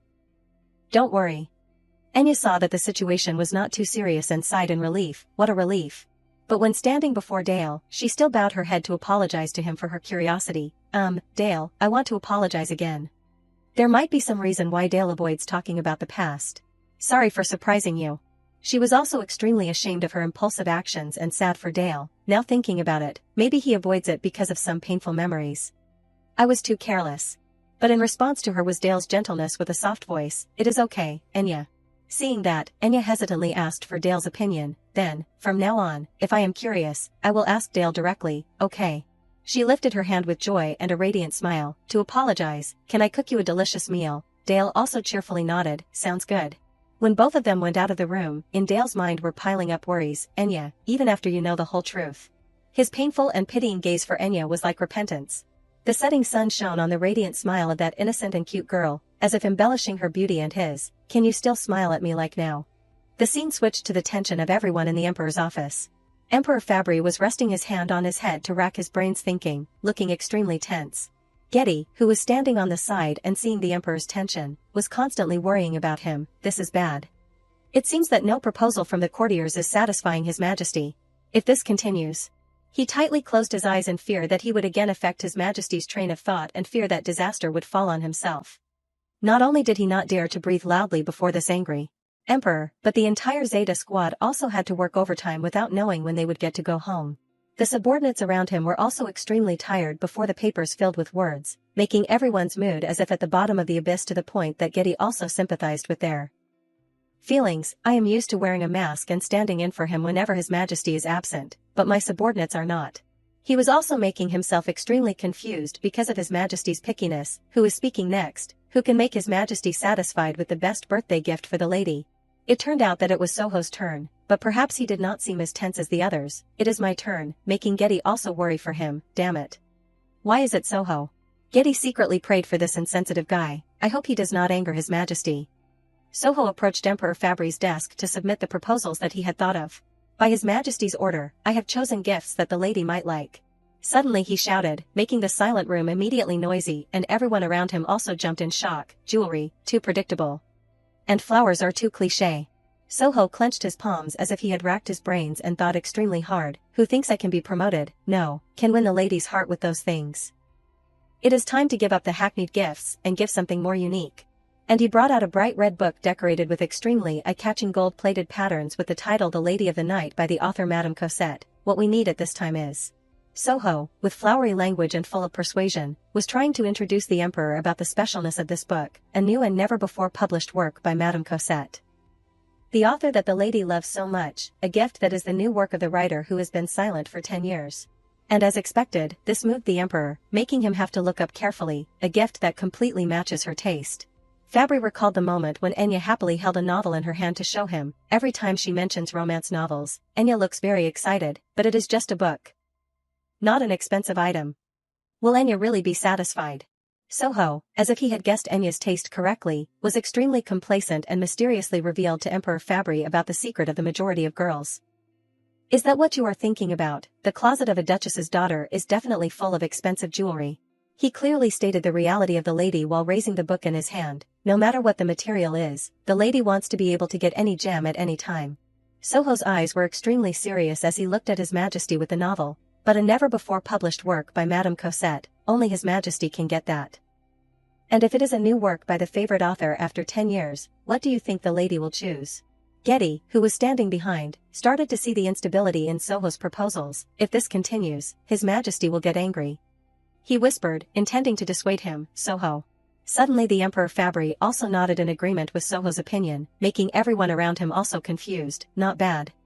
Hearing that, Soho smiled contentedly. The Emperor with a majestic demeanor looked at Soho's proposal. It has been a long time since I have seen you do something like that. Well done. Just decide this is the gift for Enya. The scene switched to a bustling and lively metropolitan neighborhood along with someone's sigh. Lady Enya, it is too heavy. It turned out that it was Dale who was carrying high-end items that were packaged extremely carefully, and he reached out his hand wanting to carry the items for Enya. Let me carry your bag. Enya, who was holding a bag in her hand, looked at Dale who was helping her carry a pile of things. Sorry Dale, can you let me carry it myself just this once? You are suddenly so strong. Then Enya looked at the number of goods she was holding in her hand and sighed because she had overspent. I bought too much without realizing it. It has been a long time since I have been to another territory. And there are so many interesting things. She looked at the magnificent scenery around her and the carts that were being transported one after another, all thanks to the Kila Pelt Trade Association opening the large road through Salo to transport minerals from Grunwald. Suddenly, Dale's call interrupted her train of thought. Lady Enya. Dale looked at the number of goods in her hand and had to ask again to make sure. Are you sure you do not need me to help you carry them?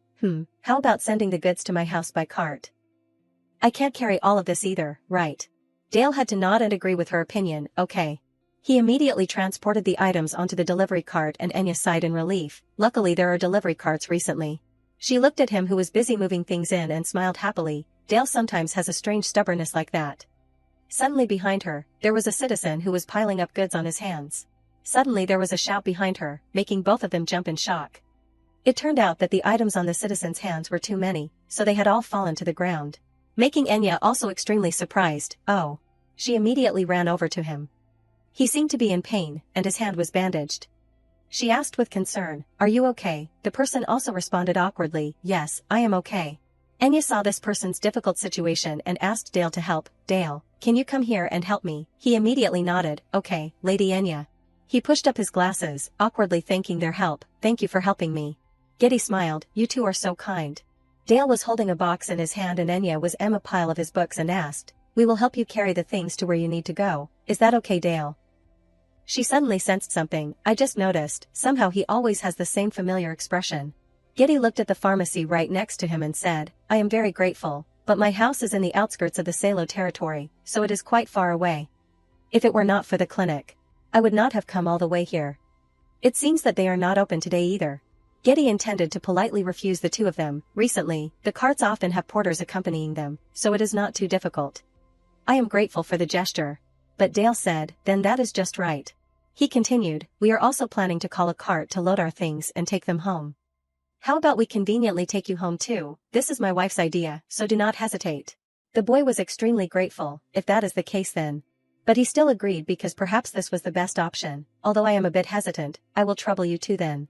The scene switched to Getty's house located in the outskirts, surrounded by trees and a lush forest. He introduced, that is my house. My wife is a bit shy of having guests. So you two are rare guests who have come here after a long time. Hearing that, Enya wondered, it is really in a remote area. If she does not like having guests, will she avoid meeting normal people? And Dale was vigilantly checking around. He invited the two of them into the house and said, thank you for not minding the long distance to come here. I will bring the tea up right away. You two sit down. Enya could not help but exclaim, the tea smells really good. Getty was very proud and showed off, it smells good, right, the tea leaves are all taken care of by my wife herself. But Enya suddenly became pensive, why does this smell so familiar? Where have I smelled this smell before? What is it? The cup of tea was brought before Dale, making him a bit confused. Both of them tasted the flavor of the tea and were also very surprised by the familiar feeling, even the taste is familiar, Suddenly Enya saw an eye-catching novel on the bookshelf, that book. She immediately said the author's name of the novel, Madame Cosette. She suddenly realized that it was the novel that she loved so much, that it was her favorite author. Enya enthusiastically asked Getty about the novel, you must like reading romance novels a lot, right? He also replied, both my wife and I like them. These books all come from my wife's collection. She covered her mouth in admiration, there are so many. From The Lady of the Night to unfinished novels, it is the complete collection of Madame Cosette's works. She turned to look at Dale who was sitting next to her. Dale, you also like romance novels, so when you have a wife, you will probably have a lot to talk about, right? Getty, seeing Enya's enthusiasm, also asked with concern, you also like romance novels, right? Enya happily replied, ah, yes, but my taste is a bit different. She suddenly remembered something and opened her bag, ah, that is right. She took out a bottle of medicine that had a green color and gave it to him as well as introducing the function of this bottle of medicine. This is a type of medicine that has an extremely strong effect from a familiar place of mine.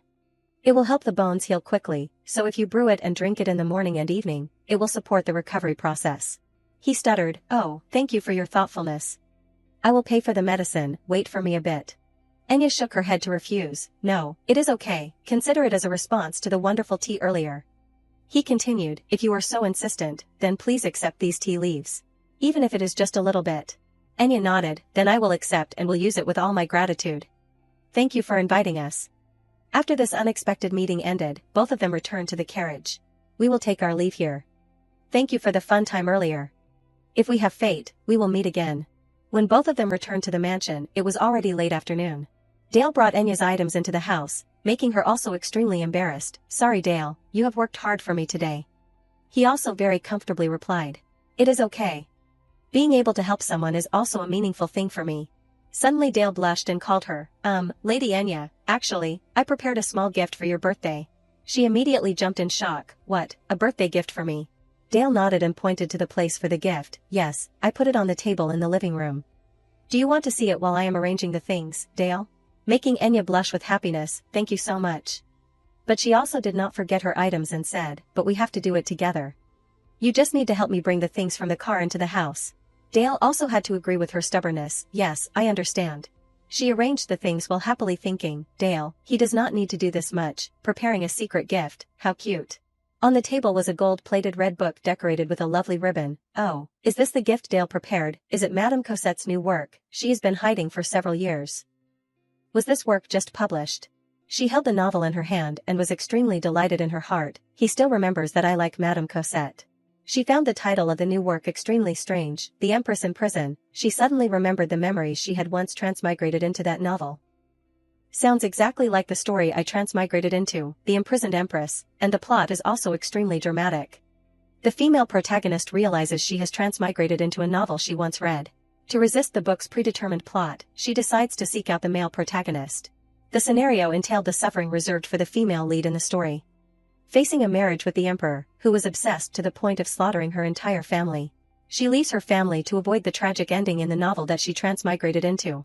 When it came to the climax, while living under the identity of a maid to avoid the emperor's gaze, she met a man. Suddenly, Enya realized something to the point of widening her eyes.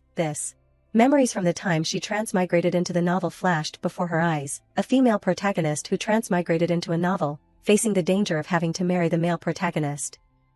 The emperor, by order of his majesty, the Lockhart family's young lady will enter the palace, and the ending for her was to be turned into a pet. The story in the novel coincided with Enya's own story to the point that she was scared when reading each word. This is exactly like my story. She immediately closed the book heavily. But perhaps in her mind, she was extremely scared and confused by what she had read. While wandering to avoid the emperor's gaze, she met a man. She suddenly realized that she was exactly the same. Even the detail of meeting Dale was exactly the same. Enya tried to regain her composure to continue reading the book with indescribable excitement. Don't tell me that the rest of the story is the same too. If so, there might be useful information about my future. But the next pages in the book were completely blank, without any words on them. There are no next pages. Enya held the book in her hand, contemplating. Maybe it is just a coincidence, but it is too similar to ignore. I feel that if I do not meet her directly, there will be no answers. She bit her lip, tense. Madame Cosette. She immediately made up her mind. I have to meet her. She ran to Dale and frantically asked, Dale, where did you get this book? Dale worriedly asked Enya back, what is wrong? Is there something wrong with this book? Suddenly she also realized the thorny problem. Wait, how am I going to explain this to Dale? She suddenly thought of a very reasonable reason. The story ends in the middle. How am I supposed to know the ending if you say it like this? Suddenly Dale's eyes darkened. You are saying the book is unfinished. What is her name again? Enya did not understand why he changed his mood so quickly. That is right. So, I want to confirm whether Madame Cosette really wrote this book. Enya also explained the reason why she needed to meet the author. An author who has stopped writing for 10 years suddenly releases a new book, but it is unfinished. It sounds really strange. Did you perhaps meet the author directly when you got the book? Who knows, it might be true. Dale hesitated. Actually. A few days after both of them went to find the traces of the book, they finally found the author's residence. So your acquaintance, the person who gave you this book. Enya stood in front of the house that was said to be the author's residence and had to confirm with Dale again. Said that they met Madame Cosette here. He nodded. That is right. But that house was actually Getty and his wife's house. But this is the house of the man we met at the clinic a few days ago. Suddenly a voice echoed from inside the house, making both of them jump in shock and turn around to look. What brings you to our house? A woman with white hair holding a basket of vegetables looked at the guests from who knows where with an extremely strange gaze. Enya also began to remember what Getty had said. She is the wife of the man we met earlier. Wait. Enya's eyes were fixed on the face of the white-haired woman and thought to herself, now that I think about it, that man once said his wife does not like uninvited guests. She decided to approach and introduce the reason she was here. Sorry for suddenly coming here, I am looking for someone. Madame Cosette saw Enya's face clearly and was shocked. Wait, you are. She suddenly exclaimed, Enya.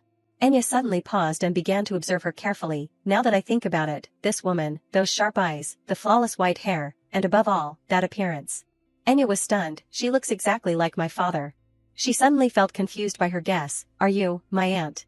After clearing up the misunderstandings, she invited Enya and Dale into the house for tea. I did not expect to meet my niece in this situation. The world is so small, is not it? She held the teapot, chatting. So you are the person that my husband said helped him, Enya, thank you very much. Enya waved her hand politely at her. Oh, it is nothing, I just did what I should do. But in her head, she was still thinking, so that man is really my aunt's husband. She glanced at the teapot she was holding and concluded, no wonder this tea smells so familiar, I must have drunk it at the main house before. Madame Cosette asked with concern about her feelings, you still like that type of tea, right? Enya immediately nodded and exclaimed, yes. I remember for sure that I have drunk it before. But not recently. She held the teacup and enjoyed it while gently laughing and recounting the story when Enya was very young. Before, I used to take care of that tea tree at the main house. It is a very picky plant, so it might be hard to have the opportunity to enjoy it again after I left. When I hurriedly left, I secretly took a little bit with me. The teacup faintly reflected the image of the gentle aunt. She asked, is Grandpa still well? Enya also nodded in response, yes. Madame Cosette laughed, then I will visit him soon. Can you keep my visit a secret? Enya also smiled and agreed, of course. Suddenly she asked, oh, by the way, Enya, what did you come here for? Enya suddenly remembered the reason why she had come here and many speculations suddenly appeared in her head. That is right, I came to find Madame Cosette, so why is my aunt here? She turned her head and immediately found the novel. I am looking for an author. She continued, I have a few things I want to ask about this book. Enya asked about the identity of the author of this novel. Do you know Madame Cosette? When she saw the book, she suddenly exclaimed, that book. The scene switched back to a few days before the day of the gift for Enya, when two people came to her house to beg to find the novel. Please, if there is a new work by Madame Cosette, please sell it to us. But in response to him was her refusal. Sorry, but besides the published books, I do not have anything else to give you. The long-haired boy with a pitiful face sadly cried out, but was stopped by Soho from behind. Oh no. Soho's immersive acting talent was immediately turned on. Actually, my best friend wants to give this book to the person he loves. Before the confused eyes of the boy, Soho cried even more sadly. The wife of that noble friend ran away with him, a commoner, despite the opposition of her family. Even though they live in poverty, he still wants to bring her a little happiness. To show his love for the woman who trusted and ran away with him, he wants to give this book as a birthday gift to her. He immediately knelt down to shed tears of sadness and urged the other person to act along. The book by the author she likes the most, she is a fan of Lady of the Night, he really wants to get that book for her. Soho expressed, we heard that this place used to receive manuscripts from Madame Cosette's publishing house, so we came here. Even though we know it will cause some trouble. Is there no other way to get it? Before the fabricated story soaked in sadness that moved her. Oh, that is so romantic. She glanced at Dale and speculated, it is quite similar to my own love story, and the friend of the man I met back then is, he really loves Enya that much.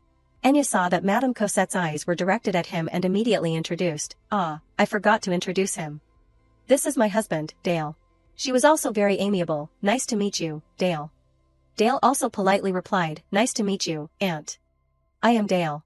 Enya recounted the love story and the meeting between herself and him. Actually, I left home after receiving the appointment from the Empress, and I met him right after that. She suddenly remembered the old story. Now that I think about it, Enya received the Empress's decree when she was 18 years old. She nodded, but in her head, she was also thinking a lot of things. If she mentioned that matter, then Dale must also know her situation. Because they are married. They must truly love each other.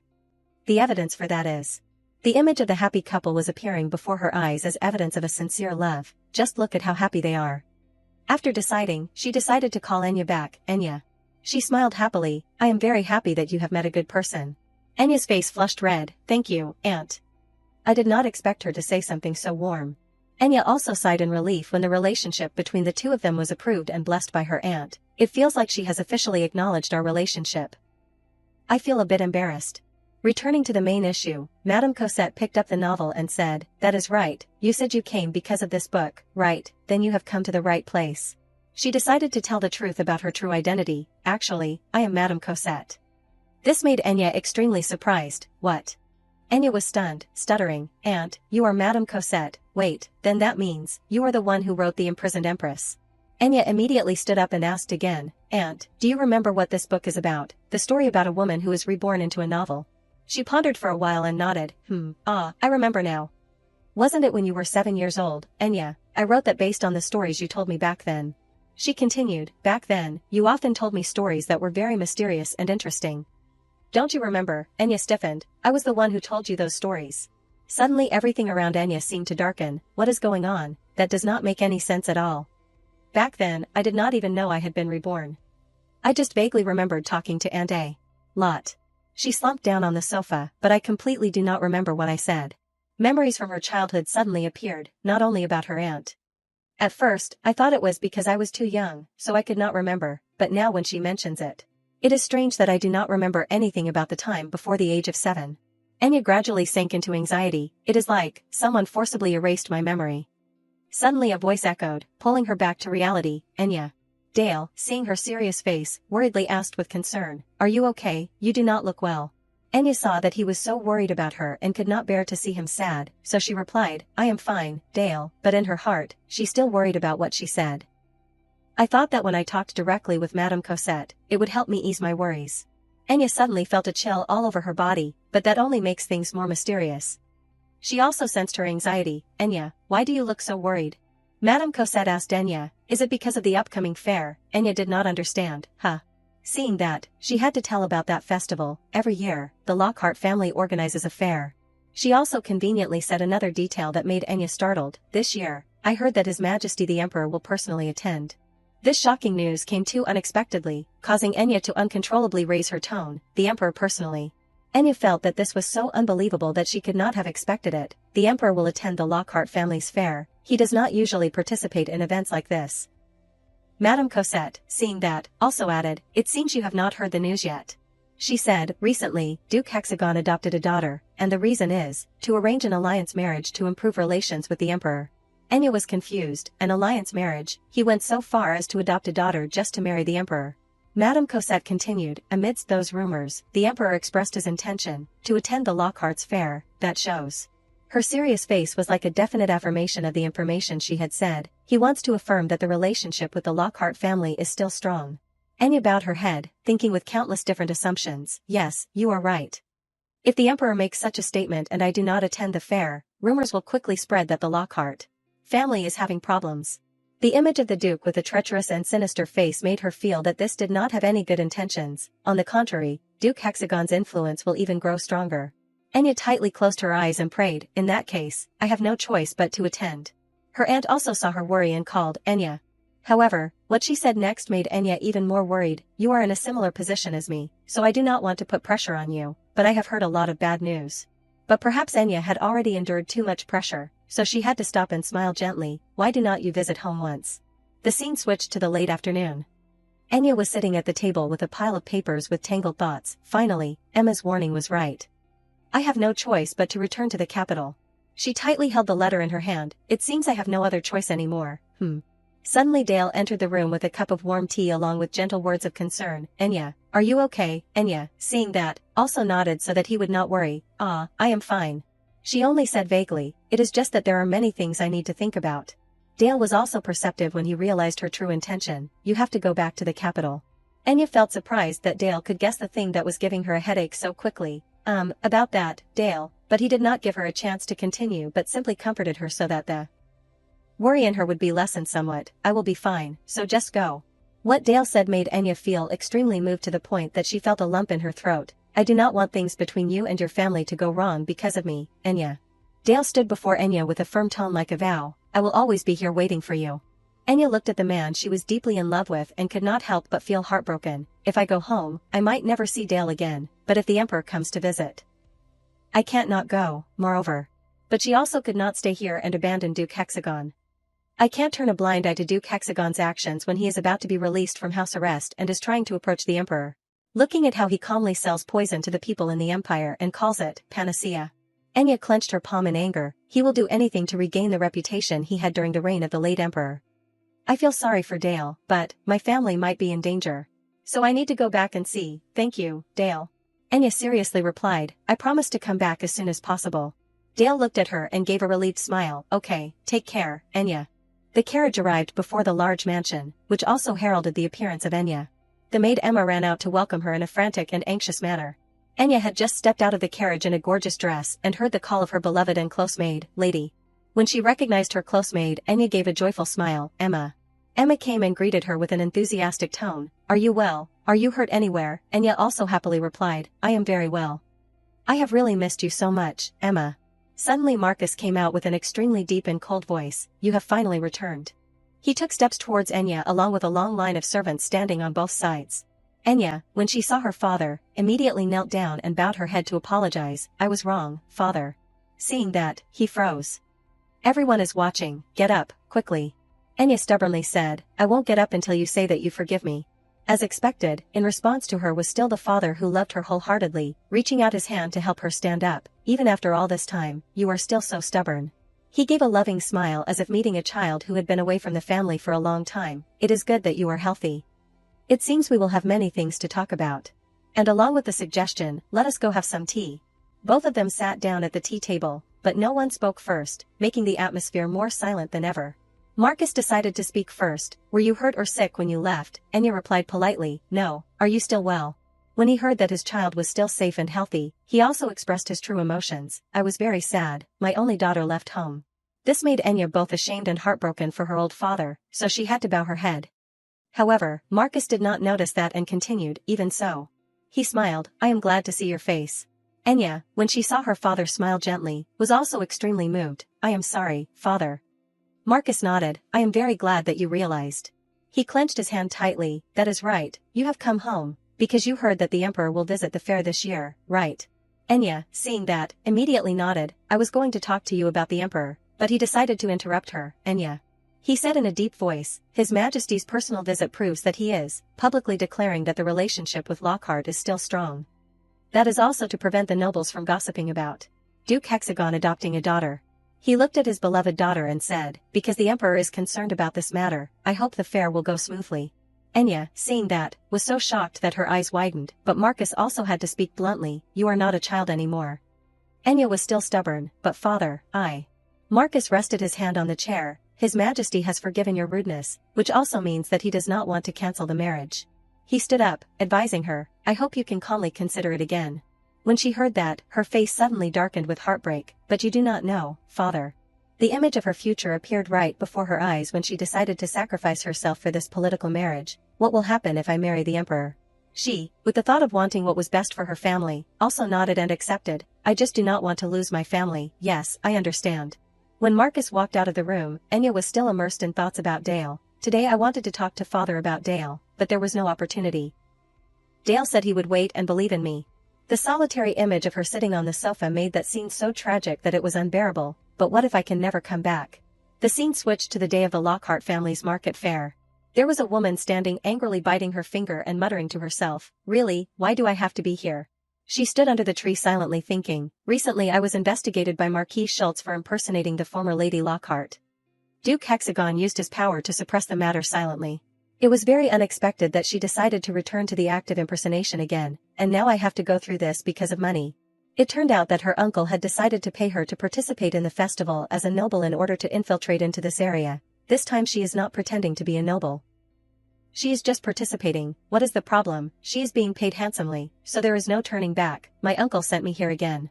She worried, isn't he telling me to rot in the dungeon under the Lockhart family? Suddenly nearby, there was a conversation between the ladies that caught her attention. By the way, what does the Lockhart family's lady look like? A few years ago, the emperor proposed to her, right? Suddenly a woman broke out when recounting false rumors. Actually, people say she is extremely ugly, and when His Majesty saw her face, he was so shocked that he could not continue the marriage. Oh my, poor His Majesty. The fake girl was thinking about why she had to target the daughters of this family. Even though she has never appeared in society, she always causes things to the point that people can't stop mentioning her. Even that senile old man sent me here just to hear about her. She touched the watch on her necklace. A happy image of Enya's family appeared in her head. She really lives in a different world than me. She opened the wristwatch and was noticed by everyone around her and discussed. Isn't that Baroness Portnam? It seems so, but the valuable items she brought along. Everyone could not help but look down on her. Is it just herbs? She was angry. A shout rang out in the middle of the fair as a notification. Lady Enya Lockhart is coming. Enya appeared before the crowd in a gorgeous dress, attracting all eyes with her pure beauty. Is that young girl Enya Lockhart? Enya looked at her and wondered, why does her face look so familiar? It feels like I have met her somewhere before. Enya turned her head and stared at her, making her surprised. What? She is looking at me. Enya ran closer to the booth where she was standing to greet her while she was still confused. She is coming this way. Enya opened her mouth to greet. Long time no see. Yes. Enya approached and whispered in her ear, fake lady. As expected, she was startled. It has been a while, has not it? Enya continued, fake lady. She was extremely astonished, fake lady. She was both confused and worried about being discovered by the real lady. I heard that Duke Hexagon had handled this matter in silence. How did that missing lady know? She took a sprig of herb. I do not understand what you are talking about. She stuttered to explain. I just hope to bring a little joy through selling these herbs. But these words were seen through by Enya. Very well said. Enya used her sharp eyes to look straight at her and issued a warning. I do not know what brought you here, but you better not try to do anything stupid. Enya had decided not to embarrass her and forgive her but also could not let her affect this fair. I do not want to expose you in front of everyone. At this time, whispers gradually appeared. There must have been a conflict between Lady Lockhart and Lady Portnam. The people around were nosy. Although they could not hear clearly, they vaguely guessed. Perhaps she realized how pathetic those herbs looked. Hearing those whispers, she wondered, herbs. At this time, she noticed the herbs that were being sold, memory leaf. The information of the memory leaf appeared, also explaining its function. Memory leaf is a type of poisonous herb, originally used to torture prisoners, but when diluted with a small amount, it is seen as a treatment for amnesia. However, its toxicity kills nearby crops, so fewer people grow it nowadays. It is almost extinct. Enya thought, this thing can really help me recover my memory, but just a small mistake can cause serious side effects. That is why I consider memory leaf as a backup plan. She did not expect to find this herb at the fair. I never thought I would see it here, she said, Lady Portnam. Enya politely offered to drink tea with her. Do you want to drink tea with me after the fair ends? She was stunned. With me? Enya smiled slightly, her eyes shining with understanding. Just the two of us. I know you would not want them to be cut off, so you impersonated my identity. After speaking, she said goodbye and left, leaving the fake lady behind. See you later.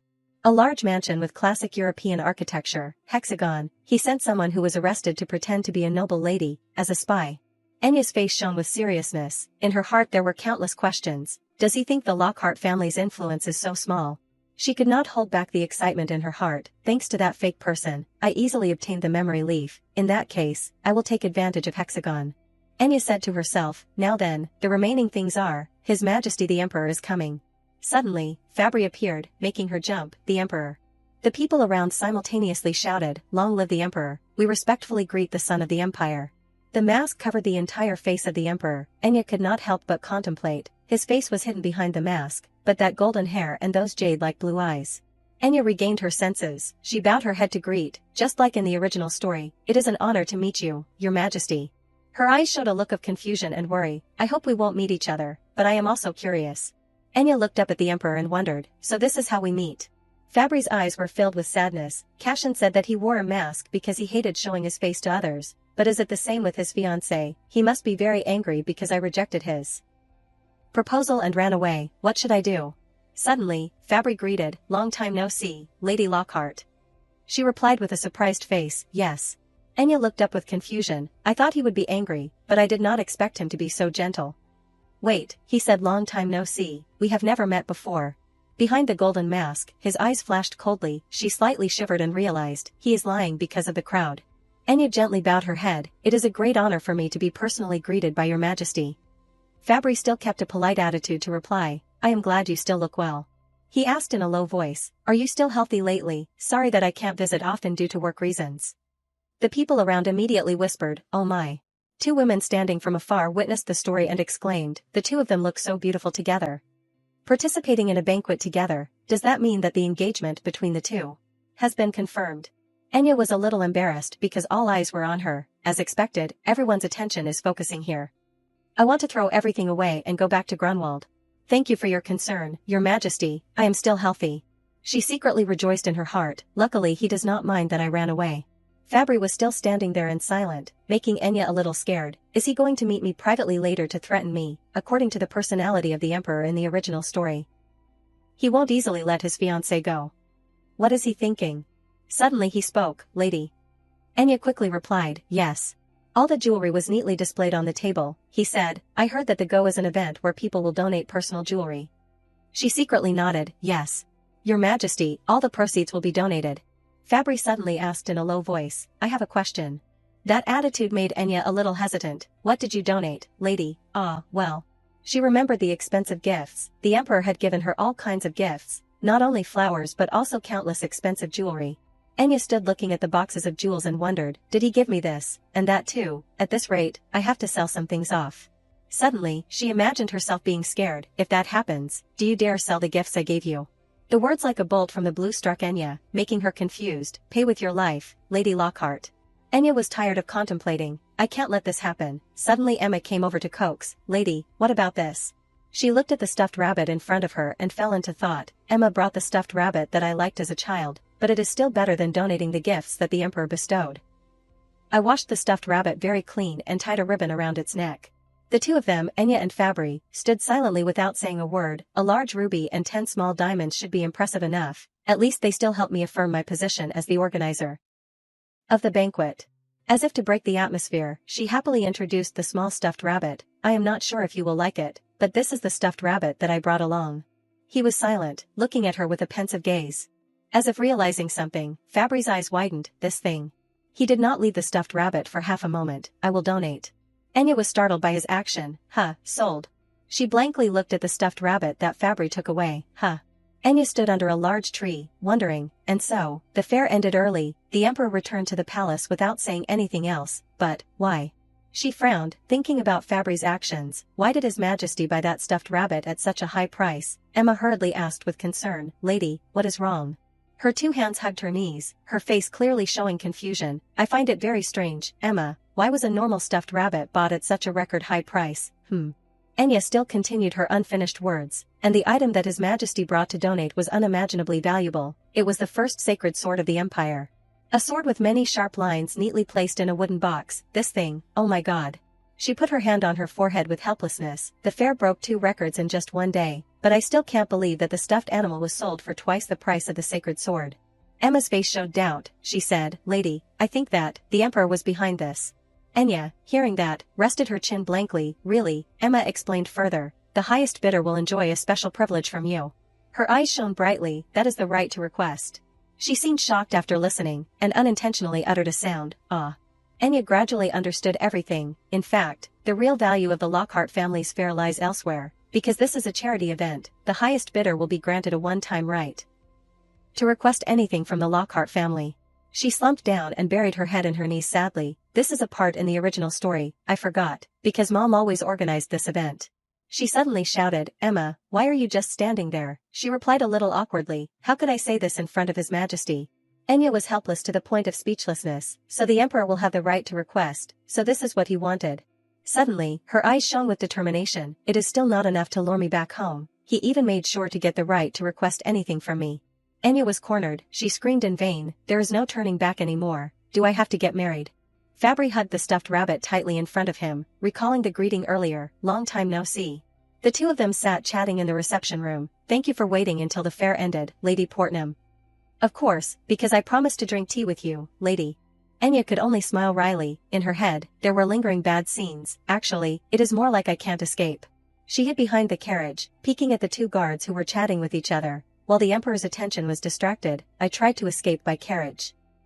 But the Lockhart's guard team is extremely strict. The lady must have notified them beforehand. Enya sat at the table, her eyes full of anticipation for the answer from the other person. "Seeing what you brought to the market today, it seems that you are very interested in herbs. What do you think about this greenhouse?" The faint reply rose, like a joke. "People say that if we can protect the seeds inside our family's greenhouse, we can create therapeutic medicine because we have many diverse herbs." Enya chatted happily, "But Lady Portnam has herbs that even this greenhouse does not have. I am very interested in the ingredients of the medicine, so I wanted to talk to you, and..." Suddenly, her words became serious. "I think you might be curious about how I know about the fake lady." When she heard Enya ask, the fake lady lowered her head guiltily. "You went to a shop in the capital, did not you?" Opposite her, Enya raised her hand to fix her hair. She kept an open attitude with her. "We met there already." The fake lady raised her hand to cover her mouth, feigning surprise. "Impossible." Enya threatened, "I am really surprised. The fake lady that time will return to our family's fair." She seriously questioned her. "I do not know if you are being bold or underestimating the Lockhart family." The fake lady panicked. "The woman at that time was Lady Lockhart, then I did that to the real Lady of Lockhart."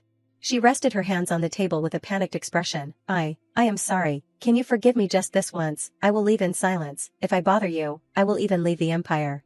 On the contrary, Enya calmly lifted the teacup to sip. "Running away will only make things easier for you, Lady Portnam. Do not you understand this situation yet?" She continued her unfinished words, causing the fake lady to stop and contemplate. "I knew that Lady Portnam had played the fake lady on the orders of Duke Hexagon. She even knew it was Duke Hexagon's order." Enya half closed her eyes, offering a condition. "If you tell me why Duke Hexagon sent you to the fair, and hand over the memory herb you have, I will spare you." The expression of the fake lady was a bit confused. "What do you think? Really, Lady Portnam, you have no other choice." Enya gradually cornered her. "If you refuse, you will be thrown out of here in a different sense." The two of them sat opposite each other. She slowly opened her mouth. "I will tell you everything." According to the fake lady's story, the Portnam family are old nobles who followed Duke Hexagon, but after Duke Hexagon lost power, we would do very trivial things. Saying this, she gradually lowered her voice. "Then, about 4 years ago, when our family had become so poor that we faced collapse, Duke Hexagon began to order us to handle matters related to the Lockhart family. At first, it seemed like a simple and innocent investigation, but recently, he ordered to pretend to be the daughter of the Lockhart family and cause devastation." The fake lady gradually became tense. "I think it is a bit too much, but thanks to Duke Hexagon's sponsorship, we avoided the collapse of the family, so I have no other choice." Enya listened and thought, quietly observing from behind, "He must have hoped to take advantage of the chaos of the Lockhart family, spread bad rumors and expect our reputation to decline." The fake lady told her story and continued to apologize. "Somehow, his requests have become more harsh after I told Duke Hexagon that I had run away. I am sorry. Lady, I could not refuse that request." As if predicting this, Enya thought to herself, as I thought. She pretended to be innocent. I really do not know anything, I just did as Duke Hexagon told me. The fake lady continued to justify her wrongdoing. The payment is one thing, but I am very scared about what will happen if I do not obey Duke Hexagon's orders. Moreover, if something happens to me, there will be no one to manage the land where my parents rest. Suddenly, she held the pendant before her neck. Her parents, they passed away in an accident a few years ago. The fake lady opened the pendant. Inside appeared a small photo. The current Viscount Portnam is my uncle. Since my uncle became Viscount Portnam, the family's assets have been unstable. Enya looked at her with a pitiful appearance. So Duke Hexagon and Viscount Portnam are openly using the lady as a usable pawn. The bottom of her eyes shone with compassion. Because she is a disposable pawn, there is a high possibility that they have paired another spy to prepare for the failure. Her meeting me directly will also reach Duke Hexagon's ears. A creepy thought rang in Enya's head. Once the lady is no longer useful, she will definitely be killed for a secret reason. She slightly parted her lips as if wanting to say something, but stopped. Enya nodded to guarantee, I understand. I won't immediately report Lady Portnam to my father. The fake lady seemed not to believe her ears. Really? She continued, I can help you escape so that Duke Hexagon can't approach you anymore. The fake lady was a little stunned. Yes, she analyzed the situation for her. Now, our private conversation has reached Duke Hexagon's ears. Enya coldly said, do you think the person who has deceived countless poor people into suffering by selling a medicine with serious side effects such as paralysis and poison as a cure will let a person who has failed in their mission go? She began to consider, if she comes back like this, her life may be in danger. She immediately shivered, oh, and offered to give an opinion. Can I suggest something? The fake lady put one hand on the paper, replying with a relaxed expression, oh, of course, take the memory herb, and if you let me escape, I will do anything. Enya pushed the paper towards her and ordered, enter the royal palace as a maid and report all news about the emperor to me. But after hearing, she became even more confused, and report anything she hears about Duke Hexagon's adopted daughter, the palace, the royal family, the adopted daughter. She brought the pen towards her and continued, I heard that recently Duke Hexagon has adopted a new daughter, and it seems that he is plotting something. I need someone to search for information.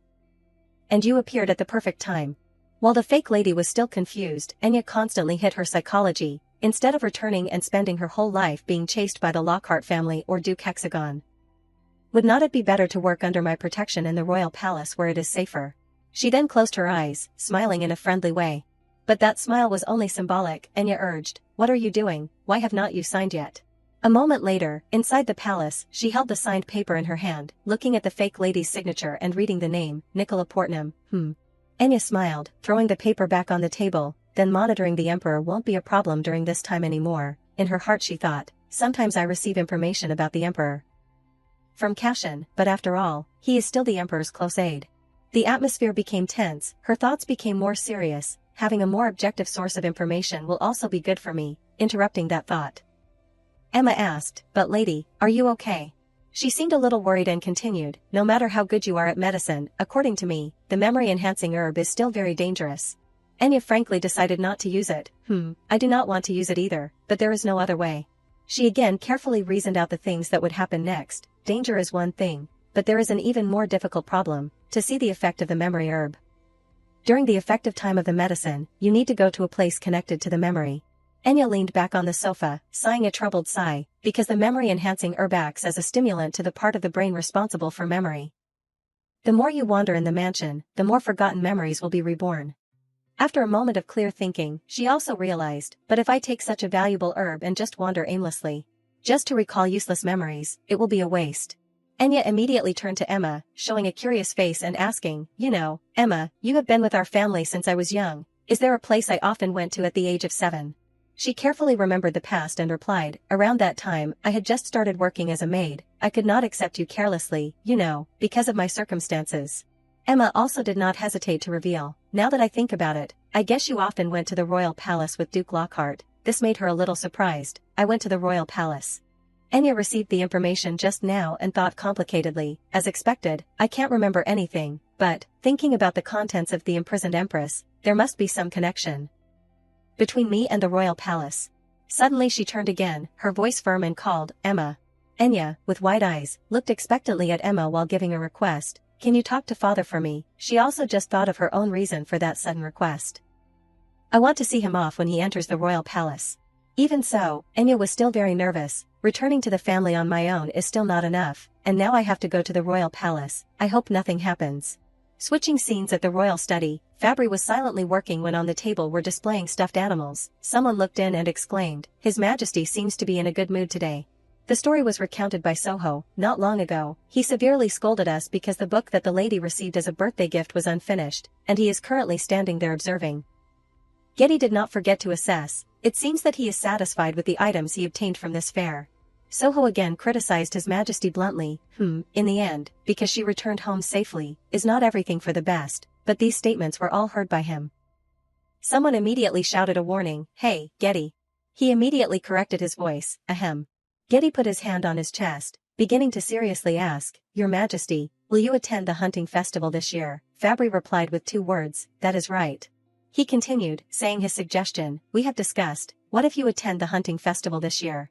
Getty's last sentence mentioned Enya, and invite the lady to be your companion, right? After hearing it, he stopped writing and questioned, "The lady?" Before he could explain, Soho had replied on his behalf, slightly bowing his head and saying, "Because His Majesty failed to give the princess a birthday gift. We thought it would be better if you showed your excellence at the hunting festival." Getty, after hearing this, had high blood pressure and immediately shouted loudly, "Getty, watch your words."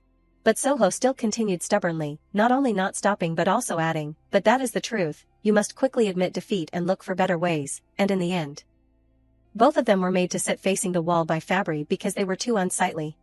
He calmly concluded, "Thanks to that, we also suffered punishment."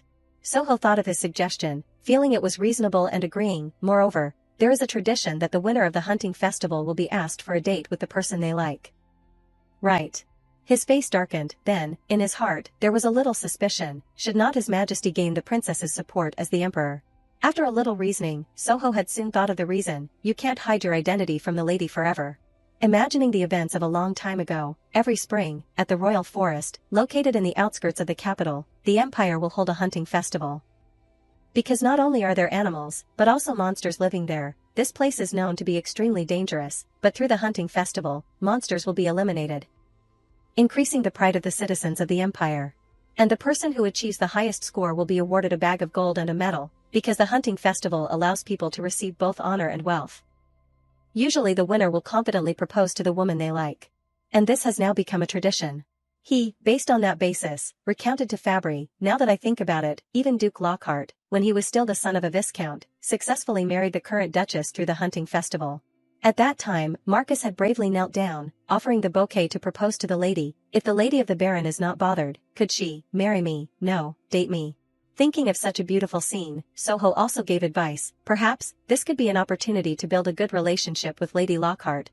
Even Getty agreed. That is right, because it is a very famous story in the empire. Of course, the lady must also know that her parents came together through the hunting festival. They then took turns finding a good plan for Fabry, while he listened attentively, and because she loves romance novels, would not she also have a romantic longing for the hunting festival?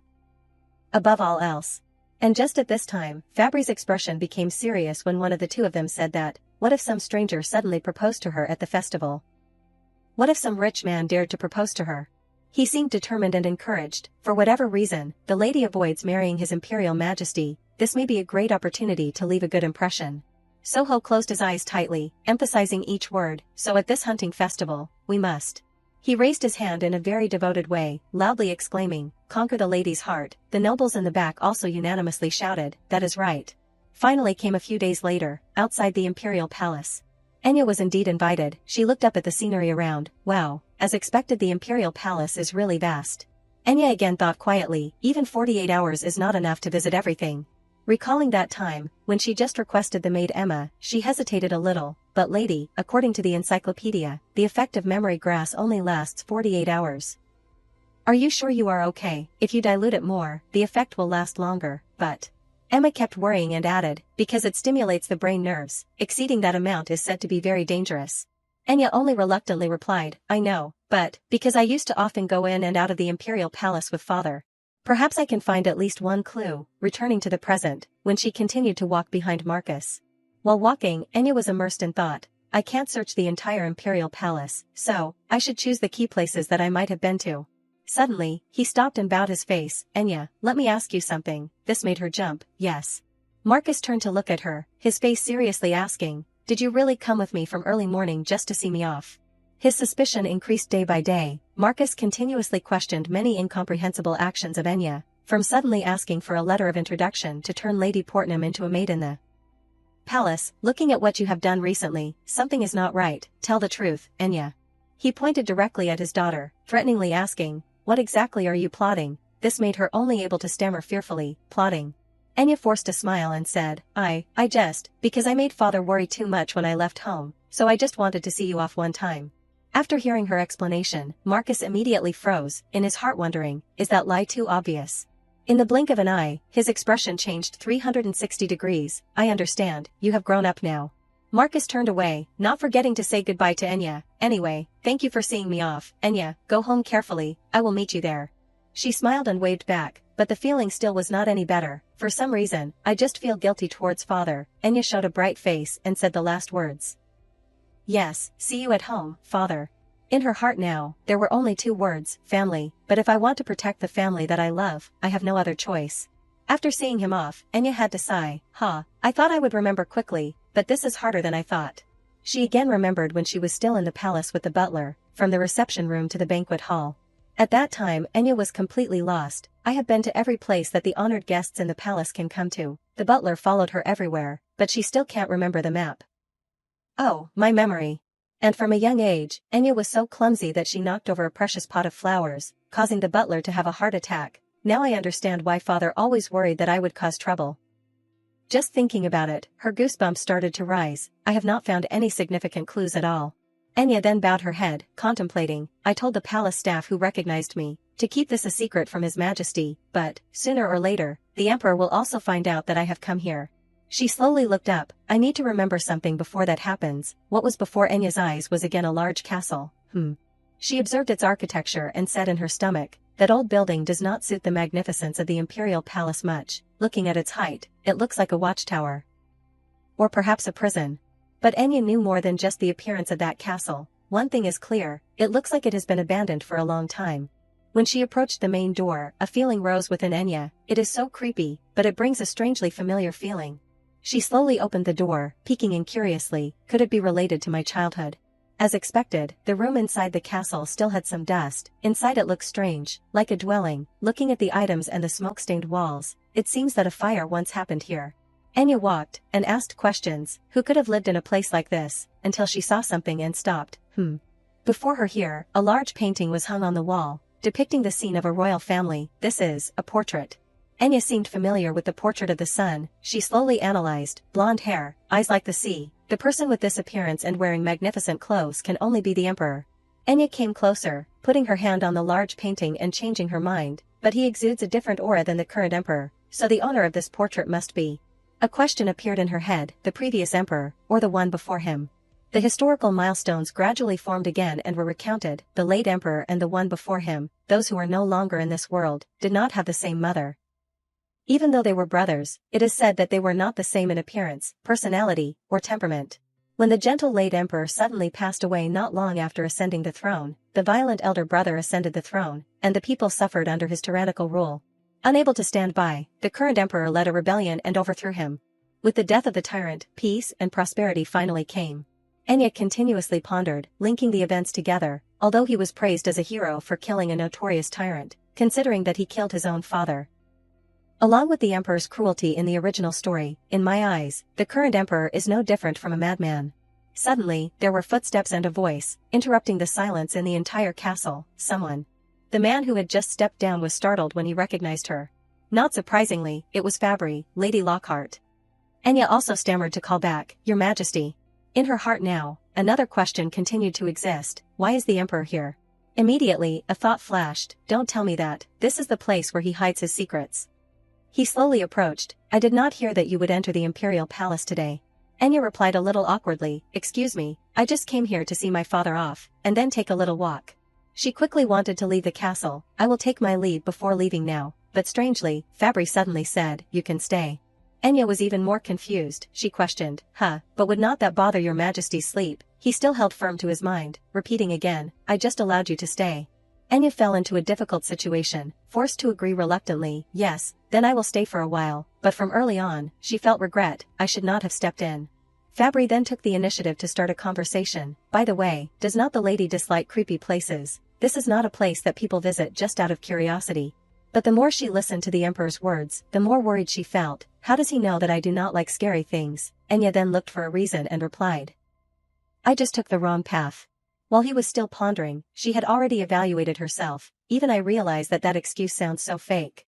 Fabry again asked the question. Do you know what this place is? Enya frankly replied, no, I do not know.